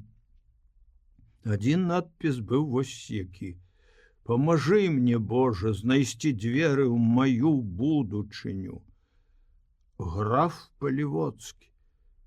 Нічога гэты надпіс на Невадавай душы не сказаў, і на твары яго нічога жывога не адлюстравалася. Трагедыя нейкага невядомага Палівоцкага, які не мог знайсці дзвярэй у сваю будучыню, была вельмі далёкая ад розуму і сэрца гэтага чалавека, які праз каторы ўжо год сам таіў сабе ўласную трагедыю і цяпер, варочаючыся да свае волечкі, баяўся, што знойдзе там, можа, нават сляды цяжкай драмы. Як бы там ні было, ён холадна прачытаў яшчэ некалькі надпісаў і паглыбіўся зноў маўклівае і дрымотнае чаканне. Тым часам стары гаспадар карчмы ў задуме пачаў пагойдвацца на лаве ў бакі і замармытаў сабе пад нос нейкую песеньку ці малітву і глянуў на Неваду. Цяпер, кажуць, Сумлічы разбудоўвацца пачалі панскімі лясамі. О, колькі такіх, як гэты Палівоцкі, за гэтыя часы бралася гасцінцам на нясвіж праз маю карчму, ратуючыся ад рэвалюцыі. А што это за Палівоцкі такі? Я не вінават, што ты не чуў пра яго. Я табе скажу, ты чалавек запечны, ты ціха жыў век у Сумлічах, пакуль на вайну не пайшоў. Я хоць таксама жыў запечнікам, але яшчэ мой дзед, пакуль не прыехаў сюды, расказваў бывала мне малому пра паноў і князёў і графоў. Яны нават давалі яму ў сховань грошы. Ён быў павяроным у іх, а? Дык графа Палівоцкага ўспамінаў. Той быў дзед гэтага, што тут на сцяне пісаў. Той дзед дастаў сабе тытул графа. Ну, мець гэтулькі маёнткаў быць без тытула, ну, гэта не работа. А маёнткі яго былі і за Воршай у бок Дуброўны, і ў Віцебскім краі, і на Смаленшчыне, і каля Міра пад Карэлічы. Але гэты мірскі маёнтак, ужо гэты, што пісаў тут на сцяне, ну, унук таго дзеда, прагуляў карты, спадзяючыся на ўсе астатнія маёнткі, з якіх ён браў чысты прыбытак, а сам ніколі там не быў. Сам ён вельмі малады, тонкі, высокі афіцэр яшчэ царскай арміі, а цяпер афіцэр польскай арміі. Яму не пашанцавала. Рэвалюцыя пайшла яму на згубы, і вайна таксама. Бо некаторыя такога калена, як ён, на вайне нажыліся. З нажыткам у кішэні яны мінулі маю карчму. З усходу на захад і па той бок мае прызбы сталі смелыя ад рэвалюцыі. Гэты павінен, каб жыць, служыць палякам, як той казаў, не для Езуса, а для хлеба куса. Які ён там быў ваяка на нямецкай вайне, хто яго ведае, мусіць не сказаць, каб вельмі. Бо на вайне трэба навучыцца спаць у балоце, а ён вазіў з сабою 5 лёкаяў, пераадзетых за дзеншчыкоў. А 6-ы дзеншчык быў казённы. Хто ведае, дзе былі тыя 6 деншчыкоў, калі на вайне куля ўрэзалася яму ў рэбры. Ён зваліўся з коня, свайго ўласнага, за якога адзін з блізкіх да цара генералаў даваў яму 5 паўсотняў звыш 25 тысяч. До 25 тысяч прыткнули 5 паўсотняў, і за іх таргаваліся, як мы за паўрубля. І граф, і царскі генерал, а з таго ж цеста. Конь паімчаўся немаведама куды, а Палівоцкі сыходзіў крывёй, лежачы ў вадзе і гразі, скрыты ад людскога вока асакой і аерам. Калі яго і расейцы хадзілі, і немцы хадзілі, і ніхто яго не бачыў, не ўбачыў. Тым часам ён ачомаўся ўночы і сеў. Ён быў рад, што ўсюды ціха. Абсмактаў свае мокрыя пальцы і помацнеў. Да дня ён выпаўз на палявую дарогу і сеў, а пасля лёг чакаць збавення. К канцу дня нейкі чалавек у лапцях і з мяшком за плячыма ўзышоў з поля на дарогу. Гэты абарванец цвёрдымі, як косці, мазалямі на руках даў яму збавенне. Што ж граф Палівоцкі, які праз усё сваё жыццё ўмеў толькі крычаць на людзей, пачаў енчыць і прасіць гэтага чалавека: «Галубчык ты мой, возьми мяне да сябе, знайдзі доктара, памажы мне дайсці да здароўя, век будзеш панаваць.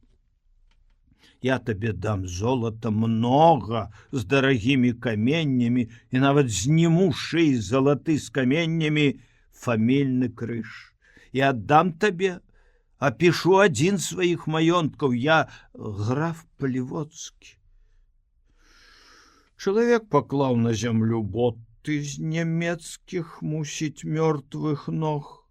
Боты разам з пустым мяшком былі ў яго за плячыма. Ён сказаў: «Ты, які ты к чорту граф, калі ты ў крыві няшчасны, і князь, і цар, і міністр, кожны той, хто камандуе людзьмі, хто мае права ў руках, каб саджаць іх у турмы і там рабіць з імі, што сам захоча. Кожны, хто стаіць над людзьмі, толькі датуль, граф, пакуль у яго з парэбрын кроў не ідзе. Давай плечы, апірайся на мяне, хадзем, тут недалёка. Гэта я, каб ты ведаў, хадзіў туды пад рэчку. Босы хаджу, а там немцы у ботах ляжаць. Зараз гніць пачнуць. На чорта дубаю сабе мёртваму боты, а? Калі жывы босы ходзіць, стой, адпачні, перадыхні. Унь, пры ляску хата». Босы абарванец давалок Палівоцкага да свае трухлявай хаціны і паклаў на паправу. І лекара дастаў не за грошы, а за добрае сэрца. Яшчэ толькі лёгшы на пасцель, Палівоцкі пачаў абмацвацца і заныў душой. Пакуль ён ляжаў ледзьве жывы ў балоце, нехта абчысціў яго пазухі і кішэні так старанна, што ўжо не было чым аддзячыць абарванаму збавіцелю. Тым часам пайшлі тыдні і месяцы, больш за год Палівоцкі, то лежачы, то седзячы, то спацыруючы па лесе, пражыў свайго збавіцеля, які дзяліў з ім напалам усё, што сам меў. Палівоцкі зноў стаў здаровы і спрытны, які быў раней. Страшная думка тачыла яго. Ужо ў яго не было больш золата з каменнямі. Хоць з рэбраў кроў ужо і не ішла, але і графам ён ужо не быў, бо ўжо адбылася рэвалюцыя, і маёнткі ўжо былі не яго. Ён стаў зусім голы, згалеў адразу. Яму ўжо не было дзе дзецца, і ён сядзеў у свайго абарванца з бавіцелем. Праўда, абарванец абуў ужо добрыя боты і вопратку. Узяў панскай зямлі з панскага лесу, паставіў сабе хату і стаў пофен свайго шчасця. Палівоцкі і рабіць нічога не ўмеў. Змалку і да гэтага часу ён мог толькі гатовае праядаць. Аж душа яго рвалася на кавалкі. Тым часам збавіцель раз і кажа яму: «Таварыш, прывучайся да якой-небудзь работы. Бяры дзе тут кавалак зямлі, жыві шчасліва». Палівоцкі, як пачуў гэтае слово, дык адразу падумаў пра тое, што на захад ад той мясцовасці, дзе жыў той яго збавіцель, збіраецца польскае войска. Ён чуў пра гэта. «Хам!» — закрычаў ён на свайго збавіцеля. «Перад кім ты стаіш? Шапку знімі!» «Я цябе выратаваў. Я даў табе жыццё», — адказаў чалавек. «Не за золата і маёнткі, якія ты мне абяцаў, а ад таго, што я мог зрабіць табе добро. Я думаў, што ты ў душы будзеш удзячаны мне. Ажно ты горнешся да таго, каб мець толькі маёнткі, а не душу. Ты мяне называеш хамам за тое, што я зрабіў табе? Я чалавек, а за тое, як ты са мной абышоўся, ты хам». Што было далей, мне невядома, а вядома толькі, Палівоцкі выхапіў рэвальвер, каб аддзячыць свайму збавіцелю за хамство. А той хапіў качаргу і аперазаў Палівоцкага па спіне і выгнаў вон з хаты. Ён яшчэ не ведаў, што на захадзе тутэйшай зямлі рэвалюцыі прыйшоў канец, а ўсё гэта было на захад ад мае карчмы. Там ужо рыхтавалася да свайго ўстанаўлення Польшча, і ўсе паны, которые яшчэ ліпелі дзе на ўсходзе, рынуліся туды. Палівоцкі неўзабаве стаў афіцэрам польскага войска і добра ваяваў з бальшавікамі. А пасля міру, калі ўжо тут граніцу пачалі вызначаць, стаў афіцэрам у пагранічным войску. Божа мой, які бліскучы шык! Хоць у кішэню ні капейкі, але затое зверху, ой! Ну, увесь блішчыць. Ну, добра, адкуль жа ты ўсё гэта ведаеш? Ой, на тым тыдні ён ехаў уздоўж граніцы з сваімі жаўнерамі і цэлую ноч з другім афіцэрам праседзеў тут, чакаючы, пакуль аціхне вецер і пакіне засыпаць вочы мёрзлым снегам. Той другі афіцэр быў стары і ўсё енчыў па сваіх маёнтках, якія таксама, як і ў Палівоцкага, асталіся на бальшавіцкай старане. Так яны цэлую ноч і праспавядаліся адзін аднаму, а я, з бакоўкі слухаў. Але Палівоцкі не ныў па сваіх маёнтках, а прагаварыўся таму старому плаксуну, што ў яго галаве спеюць шырокія планы. Так што ён нават і тое золата, якое нехта невядома ўкраў яго, у 100 столак верне.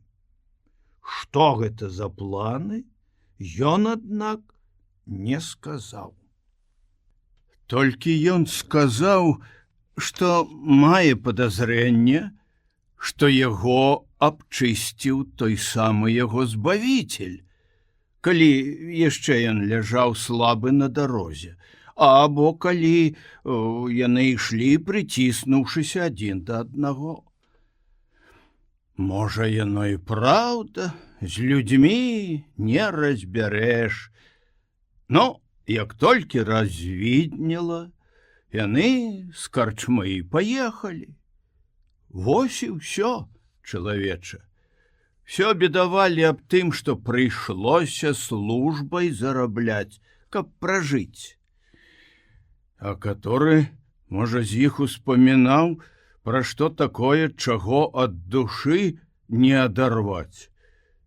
Ці ўсё толькі пра маёмасць гаварылі, як гэты ж Палівоцкі, які, добра кажа, ні разу тае зямлі не бачыў, з якой ён прыбыткі меў. Бойся Бога, чалавеча, ты ўсё на свой капыл гнеш. Ты з куста травы пражывеш, як верабей. Дык табе і міл той куст. А яны паўсвету у думках маюць. Дзе ў іх там што мілае будзе? Хе-хе! Карчмар усміхнуўся пагардліва да нявады. Ну што табе за смех? Это правда, што мне міл куст травы. Мне ўжо 40 год зараз будзе. А як быў я малы, разростаўся тады збоку ад гасцінца, пад Сумлічамі, куст шыпшыны. А калі я ішоў на вайну, куст быў ужо цэлым зараснікам. Ой, Боже мой, я ж, пакутуючы душою той праклятай нямецчыне, толькі і думаў, што пра волечку і пра тую шыпшыну. Без волечкі, без шыпшыны няма для мяне і роднай бацькаўшчыны. Для мяне будзе радасць, калі я прайду паўз той зараснік, уваходзячы ў Сумлічы. Як жа гэта так жыць, каб чалавеку на свеце не было за што душой зачапіцца? А гэты Палівоцкі што? Яны не нюхаў роднай зямлі, толькі жыў з яе. Хіба ён дзе на ёй хату паставіў, ці дом, ці дрэва пасадзіў? Як на мой розум, дык толькі той чалавек, што калі яго вырвуць з роднага месца, дык ён, пакуль жыў, будзе рвацца туды.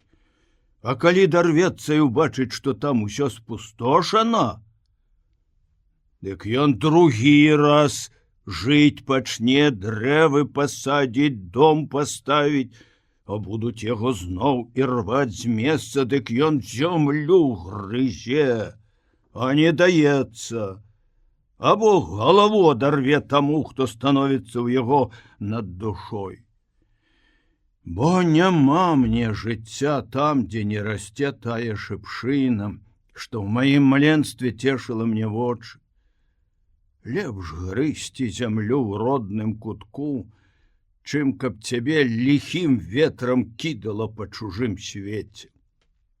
Ну, адзін любіць родную зямлю грызці, а другі на чужой старане пірагі есць. Чужая старана пірагамі не накорміць, калі ёй свае душы не аддасі. А я сваю душу магу аддаць толькі таму, хто мяне на свет пусціў. Я гэта ведаю, бо даволі перахварэў па ўсім тым, чаго ад сэрца не адарвеш. Калі я жыць буду ў родным месцы, дык я не дапушчу, каб на ім было гола і пуста. А, Боже мой! Карчмар даўно ўжо драмаў седзячы, пасля выйшаў бакоўку, а Нявада ўсё яшчэ гаварыў пра родны кут, пра волечку, пра шыпшыну. Гаворка яго скончылася шэптам і дрымотай, пасля яго паклікалі есці, а пасля ён спаў на ляжанцы і, мусіць, вельмі доўга, бо калі ён прахапіўся ад вялікага смутку па малой воліцы, было цёмна і ціха, толькі роўна шумеў за вокнамі на гасцінцы вецер. Праз вокны відны былі на небе рэдкія зоры. Божа мой, Волечка! Прагаварыў сам сабе гэты змучаны і душой і целам чалавек, азіраючыся па карчомнай хаце. І зоры свецяць, і вецер на гасцінцы спявае, і, мусіць, серпок месяца яшчэ ёсць. А каб не вецер, на гасцінцы ціхата была б. Ну, у дарогу! Ох, як даўно ўжо гэты чалавек не глядзеў на зоры над сваёй роднай зямлёй.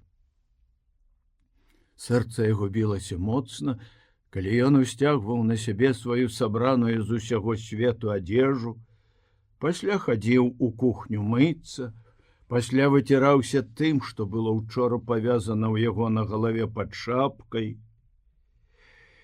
Ён у ціхім парыве рухава збіраўся ў дарогу. І сапраўды серп месяца паднімаўся над бярозай за гасцінцам. У бакоўцы Нявада сунуў руку пад коўдру соннаму карчмару і пайшоў да дзвярэй. «Ацапеў ты, чалавеча!» — абазваўся карчмар. «Куды ты? Яшчэ ноч на дварэ. Удзень ісці смялей? Тут каля граніцы кожны пытацца будзе. А куды? А адкуль, а чаго? Ды яшчэ уночы. Няхай пытае, чо мне баяцца? Я іду з чужыны дадому, па роднай зямлі іду. Ты думаеш, што родная зямля козыр на ўвесь свет? Ха! Ну дык возьми хоць хлеба за пазуху са стола. Нявада хістануўся да стола, адламаў хлеба і выйшаў з карчмы на гасцінец. Якія вялікія прасторы былі перад ім. Удзень усё было як бы сціснута, то познім усходам сонца, то раннім лістападаўскім змярканнем, то нежывым бляскам холоднага сонца. Нявада ішоў абочынай гасцінца, адкуль увесь снег змялоў прыдарожныя лагчыны. Вецер дзьмуў яму ў твар, цёмныя істужкі лясоў заўважалі яго вочы на даляглядах. Выйшаў ён з карчмы роўнай і шпаркай хадою, але ўжо, можа, праз кіламетр хада яго спавольнілася, і ён пакінуў разглядаць далягляды. Вочы глядзелі на сцежку пад ногі, і зноў ён ужо ішоў так, як і ўсе дні, пакуль не дайшоў да карчмы. Кожны крок набліжаў яго да роднага кута, але ці не згубіўся гэты кут у гэтым, няхай сабе хоць і родным прасторы? Можа, яго стапталі чужынцы, якія так многа тут хадзілі? А можа, трэба будзе пачынаць жыць спачатку? А можа, малое Волечкі жывое няма? А можа, ўжо тут няма нічога, за што так трымалася душа? Якое тады гора будзе чалавеку на ўсё жыццё? Зашарэла неба, сонца ўзышло. Дарога паўзла вельмі марудна, але крок зменьваўся крокам, Прайшоў і скончыўся дзень, прайшла яшчэ ноч у прыдарожнай хаце, і зноў ішоў дзень і паўзла дарога, другія гэта былі ці трэція суткі пасля карчмы. Надвор'е змякчэла, схмурнела, і вецер ужо дзьмуў не ваду не ў твар, а ў плечы. Раптам вецер сціх. Смутак ужо даўно перарабіўся ў роўнае забыццё. Ніводнай успышкі вострага пачуцця ўжо не з'яўлялася на твары.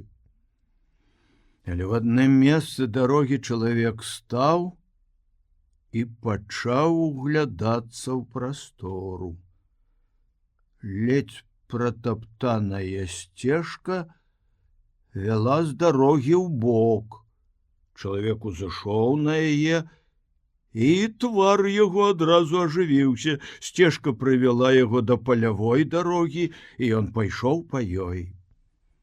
Неўзабаве ён дайшоў да густога зарасніку шыпшыны і стаў перад ім. У моманты вялікіх душэўных зрухаў або напружанай змены падзей ці жыццёвых акалічнасцей людзі і старыя робяцца як дзеці. Гэты чалавек цяпер з дзіцячым выразам на твары убачыў, што адзінюткі лісток, скручаны ад холаду, аставаўся на шыпшынніку. Ён не страціў яшчэ жоўтага колеру. Чалавек сарваў лісток, прыклаў яго да губ, і твар яго адразу пасуравеў, і ўвесь ён цвёрда выпрастаўся, цвёрда і роўнай хадой ён пайшоў далей. Адчувалася першае змярканне, калі перад ім вырысаваліся абрысы першых сумлецкіх будынкаў. Хада яго зрабілася вельмі шпаркай, пячаць вялікай напружанасці думак лягла на твар.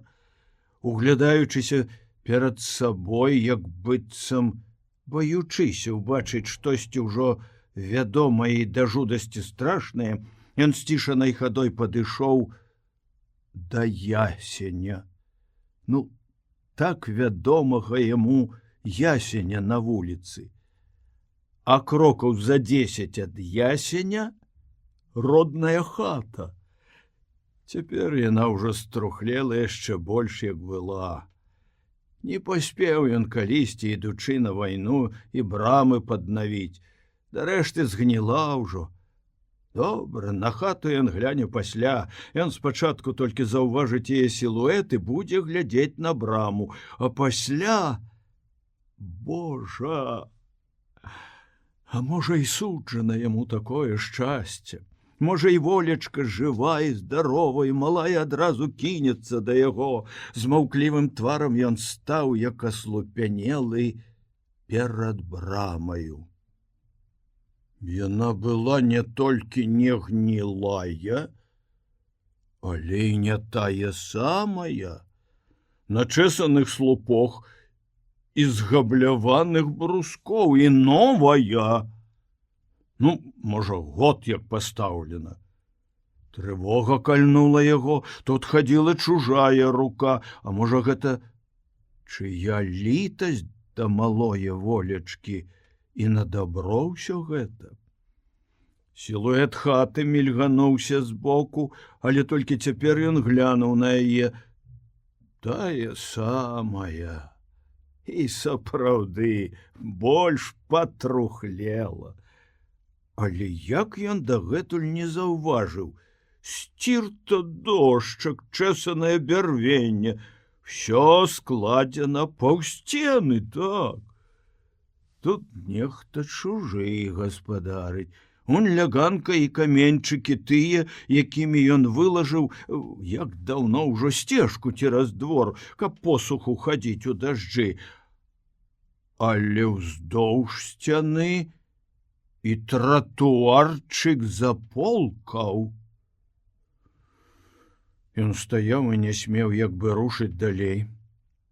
Ужо ён быў упэўнен, што волечкі няма жывое.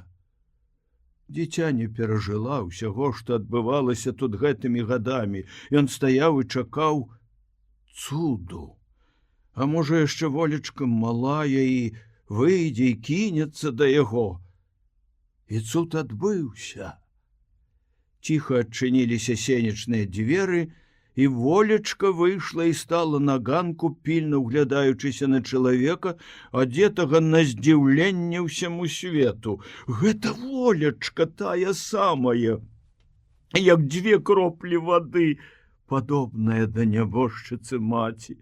Тыя самыя рысы на твары, з якім калісьці яна сядзела ў яго на руках. Але чаму яна не бяжыць подскакам яму насустрач, а стаіць як анямелая і не адрывае ад яго вачэй? Яна высокая ростам, з пышнымі бландзіністымі валасамі, густа прычэсанымі пад хусцінку. І сукенка на ёй стракатая, лёгенькая. Яна мерзне ў ёй так стоячы і пазнае, і не пазнае яго. Твар яе так пільна напружаны, і лоб моршчыцца, карціны пражытага маленства. Стаюць перад ёю: татачка, галубчык мой. Як гэта ён так адчуваў, што яна якраз скажа так. Сталая, паважная, павольная в рухах, дужымі сваімі рукамі яна пацягнула яго да сябе. Я ўсё думала, ты жывы, родны мой, не стой так, хадзем, вялікае, як навальніца шчасце. Ахапіла яго. Востры боль разануў яму сэрца. Гэта ўжо не тая малая волечка. Гэта моцны чалавек, апірышча яму самому, а ён ужо не будзе трымаць на руках свае волечкі. Яна вырасла без яго. Хтосьці злы адабраў ад яго яе маленства. Ён задушыў у сабе боль і разам з ёю увайшоў у хату. Бацька, бацька прыйшоў, крычала яна яшчэ з сянец камусьці ў хату, і Невада ўбачыў, як яму насустрач нясмела і спешна падняўся той, аб кім ён і сам ужо здагадаўся, што ён ёсць, што ён існуе. З гэтага моманту пачала ўціхамірвацца душа гэтага чалавека. Ён зноў пачаў цешыцца і з ясноты неба на захадзе сонца, і з таго, як вецер гнаў па двары саломіну. З мрокам таго дня ён пачаў абыходзіць увесь той родны кут, па якім гэтулькі бедаваў. І сумлецкія вуліцы, і ўсе куткі свае сялібы. Ужо ўночы ён з гораччу ўспамін пайшоў глянуць у куфар. Там ляжаў матузок ад плацця, у якім ён ужо многа год таму пахаваў сваю нябожчыцу. У тым жа плацці яна ў сваёй маладосці франціла. Ён адчуваў сябе так, быццам перахварэў цяжкую хваробу. Паставіў лямпу ў клеці на паліцу, падняў цяжкае куфарнае века, адчыніў прыскрынак і зазірнуў яго. Спачатку ён стаяў з шырока расплюшчанымі вачыма, зусім забыўшыся, чаго ён увайшоў сюды, пасля як адважыўшыся на рашучы ўчынак, Ён згарнуў разам пярсцёнкі, гадзіннікі, крыж і адхапіў назад руку, як ад агню. Не магло быць іншых думак. Это чыстае золото, это цуд нейкі, а каменні на крыжы і на пярсцёнках. Ён нічога не разумеў іх, каб яшчэ аддаваць ім увагу. Ён нават і не заўважыў, што на золаце яшчэ ёсць штосьці. Асмеліўшыся, ён узяў першы гадзіннік і адчыніў ім вечка. Пакручваючы ў руках гэтую рэч, ён раптам заўважыў на ёй сярэдзіны нейкі надпіс. Прыгнуўшыся, ён прачытаў выгравіраваныя літары: «Граф Палівоцкі».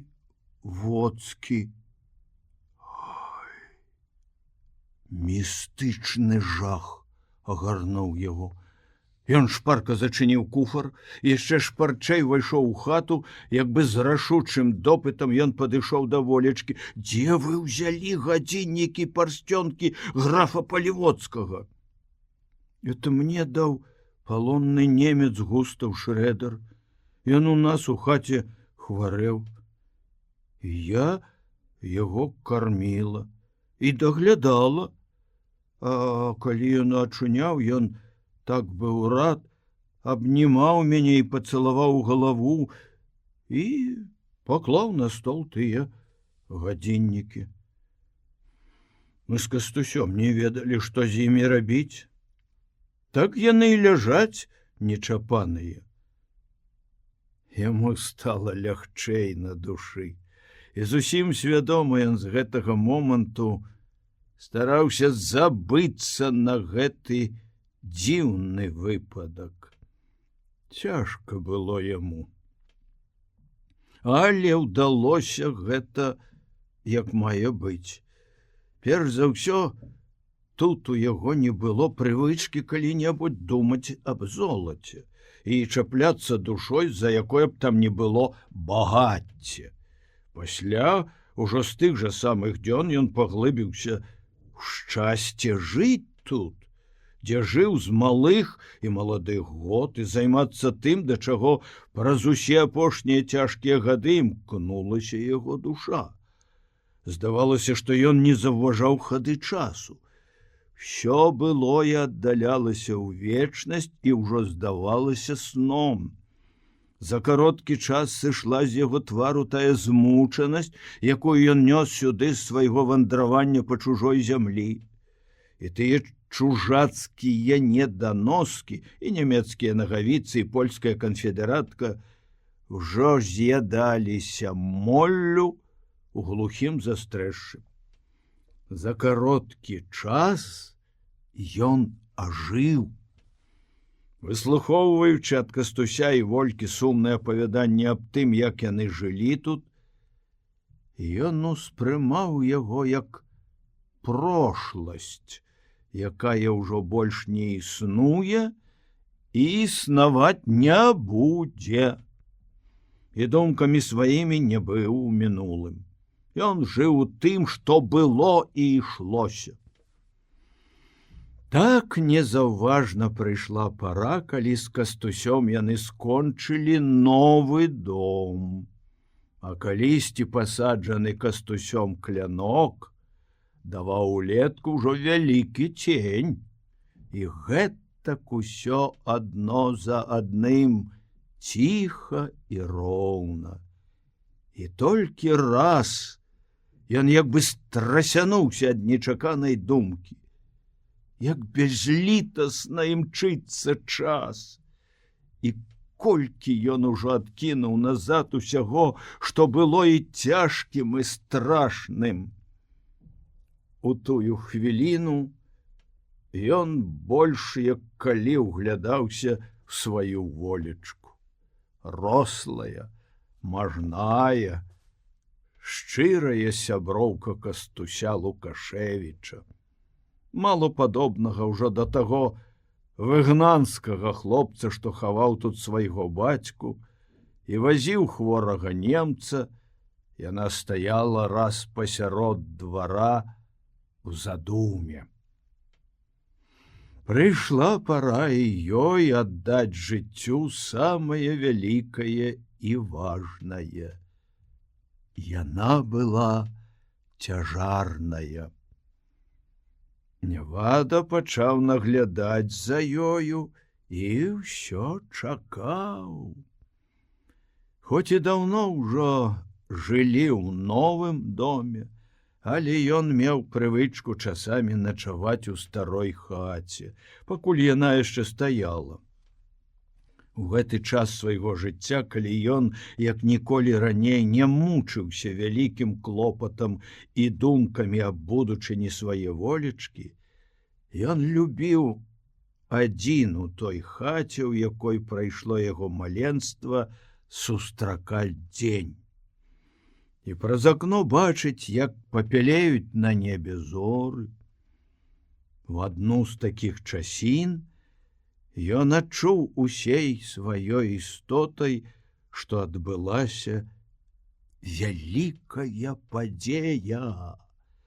Быццам нейкая сіла адабрала ад яго спакой. Была восень. Бадай, што такая самая пара, калі ён тады даўно ішоў па роднай зямлі гасцінцам з чужацкага палону. Ціхая стаяла раніца, ледь толькі развіднелася. Першая драбнюткая сняжынка ўпала яму на руку, калі ён падыходзіў да новага дома. І ў трывожным, і ў нецярплівым чаканні ён стаў на ганку і прыслухоўваўся да цішыні, што панавала навокал дома і ў ім. Настаў момант, дзеля якога, можа, ён так сумаваў калісьці па сваёй волечцы і аддаваў ёй сваю душу. Ён вельмі выразна пачуў з ганка, як у доме закрычала дзіця.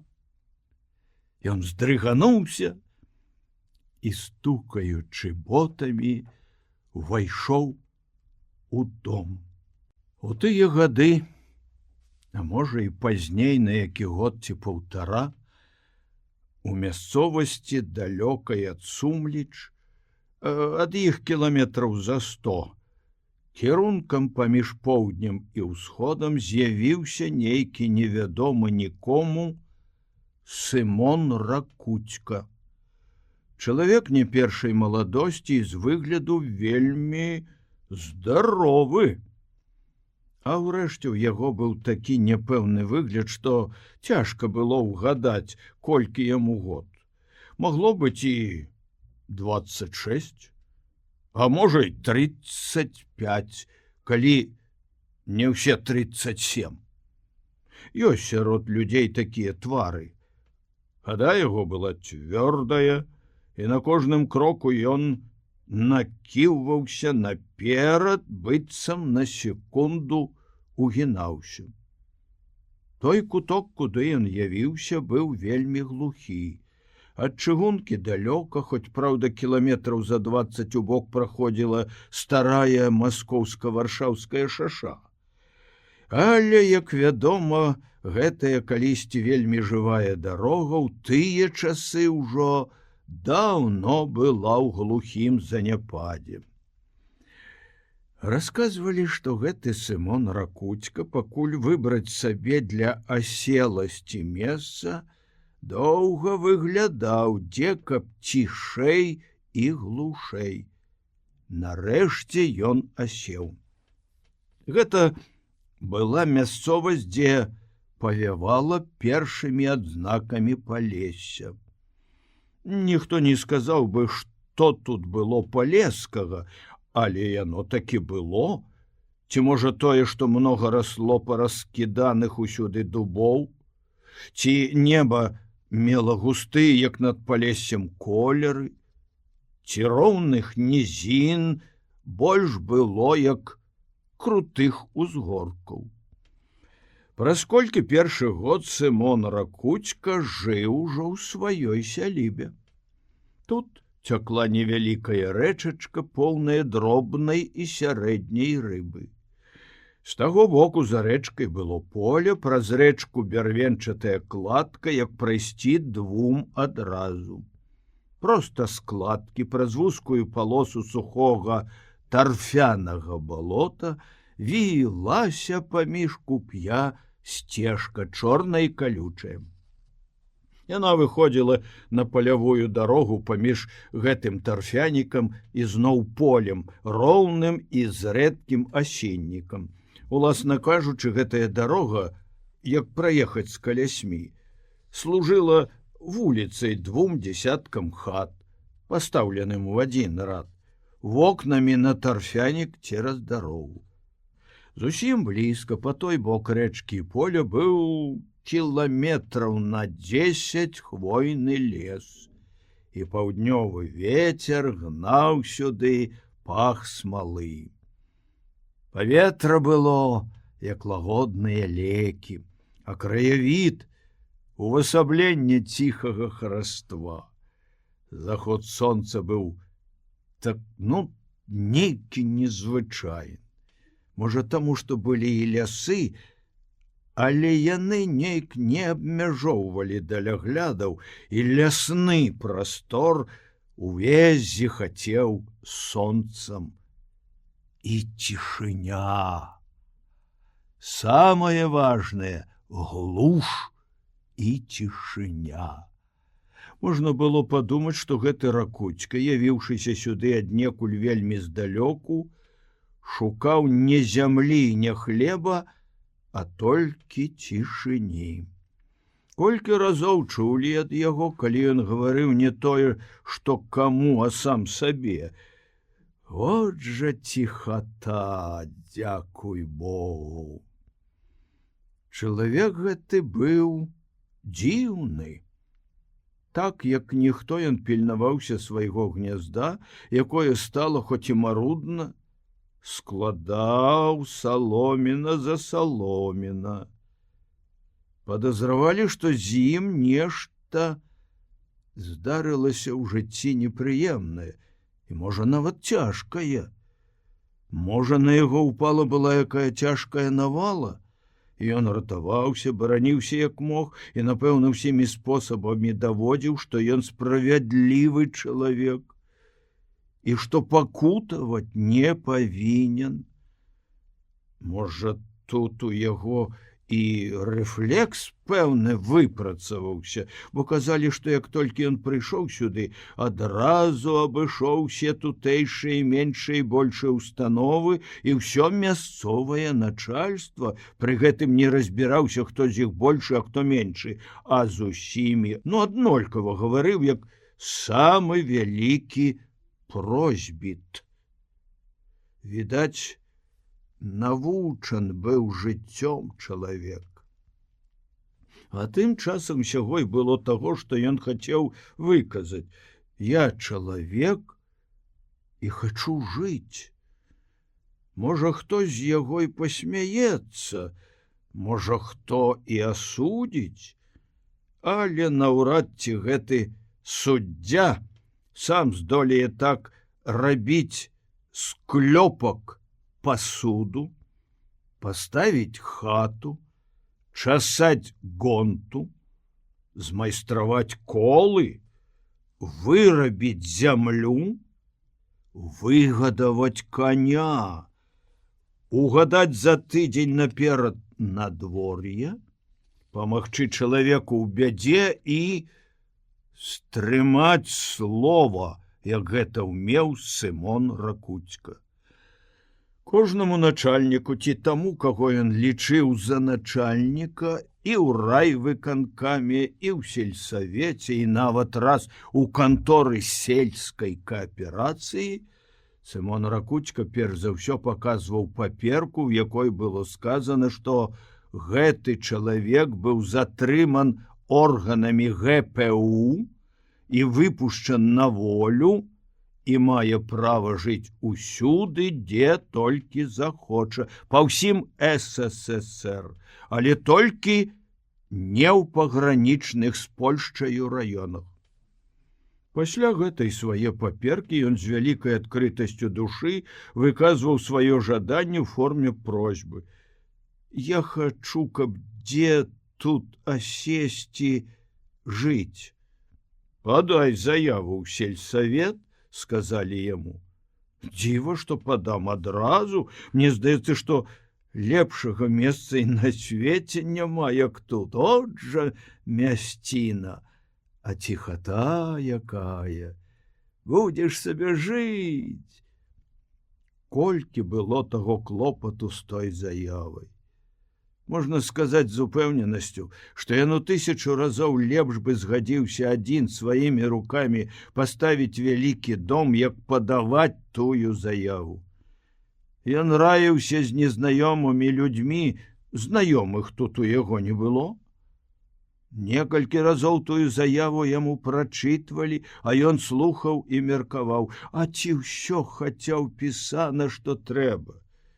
І вось нарэшце яму сказалі, каб ён сам сабе выбраў месца, з якога каб узяць сабе кавалак зямлі. Тут таксама без клопату не абышлося. Жартачкі, это ж мо не парсюка прадаць або купіць. Это ж зямля, на ёй жа калі не век векаваць, дык доўгімі гадамі жыць. Ён пайшоў па людзях распытваць, дзе тут што і як расце. Дзе родзіць жыта, а дзе ячмень, а дзе бульба. І так выбраў сабе месца. Але тут гладкасці адразу не было. Зямлі надзялялі на душы, а сям'і ў яго і было, што ён сам адзін. Ён бажыўся і кляўся, што ў яго ёсць жонкай 2 дзяцей, сын і дачка, і нават казаў, што жонка завецца Ульяна, сын Тамаша, дачка Лізавета. Але яму на гэта адказвалі, то дзе ж яны? Ты ж адзін. Ну, мала што адзін, яны сюды явяцца да мяне, яны мяне знойдуць. Апошнімі словамі ён якраз і прагаварыўся.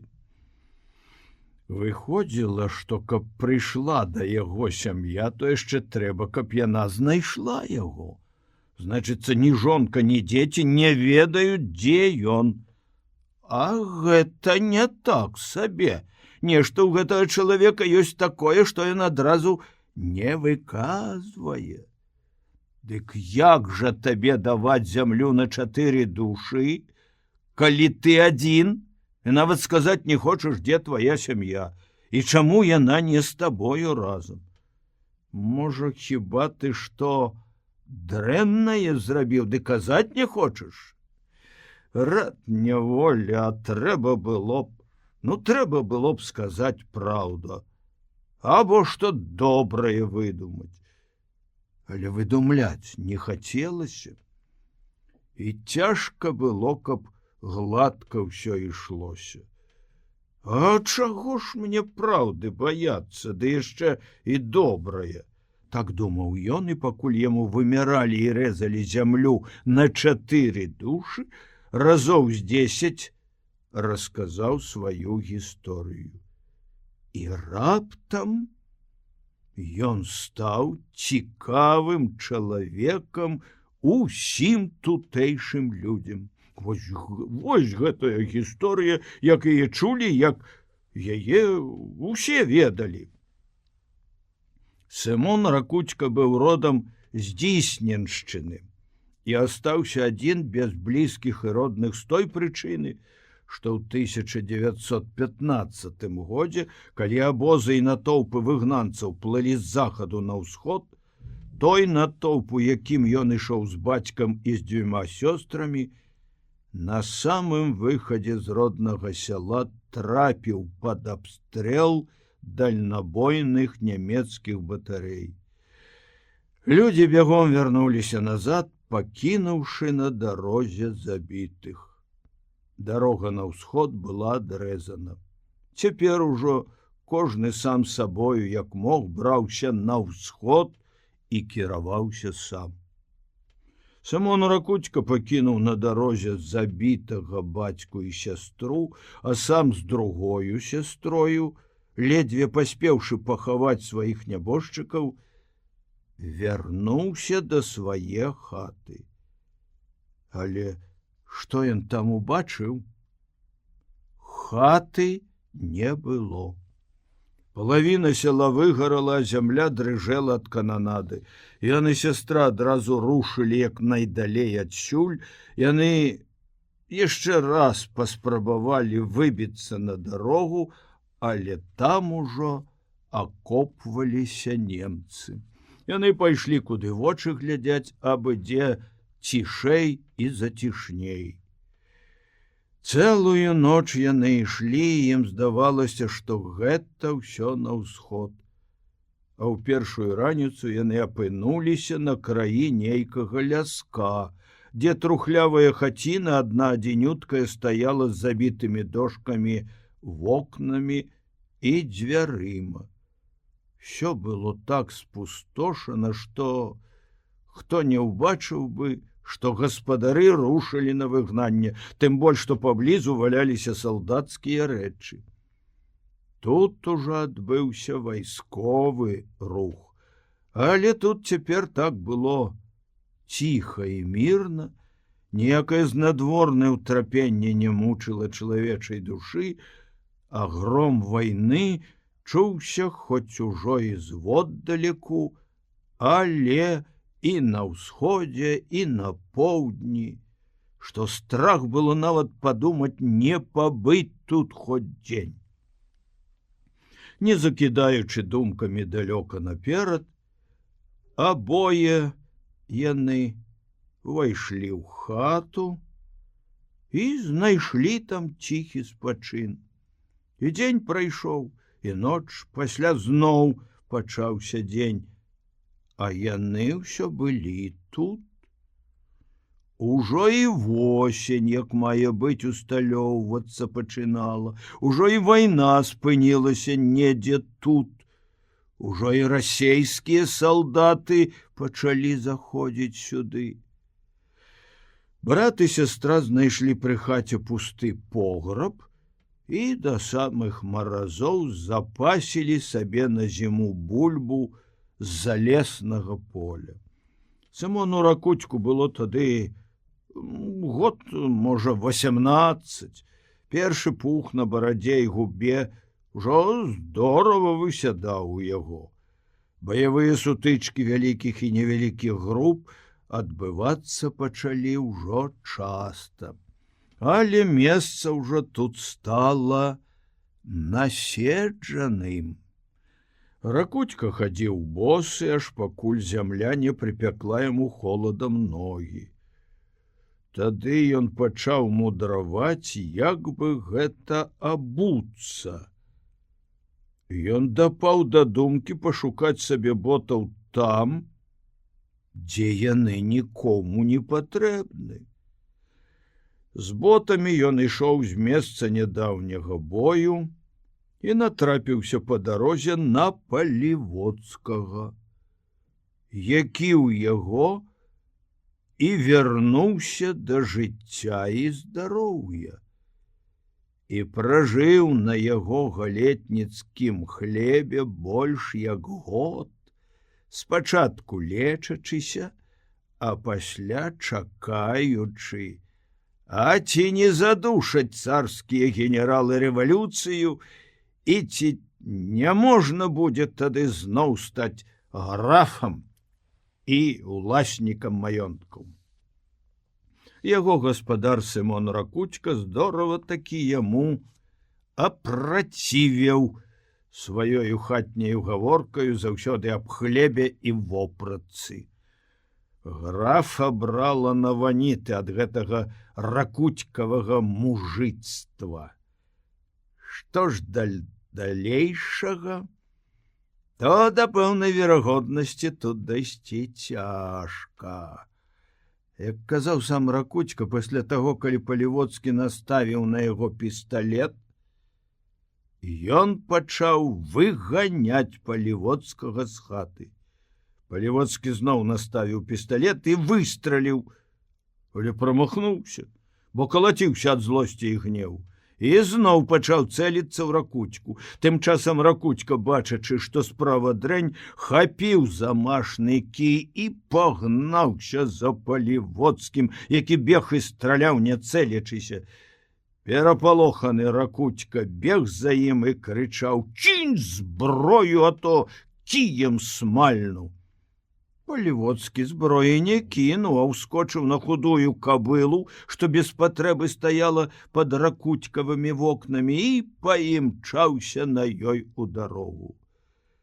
Гэтая кабыла была ранена на вайне ў нагу. Ракуцька вылечыў яе і ўжо асвойтваць пачынаў пры сваёй немудрашчай рабоце. «Куды кабылу пагнаў?» — крыкнуў ён наўздагон Палівоцкаму, але таго ўжо і не відаць было. А тым часам стары карчмар Шымха, расказваючы Няваду аб гэтым здарэнні са слоў самога Палівоцкага, ні пра якую кабылу не ўспамінаў. Вядома, тут, напэўна, было так, што афіцэр польскага пагранічнага войска граф Палівоцкі сумысля не гаварыў нікому, што ён у нейкага Ракуцькі украў худую кабылу. Як бы там ні было, Сымон Ракуцька ўзяў сабе панскай зямлі і з панскага лесу паставіў новую хату побач з той старой.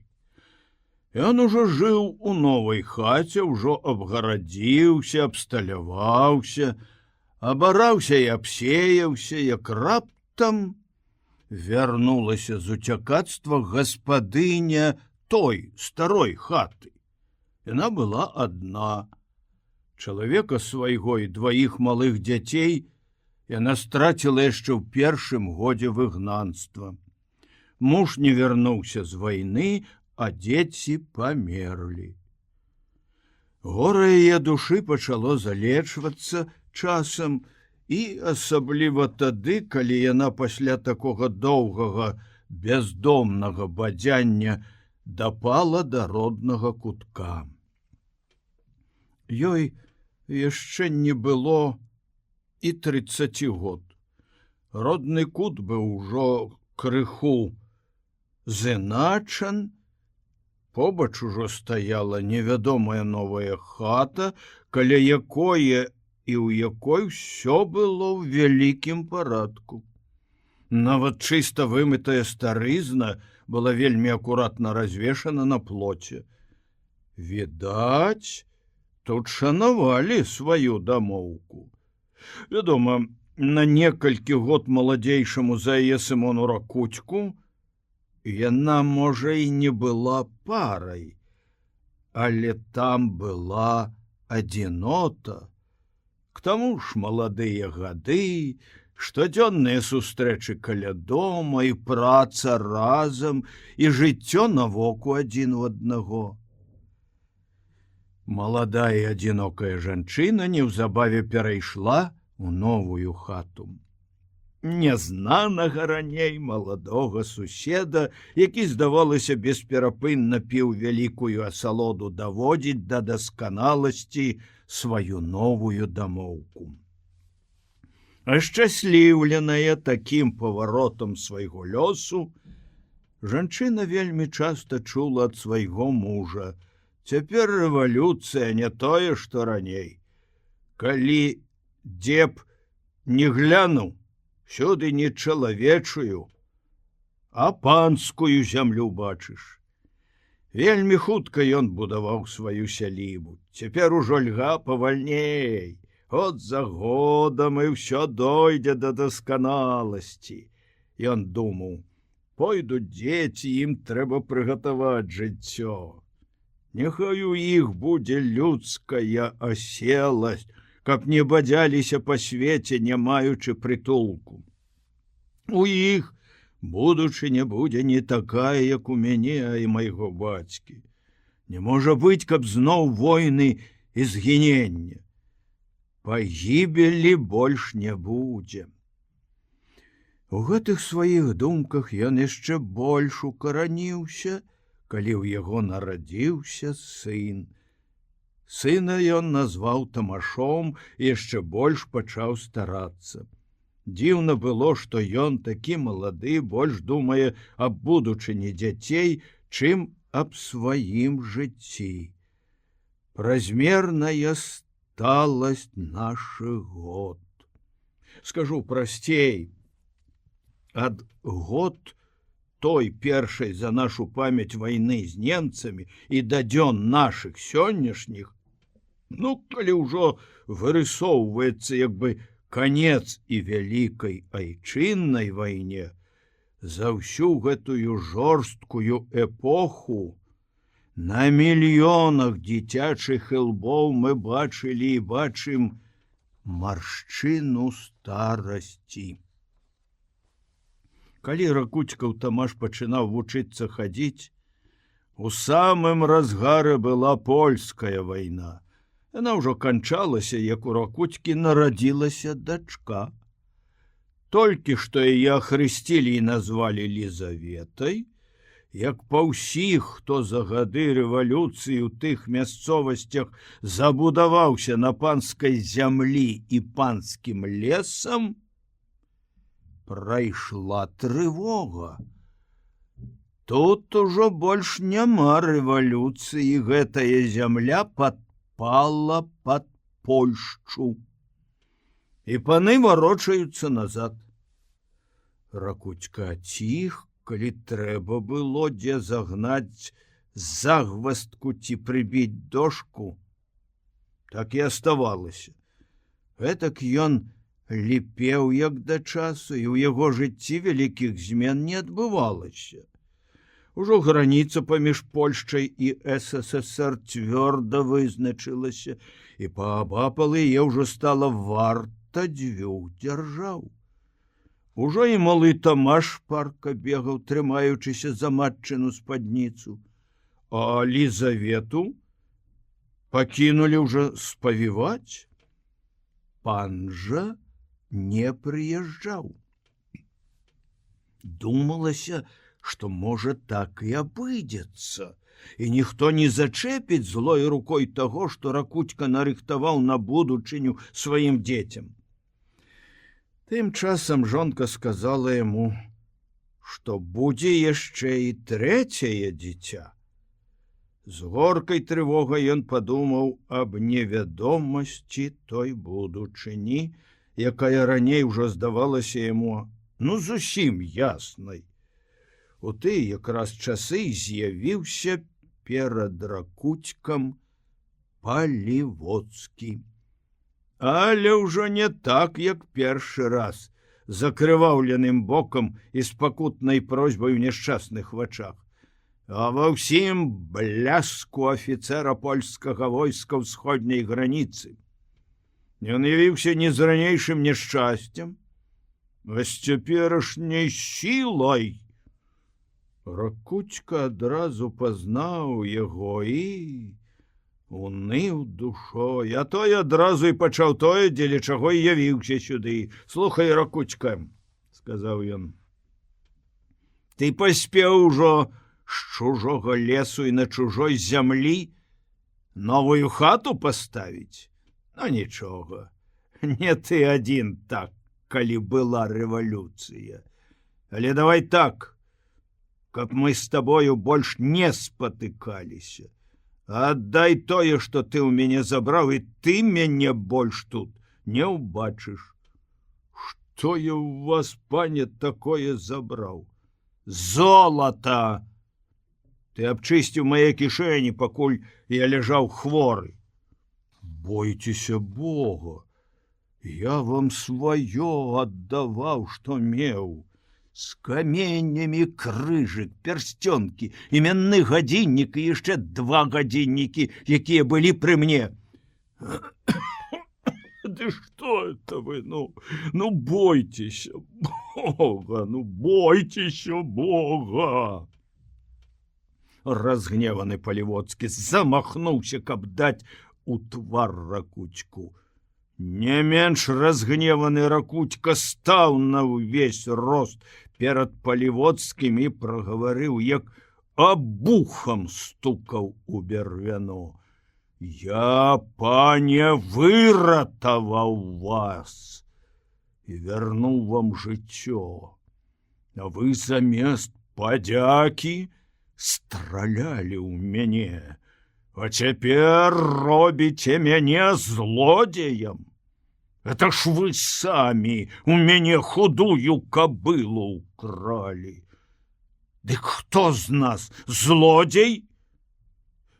Палеводскі адумаўся і сказаў: «Я прашу цябе толькі маё золата. Я яго і ў вочы не бачыў. Лжэш, лжэш!» Палеводскі выйшаў. Слуга падвёў яму коня, і он махнуў сходу і знік. Аднак жа Ракуцька паспеў заўважыць, што перад тым, як прыняць ад слугі коня, Палеводскі не то пастаяў у кароткай задуме, не то нават, можа, і памаліўся. Ракуцька падумаў: «А можа, я яго чым пакрыўдзіў?» Калі ён выказаў гэтую думку жонцы, яна, даволі такі энергічная жанчына, адказала яму, што гэтага Палеводскага варта было б кіем змясіць на калатушу, а найлепш быць ціхім, бо ён мае сілу. А наконт крыўды, дык яго ні крыўдаю, ні праўдаю, нават жалезным шворнам не проймеш. Такім парадкам Ракуцька стаў спакоен душой, але ненадоўга. У тым жа самым годзе, пад сярэдзіну восені, ён атрымаў позву ў гміну. Ён такі ведаў чаго. Ён жа жыве на чужой зямлі, з чужога дрэва хату паставіў. Ён жа не мог пайсці супроць дзяржаўнага закона. І першымі замаразкамі выбраўся ў тую самую старую жончыну хату. А новаю яго сялібай заўладаў маёнтак. Жонка яго чакала трэцяга дзіцяці, ён жа стаў як сугней. Угнуў галавою, ўсё маўчаў, маўчаў. Колькі год працы загінула марна, а разам пайшлі ў нябыт і надзеі. Ні ў якую будучыню сваім дзецям ён ужо не верыў. Лягчэй памерці, чым астацца навек без надзеі і веры.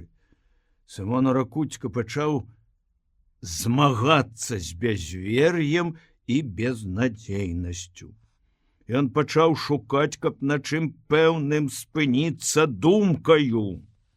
У гэты якраз час і нагадзілася яму злая прыгода. Жонцы прыйшоў час раджаць. Дзіця радзілася нежывым. І жанчына асталася на некалькі месяцаў ляжаць у хваробе. Ён высах каля яе і каля дзяцей. Пасля пайшоў па свеце шукаць спосабу, каб жыць. Ён абышоў, можа, з паўдзяржавы і нічога не знайшоў. Але затое наслухаўся ад людзей усялякіх чутак аб жыцці па той бок граніцы. Больш як паўгода ён думаў, меркаваў у думках і нічога іншага вымеркаваць не мог. Так ужо ім апанавала цвёрдая думка: гэта ж не жарты. Там зямлі бяры, там жыві сабе. І нарэшце настаў момант. Перш за ўсё ён, як перад каменнай сцяной, стаў перад неабходнасцю вырашаць вялікую задачу. Ён жа не адзін. З гэтага часу і найшло на яго вялікае утрапенне. Раней ён быў спакойны, цягавіты. Цяпер, праўда, трапяткім ён не стаў, але спакой свой, як рысу натуры, страціў. Ён выбраў цёмную ноч, ні зор, ні месяца. Ён назаўсёды пакінуў тую гнілую хату, якая дала яму прытулак у цяжкія часы яго маладосці. Апошні раз ён зірнуў на сваю новую сялібу, у якой думаў гадаваць дзяцей і якой цяпер заўладаў нехта чужы. Малы Тамаш ішоў подбегам, трымаючыся за бацькаву руку. Яна, спадарожніца яго жыцця, несла на руках малую Лізавету. За 2 ночы яны дайшлі да граніцы. Больш тыдня яны чакалі ў лесе навальнічнай ночы. Перад самым змрокам, выбіраючы зручнейшае месца, каб з яго рушыць у гэтую страшную дарогу, усе яны ўбачылі чалавечыя ногі. Ракуцька пабялеў, прыгледзеўся. Ужо тхнула адтуль трупным духам. Мертвяк ляжаў увесь пад накідам моху. Самога яго не відно было. Малады ён ці стары, і хто ён? Можа, шпіён, які ішоў туды і быў падстрэлен чужой ці сваёй куляй? А ці стаў ён шпіёнам ад гадаўскай прыроды свае? Ці няшчасце яго павяло па гэтай дарозе? Ці стопудовае зло, якому патрэбны граніцы і шпіёны, прыкавала яго навек да гэтага месца? Ці можа гэта проста няшчасны чалавек тутэйшай зямлі, каля ціхай хаты якога лягла тая граніца, як пякельная жудасць заўсёды была перад яго бяззлобнымі вачыма. Ракуцька анямеў ад жаху, што такі лёс можа спасцігнуць і яго з усімі тымі, хто дораг і люб яго сэрцу. Аднак жа хутка і ноч настала, такое ночы ён толькі і чакаў. Пярун ляскаў кожны момант, ліло, як з бяздоннага мора. Змучаны Тамаш трымаўся за бацьку і ішоў, як святы, на пакуту. Пасля 2гадзінных блуканняў яны пачулі, што недзе тут поблізу страляюць, і гэтаму канца няма. Душа яго апалая нашапнула яму: назад! У сваю гнілую хату! Лепш там памерці з голаду, чым тут валяцца непахаванаму. Пошапкам яны дайшлі да згоды. Яна з дзецьмі пойдзе назад першая, а ён следам, каб было незаўважней, бо маланка штохвіліну і натоўп вялікі. Ён стаў пад дрэвам тварам ад таго боку, у які ішоў, і сям'ю вёў. За кожнай маланкай ён накідаў вачыма мясцовасць. Іх няма. Але нарэшце радасць на самай той дарозе, якою проста дойдзеш да той старой хаты, стаялі яны. Яна любая, родная, разважлівая, працавітая, верная яго сяброўка. Тамаш, босы малы, падкасаны. І маленькая Лізавета ў яе на руках, маленькая, кірпатенькая птушанё. Это яны, якіх ён вёў у будучыню. Што яны стаялі на патрэбнай дарозе, ён ведаў з таго, што над імі гойдала веццем знаёмае яму сагнутае дрэва. Яшчэ адна маланка, ён убачыў, як яны ішлі далей дарогай, яны ўжо далёка ад страшнага месца, зараз і ён рушыць за імі. Зноў маланкай крык пагранічніка ў зялёнай шапцы. Ён стаяў на другім баку. Падкасаныя худыя тамашовы ногі назаўсёды асталіся ўваччу яго. А першыя Лізаветіны ўсмешкі. Смутак наваліўся на яго душу. Якая чакае і іх, і яго будучыня. Дзе ім суджана знайсці яе? Але трэба ісці. Пагранічнік грозіць, што будзе страляць. Па калені ў вадзе і ўвесь мокры. Ён замаршыраваў перад пагранічнікам. Сцяна, глухая і бязлітасная, як вечнасць, замкнулася паміж імі. Бывай, верная сяброўка. Бывайце, дзеці. А можа, адбудзецца цуд? Можа, міне вас лёс без будучыні? Але лепш ні аб чым не думаць, бо навала смутку забівае душу. Сымон Ракуцька быў пад арыштам доўга. Пакуль у яго руках апынулася даведка, што ён мае права жыць усюды, толькі не ў пагранічных з Польшчай раёнах. Ён больш за год усё даводзіў як мог, што ён не шпіён. Проста чалавек з той зямлі, па якой прайшла граніца. А тым часам вялікі ўпарадкавальнік сялякіх хібаў і непарадкаў час абтрос і абгладзіў усё, што было не на сваім месцы, і шмат што забылася, шмат прытупілася, а сам чалавек знайшоў сабе месца, і лягчэй яму стала. Але час не меў сілы. Перад тупым смуткам па малым тамашу, па першых Лізаветіных усмешках і па ёй, вернай сяброўцы. Гэты смутак, здавалася, апанаваў чалавека назаўсёды.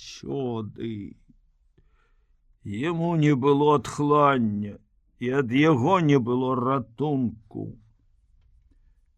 Сымону Ракуцьку спачатку здавалася, што варта яму толькі зноў звіць сабе гняздо, як ён скіне з душы цяжар свой. Тым часам ужо і хата ў яго была новая, зноў новая, вокнамі на дарогу, і ціха і спакойна ўсё тут было, і зямлі было на 4 душы, і не трэба стала з жахам заглядваць у заўтрае, а спакой у душу не варочаўся. А Тамаш, а Лізавета. Сымон Ракуцька наладзіў сваё жыццё так, як жадала яго натура. Яго ціхманую працавітасць льга было ставіць паўсвету у прыклад, калі лічыць яе за дабрачыннасць. І дзіўна было, ён адзін, а ўпраўляўся з полем і з домам, і яшчэ кожны дзень меў часіну сядзець на калодзе і босы пасярод свайго двара, ці то прывычка, ці то ашчаджанне абутку, але ён цяплом ніколі абуты не хадзіў. Ён яшчэ людзям і колы рабіў, і драбіны з панарадамі майстраваў, жыў сам насам. У той меры, у якой ішоў час, смутак яго ператвараўся ў вялікую мару. Гэтая мара заўладала ім. Ён ёю жыў і служыў ёй. А пачалі нарэшце прыходзіць моманты, калі і вера, і надзея хоць здалёк паказвалі яму свае ясныя твары. Гэты новы час у яго жыцці пачаўся з таго, калі яму прыйшла ў галаву такая думка.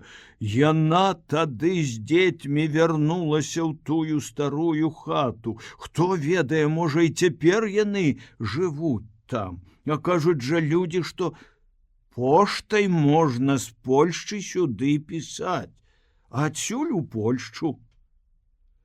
Як страсянула яго гэтая думка. Ён не меў ні сну, ні спакою, пакуль не паслаў пісьма на адрас той старой хаты. Ён дакладна выпісаў і цяперашні свой адрас, паведаміў аб той мясціне, у якой цяпер жыў. Яно ж магло быць і так, што і адтуль сюды прыйдзе пісьмо. Цяпер яго жыццё стала чаканнем перш за ўсё пісьма, пасля нейкага невядомага лёсу. Адтуль прыйдзе вестка. Яны жывыя і здаровыя, і, можа, нават не галодныя. А хіба хто можа сказаць цвёрда, што на свеце можа быць, а чаго можа не быць? Нават такое магло здарыцца, што граф Палівоцкі прасіў ласкі сярод дарогі у абарванага хлопца. А можа, лёс прывядзе іх сюды, але што такое лёс? Ён сам дойдзе да думкі, што зрабіць. Ён будзе думаць, ён будзе раіцца з людзьмі, ён будзе слухаць па свеце, Самае далёкае, дзе ён бываў, гэта яго поле. Але практыка з самага маленства і інстынкт падказвалі яму, што яшчэ многае наперадзе, што яшчэ многа дзе прыйдзецца быць, многае нанава рабіць, многае бачыць і чуць, і за многае нечаканае брацца. Мара, чаканне, надзея, упартасць думкі і фантазіі. Гэтым ён цяпер і жыў. Колькі яму аднаму трэба было?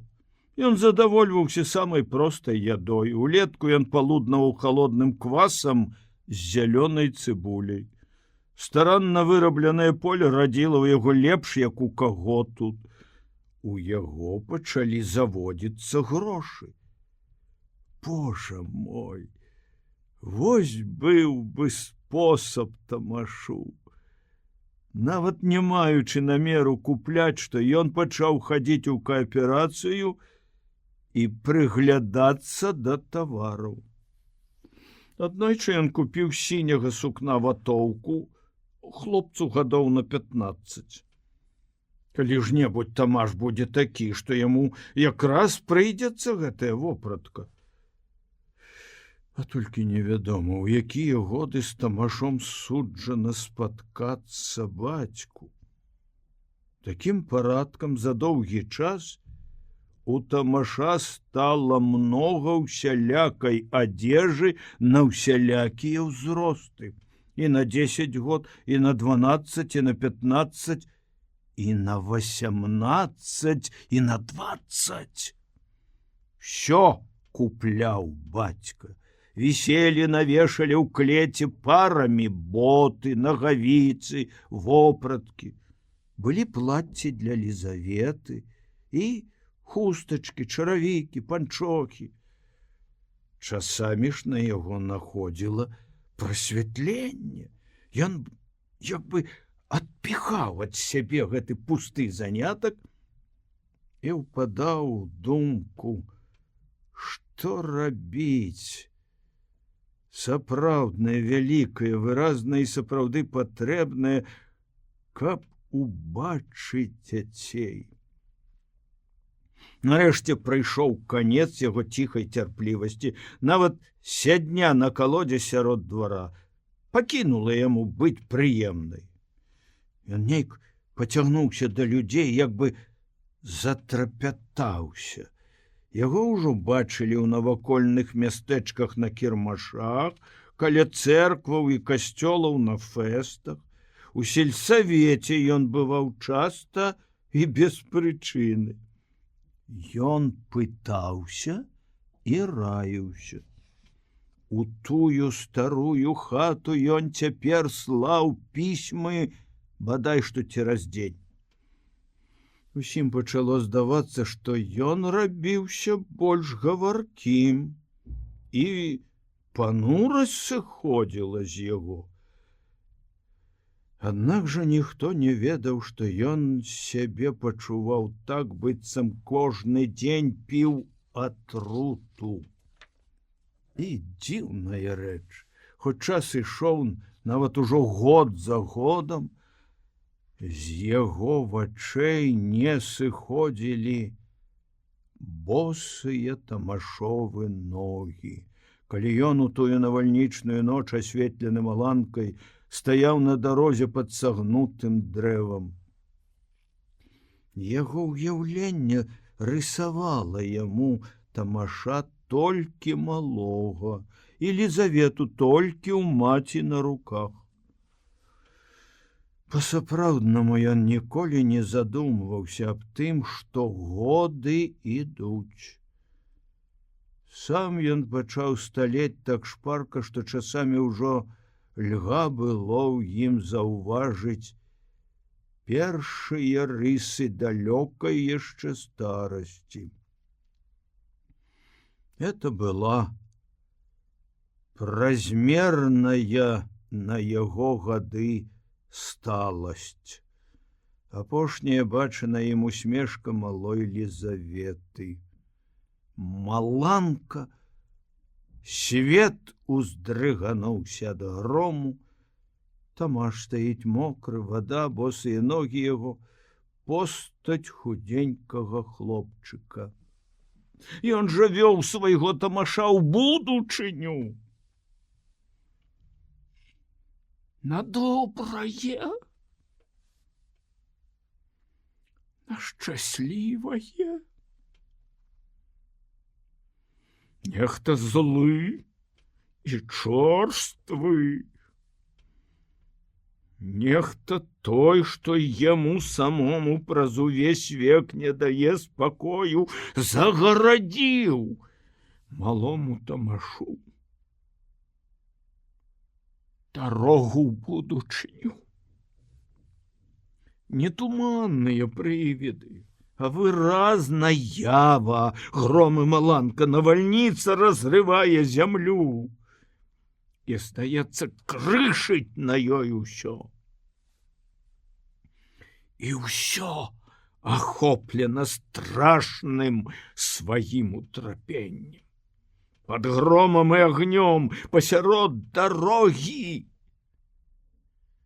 постаць худенькага хлопчыка. Аднойчы ён, як і часта цяпер, цёрся сярод людзей у местачковай кааперацыі. Там прадаваліся люстэркі. Адно вісела на сцяне. Сымон Ракуцька глянуў у люстэрка і сумеўся. Ён такі даўно не бачыў сябе і не ведаў, што каля вушэй у яго спрэс сівыя валасы. Боже мой, дык я ж ужо не малады. Няўжо гэта прайшло гэтулькі год? А колькі? Мусіць, многа. Як жа гэта я ніколі не лічыў гадоў? Увесь той дзень ён правёў у одуме і суме. Каму расказаць? З чаго пачаць, каб не ішло далей жыццё так, як яму не хацелася? Ён хацеў не толькі есці хлеб, але каб разам з ім елі яго і Тамаш Елізавета, каб не мучыць самога сябе.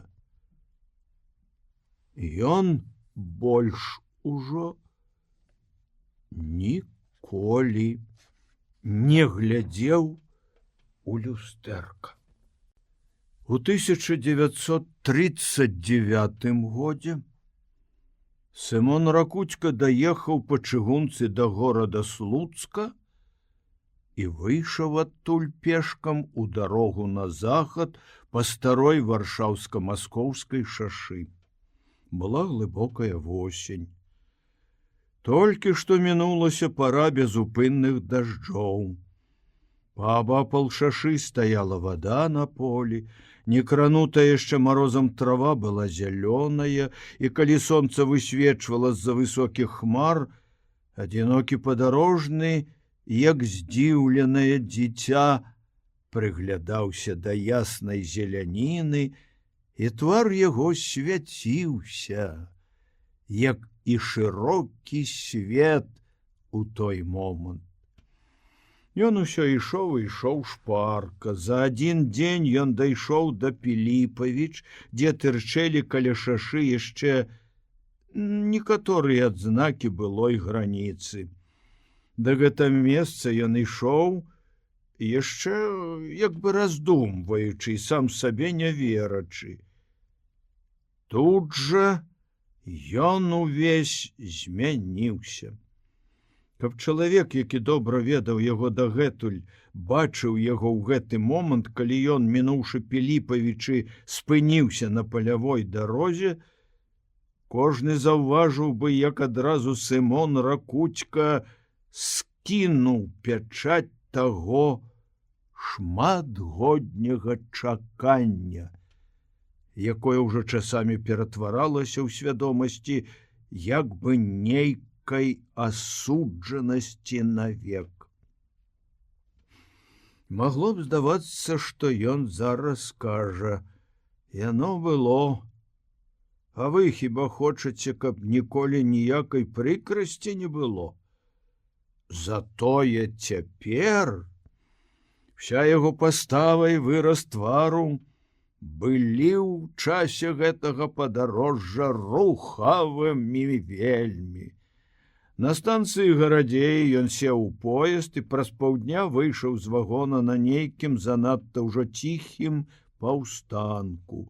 Доўгі рад старых і высокіх дрэў, ліп, дубоў, бяроз, явараў і вязаў ішоў ад паўстанка проста ў чыстае поле і там канчаўся. Лісцё пад дрэвамі ляжала яшчэ жоўтае, і, здавалася, чалавечая нага яшчэ не ступала на яго.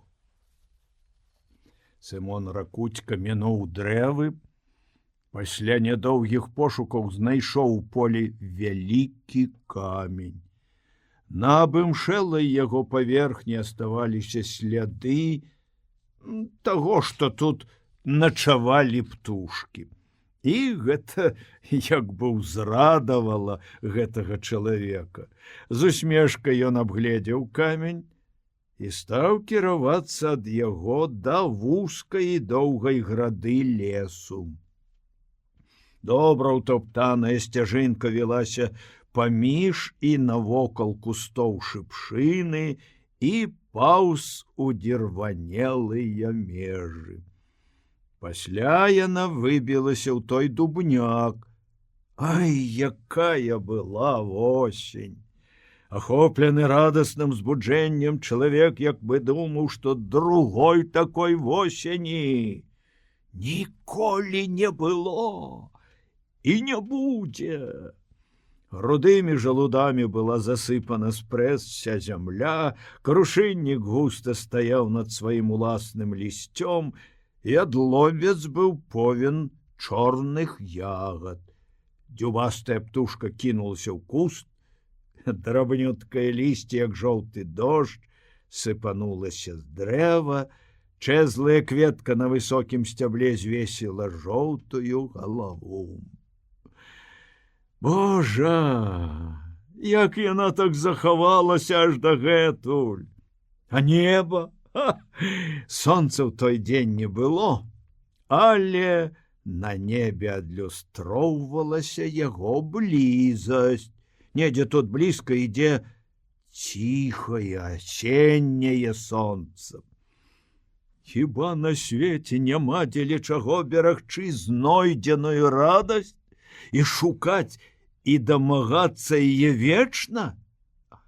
Якое неба над нашай зямлёй бывае ўвосень. Сымон Ракуцька ўжо даўно мінуў дубняк, а сцежка ўсё ішла, вяла яго далей, праз поле, праз некалькі хвойных лясоў і купістых паплавоў. Доўга, вельмі доўга ішоў Сымон Ракуцька, дзівячыся, як жа гэта праз гэтулькі год тая самая сцежка вядзе яго, як быццам бы тут усё застыла на вечную нерухомасць. Ён прайшоў сцежкай да самага змяркання, начаваў у людзей і вельмі многа расказваў пра сябе, так што пакуль у хаце патушылі агонь і паснулі, ужо ўсе ведалі яго гісторыю. Назаўтра ён сабраўся далей у дарогу яшчэ зацемна. Нават яшчэ зоры свяцілі. Тут ужо недалёка, толькі зоры сыдуць з неба, як ён будзе на месцы. Зноў тая самая сцежка. Тут яна пайшла зялёная зімінай. Свежая рунь дрыжала пад ветрам, і ў нізінах стаяла чыстая, як сляза, вада.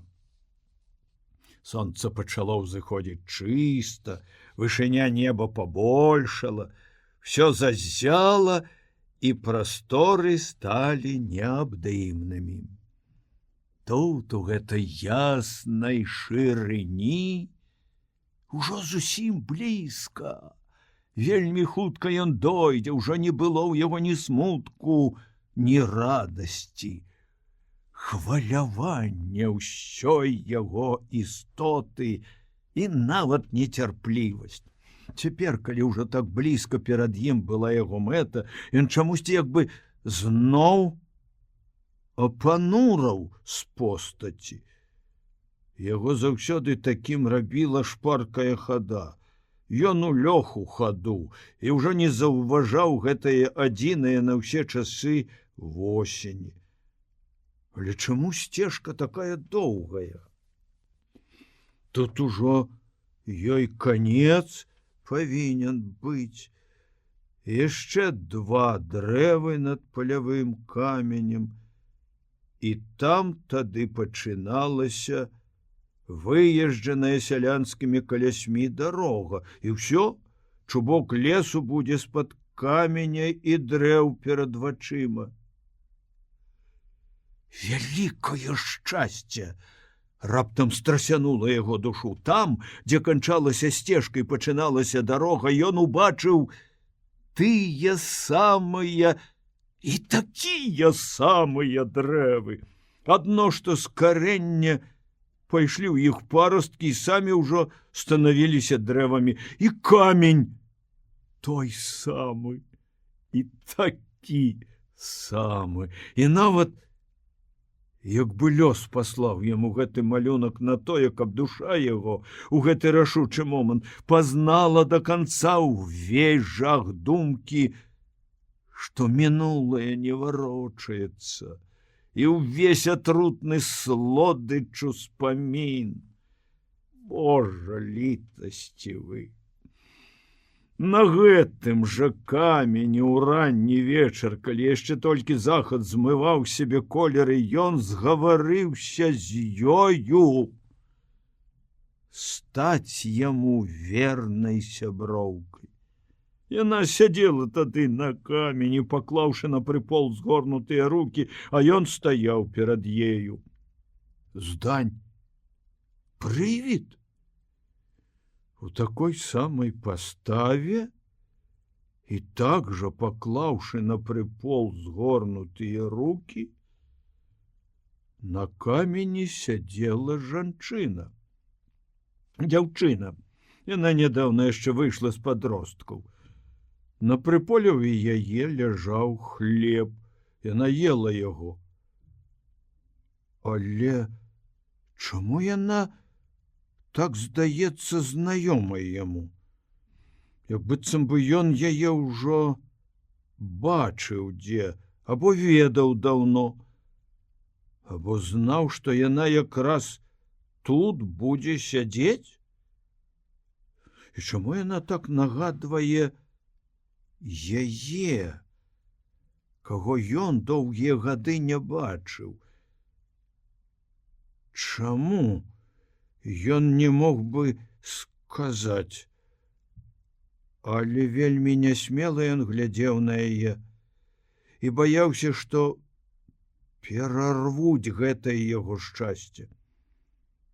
Ён не вытрымаў, пачаў гаварыць з ёю: вы падарожная, што клунак каля вашых ног ляжыць? Падарожная? Здалёку цягніком ехала, а гэта іду, мне тут трэба дапільнаваць брата. А дзе ж твой брат? Мой брат у польскім войску быў, а што з ім цяпер, невядома. Калі ён, можа, у палоне на савецкай старане, то на гэта ўся надзея, бо з гэтага палону радавых салдатаў пускаюць, і яны многія папрыязджалі і папрыходзілі ўжо. Вось і я яго сюды чакаць прыехала. Як жа гэта сюды чакаць? Тут стаіць наша хата, у якой мы выраслі. З гэтай хаты ён і ў войска пайшоў. Яшчэ гады за 2 да вайны, а можа і больш. Хата наша такая старая, што ў ёй ужо апошнім годам жыць нельга было.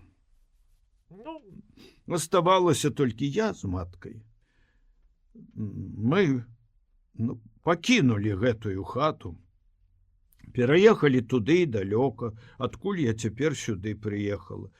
Там я і матка знайшлі працу ў панскім маёнтку. Мы напісалі брату, што ўжо не жывём тут. Пісьмо тое яшчэ, напэўна, не дайшло да яго, як пачалася вайна з немцамі. Цяпер ён можа сюды прыехаць і не ведаць мне, дзе мы, і дзе знайсці нас. Калі ж яго яшчэ няма дзе-небудзь тут, то я ў суседзяў пакіну яму наш адрас. Яна змоўкла і паглядзела на яго, быццам думала, ці варта было гэтаму незнаёмаму даверыць сваю душу. А калі вам прыйдзецца тут начаваць, дык дзе? Калі ваша хата такая дрэнная, у суседа, мы з ім добра жылі. Яна, гэтая адкрытая душа, шпарка пайшла, а ён назіркам, як баючыся, рушыў за ёю зводдалеку. Чуб хвойнага лесу быў перад імі. Он 2 хаты, адна ледзьве ліпіць яшчэ, і страха на ёй упала. Ужо без вокон яна. Побач яе здаровая вялікая хата смольнага кругляка. У яе адразу і пайшла дзяўчына. Ён жа, калоцячыся разам са сваім сэрцам, спыніўся перад старой хатай і зводдалек убачыў, што ў ёй сцены патрухлелі і пагнілі, і стаяць мокрыя, цвілыя. Ён бачыў праз аконную дзіру нават тыя цвікі, якія калісьці ўбіваў у сцены. А гэтая новая, здаровая з кругляка хата, куды пайшла дзяўчына. Ён жа ведае, хто гэта. Толькі сам сабе баіцца прызнацца. Это яго хата. Это ён яе ставіў. І гэта з яе яго выгналі. А гэтая старая. Он тое месца, дзе ляжаў Палівоцкі. Там тады стаяў ложак. З гэтай хаты ён і сястру яшчэ замуж аддаваў. І адзін жыў у ёй. Ён стаяў і душыўся мінулым, якое адарвалася ад яго з часткаю душы, і нават вялікі доктар час не загаіў гэтую рану у душы. Ён ужо ведаў, як назваць тое, што лягло на яго жыццё, але ён маўчаў і стаяў.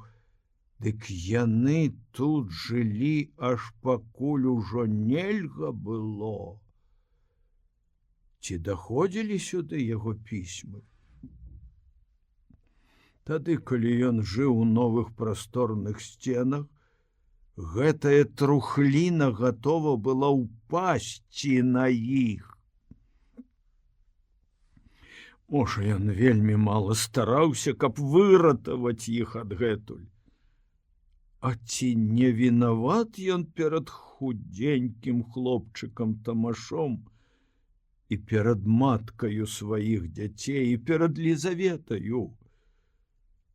Голас пратэсту перад самім сабою ўзняў ён у сабе. Не, я ішоў у гром і невядомасць. Але ж я жыў гэтулькі год у мілай мне працы, і жыццё гэтае само па сабе льга назваць шчасцем, каб не смутак мой. А ці хоць раз падумаў я, каб ісці сюды да іх і ратаваць іх? Раптам у яго пахаладзела ў вушах. Чаму ж я не запытаў гэтай дзяўчыны, а ці хоць адно пісьмо прыйшло было да іх ад іх бацькі? Але я яшчэ ўбачу яе.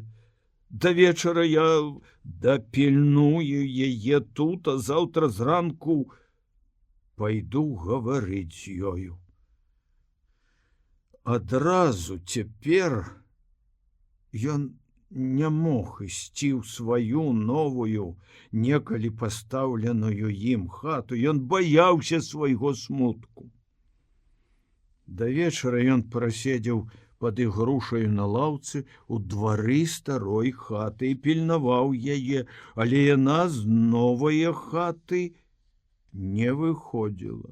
Як пачало змяркацца, ён увайшоў у старую хату і лёг на голы тапчан. Парыў ветру вагнаў у хату на яго праз аконную дзіру віхор жоўтага лісця з ігрушы. Ён накрыў галаву торбаю ад хлеба, стараючыся заснуць. Цішыні не было. Нешта шастала па сценах, патрэсквала ў столі, а пасля яму здалося, што нешта шарганулася аб яго. Ён падняўся і стаў шчаслівай думкай. Не, канешне, мучыць сябе ляжбой. Можна стаяць, сядзець. Свяціў месяц, ноч была глыбокая. Праз дзіркі і шчыліны ў сценах лілося ў гэтую гнілую пустэльню месячнае святло. А па сценах нешта невядомае ўсё шастала. Каб хоць хутчэй дзень. З нейкай надзеяй ён выйшаў на двор, зноў сеў на лаўку пад ігрушаю, за ноч з яе апала ўжо апошняе лісцё, месяц быў якраз у яе чорным голлі. А да дня яшчэ было вельмі далёка. Ён цясней зашпіліўся в сваёй суконнай жакетцы, лёг на лаўку.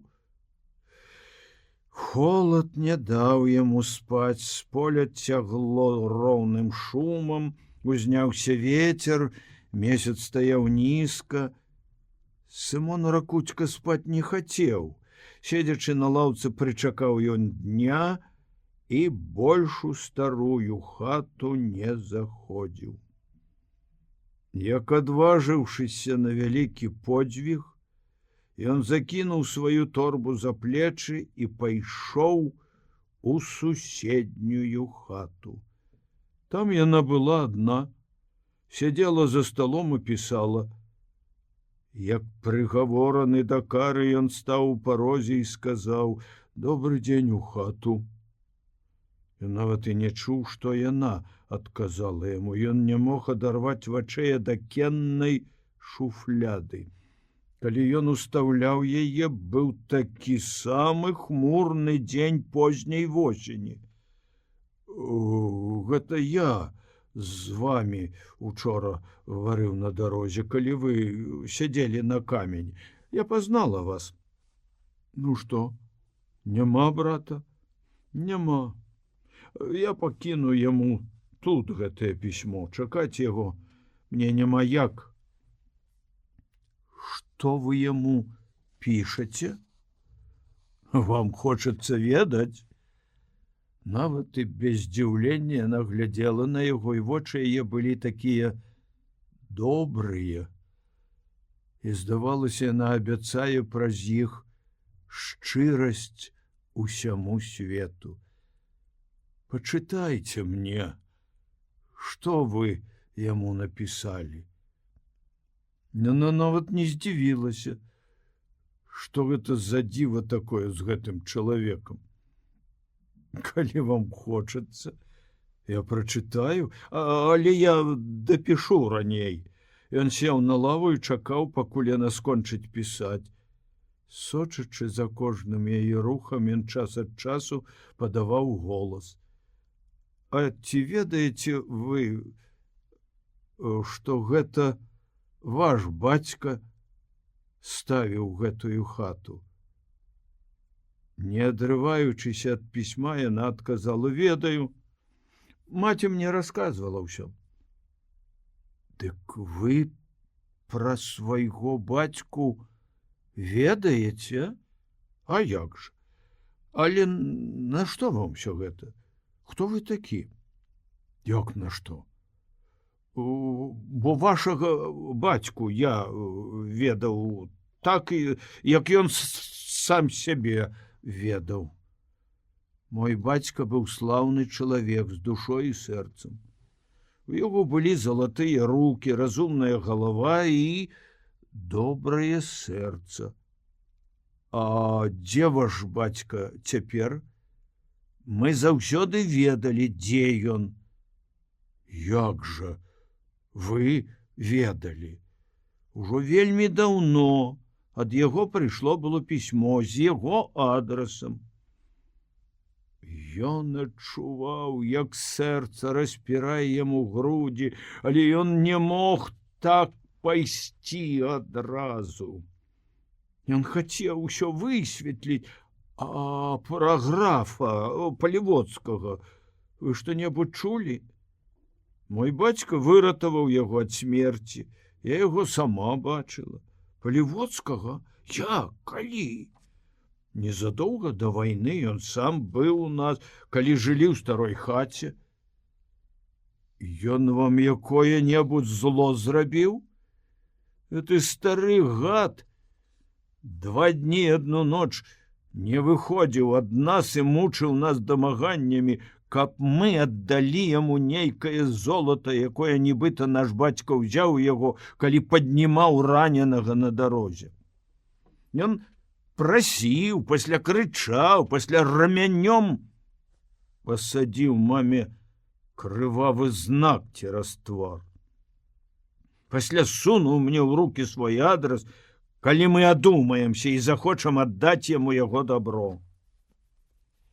Ён служыў на нямецкай граніцы. Нарэшце ён казаў, каб аддалі хоць палову, а палова нам. Але мне трэба пісьмо дапісаць. Яна пісала, а ён стаў на ўвесь рост у парозе і душыўся смуткам, гледзячы на яе. Гэта яна, нязнаны ім чалавек, без яго вырасла. Ён ні разу не меў шчасця трымаць яе на руках і гаварыць з ёю малою і падоўгу глядзець на яе дзіцячую усмешку. Нехта злы, бязлітасны ўкраў у яго яе маленства. Вы казалі, каб я пачытала вам. Ну, я ўжо напісала. Дарагі братка Тамаш, мы табе пісалі, што прымушаны былі выехаць з роднага кутка, але пачалася вайна, і пісьмо наша магло да цябе не дайсці. Дык шукай нас у мястэчку Сталецці на Новагрудчыне. А таксама напамінаю табе, калі ты згубіў адрас, што ў Гомельскай вобласці за Бабруйскам жыве наш бацька. Граніцы ўжо больш няма. Ногі ў Сымона Ракуцькі падгіналіся, ён сеў на лаву, яна яшчэ ўгнулася над пісьмом, штосьці ў ім дапісваючы, ён ціхом падняўся і знік з хаты. Не прыпыняючыся нідзе, ён дайшоў да таго самага паўстанка, сеў у поезд, на другія суткі ён ужо ішоў пешкам цяперашнімі сваімі месцамі. Ён радаваўся, што з кожным крокам падыходзіць да гэтай ужо 3-й на яго веку хаты.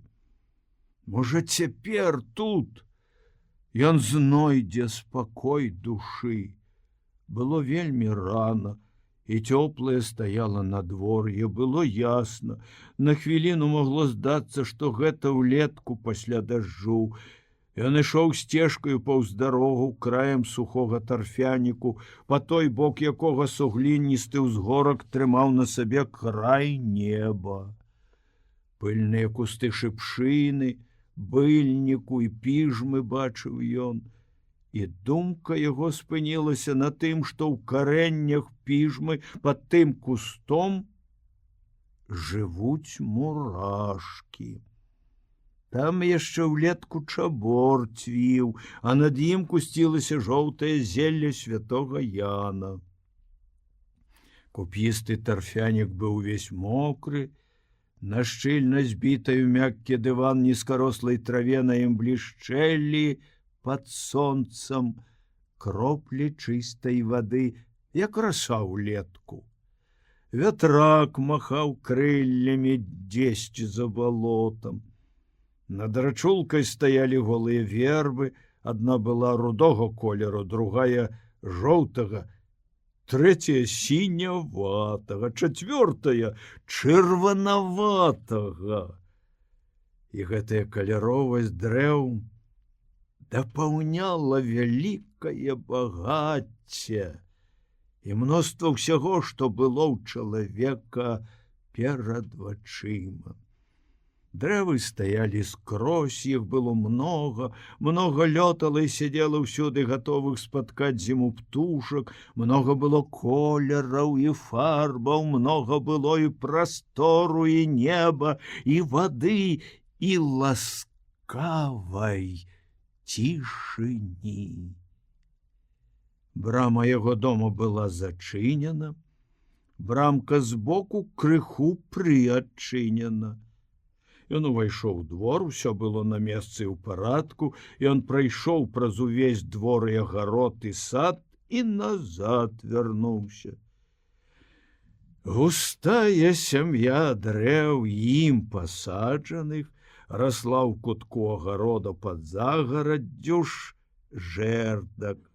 Там былі бяроза, ліпа, клён, каштан, вяз і таполя.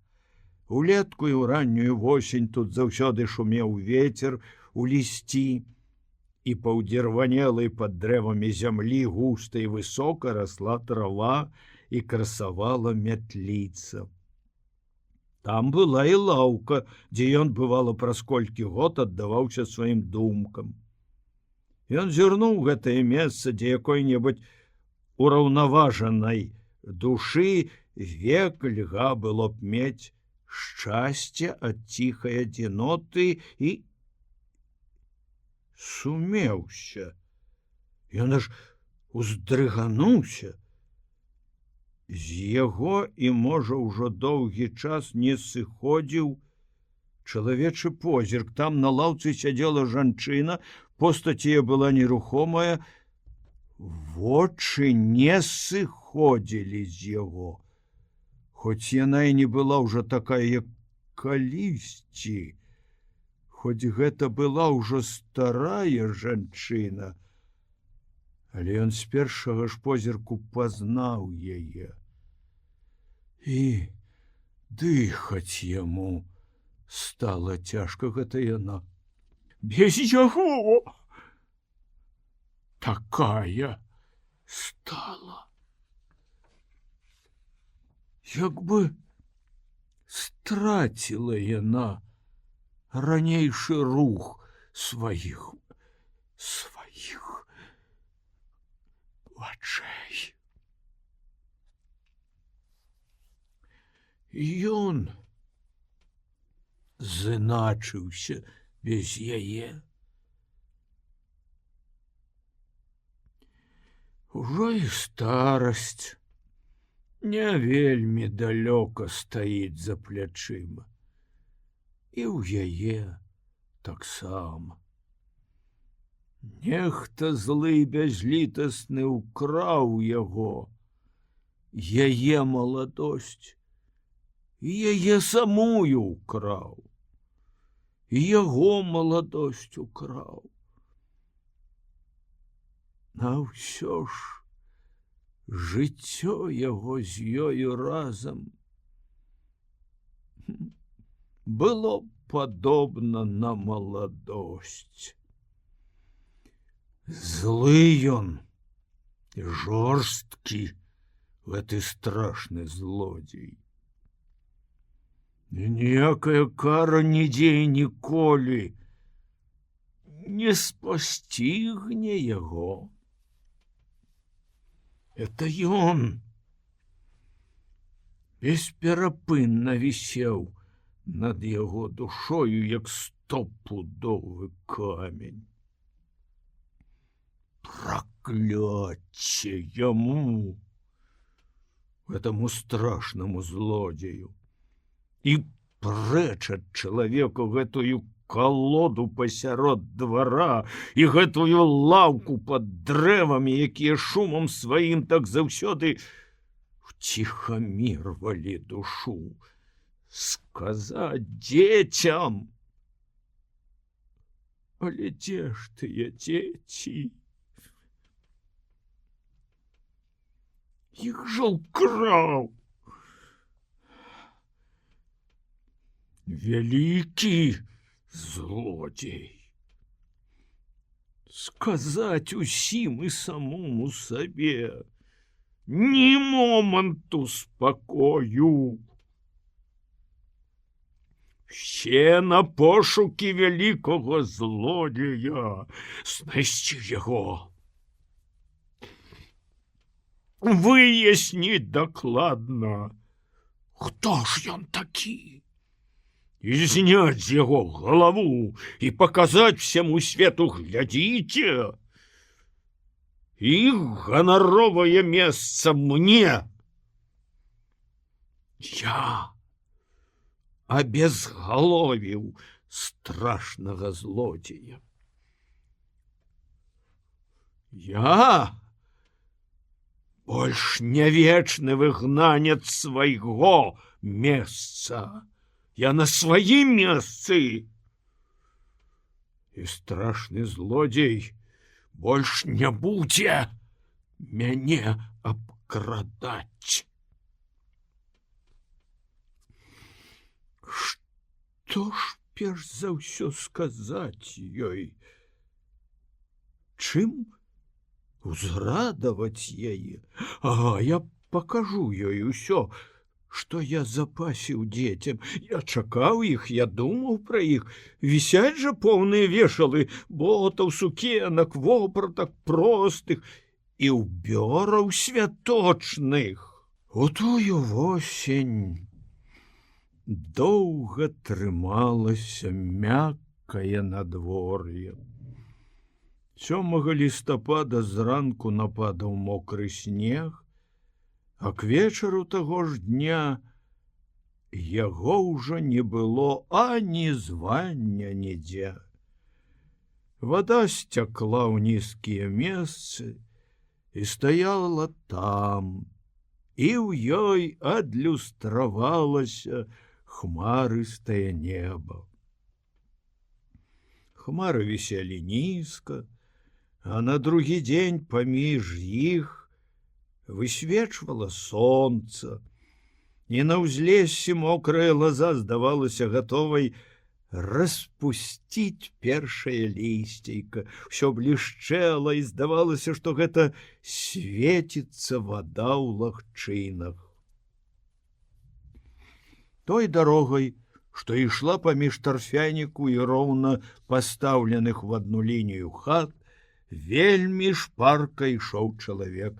Это была хада таго, хто прывык да таго, каб доўгі час бачыць перад сабою тое ж, чым трэба хутчэй расквітацца, каб пасля гэтага мець што лепшае. Чалавек гэты трымаў галаву высока, як бы нічога не заўважаў навокал сябе, перад сабой жа бачыў як бы толькі тое, да чаго хацеў хутчэй дайсці, але здавалася, што і гэты пункт больш жыў у яго думках і свядомасці, чым стаяў выразна ў вачах.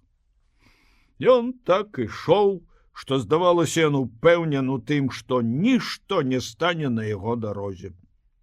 Аднак жа, можа быць, тут найбольш было ад знадворнага выгляду чалавека. У гэтым выпадку, можа, і не да месца прымаўка, што твар ёсць люстра душы, бо часамі рашучая пастава і хада чалавека на момант былі такія, што як быццам бы ён хацеў вярнуцца. Аднак жа ён усё ішоў і нават паддаваў ходу. Пачаліся хаты паўз дарогу, ён паклікаў да сябе нейкага малога, што натрапіўся яму на вочы. Дзе хата Сымона Ракуцькі? Аунь, дзе тых дрэў многа?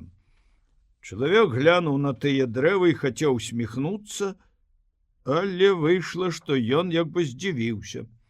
Верхняя губа яго з нізка выстрыжанымі чарнявымі вусамі уздрыганулася. Я пайду з вамі да Ракуцькі, сказаў ахвотны да ўсяго малы. Не, я адзін пайду. Малы пабег шукаць іншага занятку, а чалавек той жа хадой, як і раней, падышоў да зялёнай брамкі і адчыніў яе. Двор не быў пусты. Ён астаўся стаяць у брамцы, незнаёмы яму чалавек стаяў пасярод двара і ціха гаварыў з жанчынай. У чалавека былі сівыя валасы над вушамі. Ён падняў твар і пачаў углядацца ў незнаёмага прышэльца, які не сыходзіў са свайго месца ля брамкі. На твары чалавека з сівымі валасамі над вушамі навісалася здагадка, чаканне і нарыхтаванасць цвёрда сустрэць сялякую няўхільнасць. А той, што ўвайшоў у яго двор і стаяў цяпер ля брамкі, меў такі выгляд, як бы хацеў сказаць: ну што ж, і я гатоў да ўсяго так, як яно ёсць.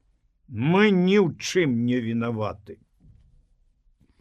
Это быў чалавек вельмі яшчэ малады. Можа, яму не было яшчэ і 25 год.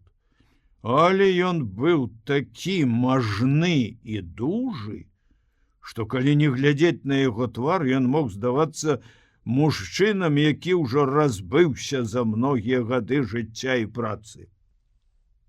Верхняя губа яго была нізка выстрыжана, і гэта клала на яго твар пячаць як бы нейкага здзіўлення. Ён быў у польскім салдацкім шынялі і ў салдацкіх чаравіках з абмоткамі. Шапкі былі ўжо сарваны ўсе тыя бляшкі, якія раней паказвалі, да войска якой дзяржавы гэты салдат належаў. Ён здаваўся такі здаровы і энергічны, што дзіўна было, як ён так нерухома ўсё стаіць на адным месцы. Тут яго ўбачыла і жанчына.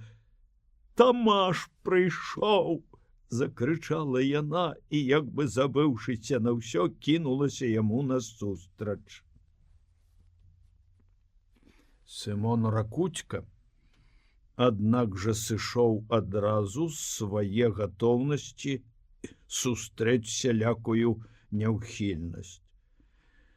Твар яго перасмыкнуўся, і магло здавацца, што ён не ведае, дзе падзецца. Як бы раскрыўшы вялікую таямніцу, да якой яму раней не было доступу, ён застыў на паўкроку, калі быў і рвануўся сысці з месца. Хіба гэта Тамаш стаіць перад ім? То ж быў худзенькі хлопчык, якога трэба было шкадаваць, песціць і гадаваць і аддаваць яму бацькаўскую ласку, всю душу і сэрца аддаваць яму. Няма хлопчыка Тамаша. Ёсць салдат чужой арміі, і хіба вядома, якая ў яго душа? Бацька ж не мог сеяць добрае насенне ў гэтай душы. Тамашова маленства ўкралі ад бацькі.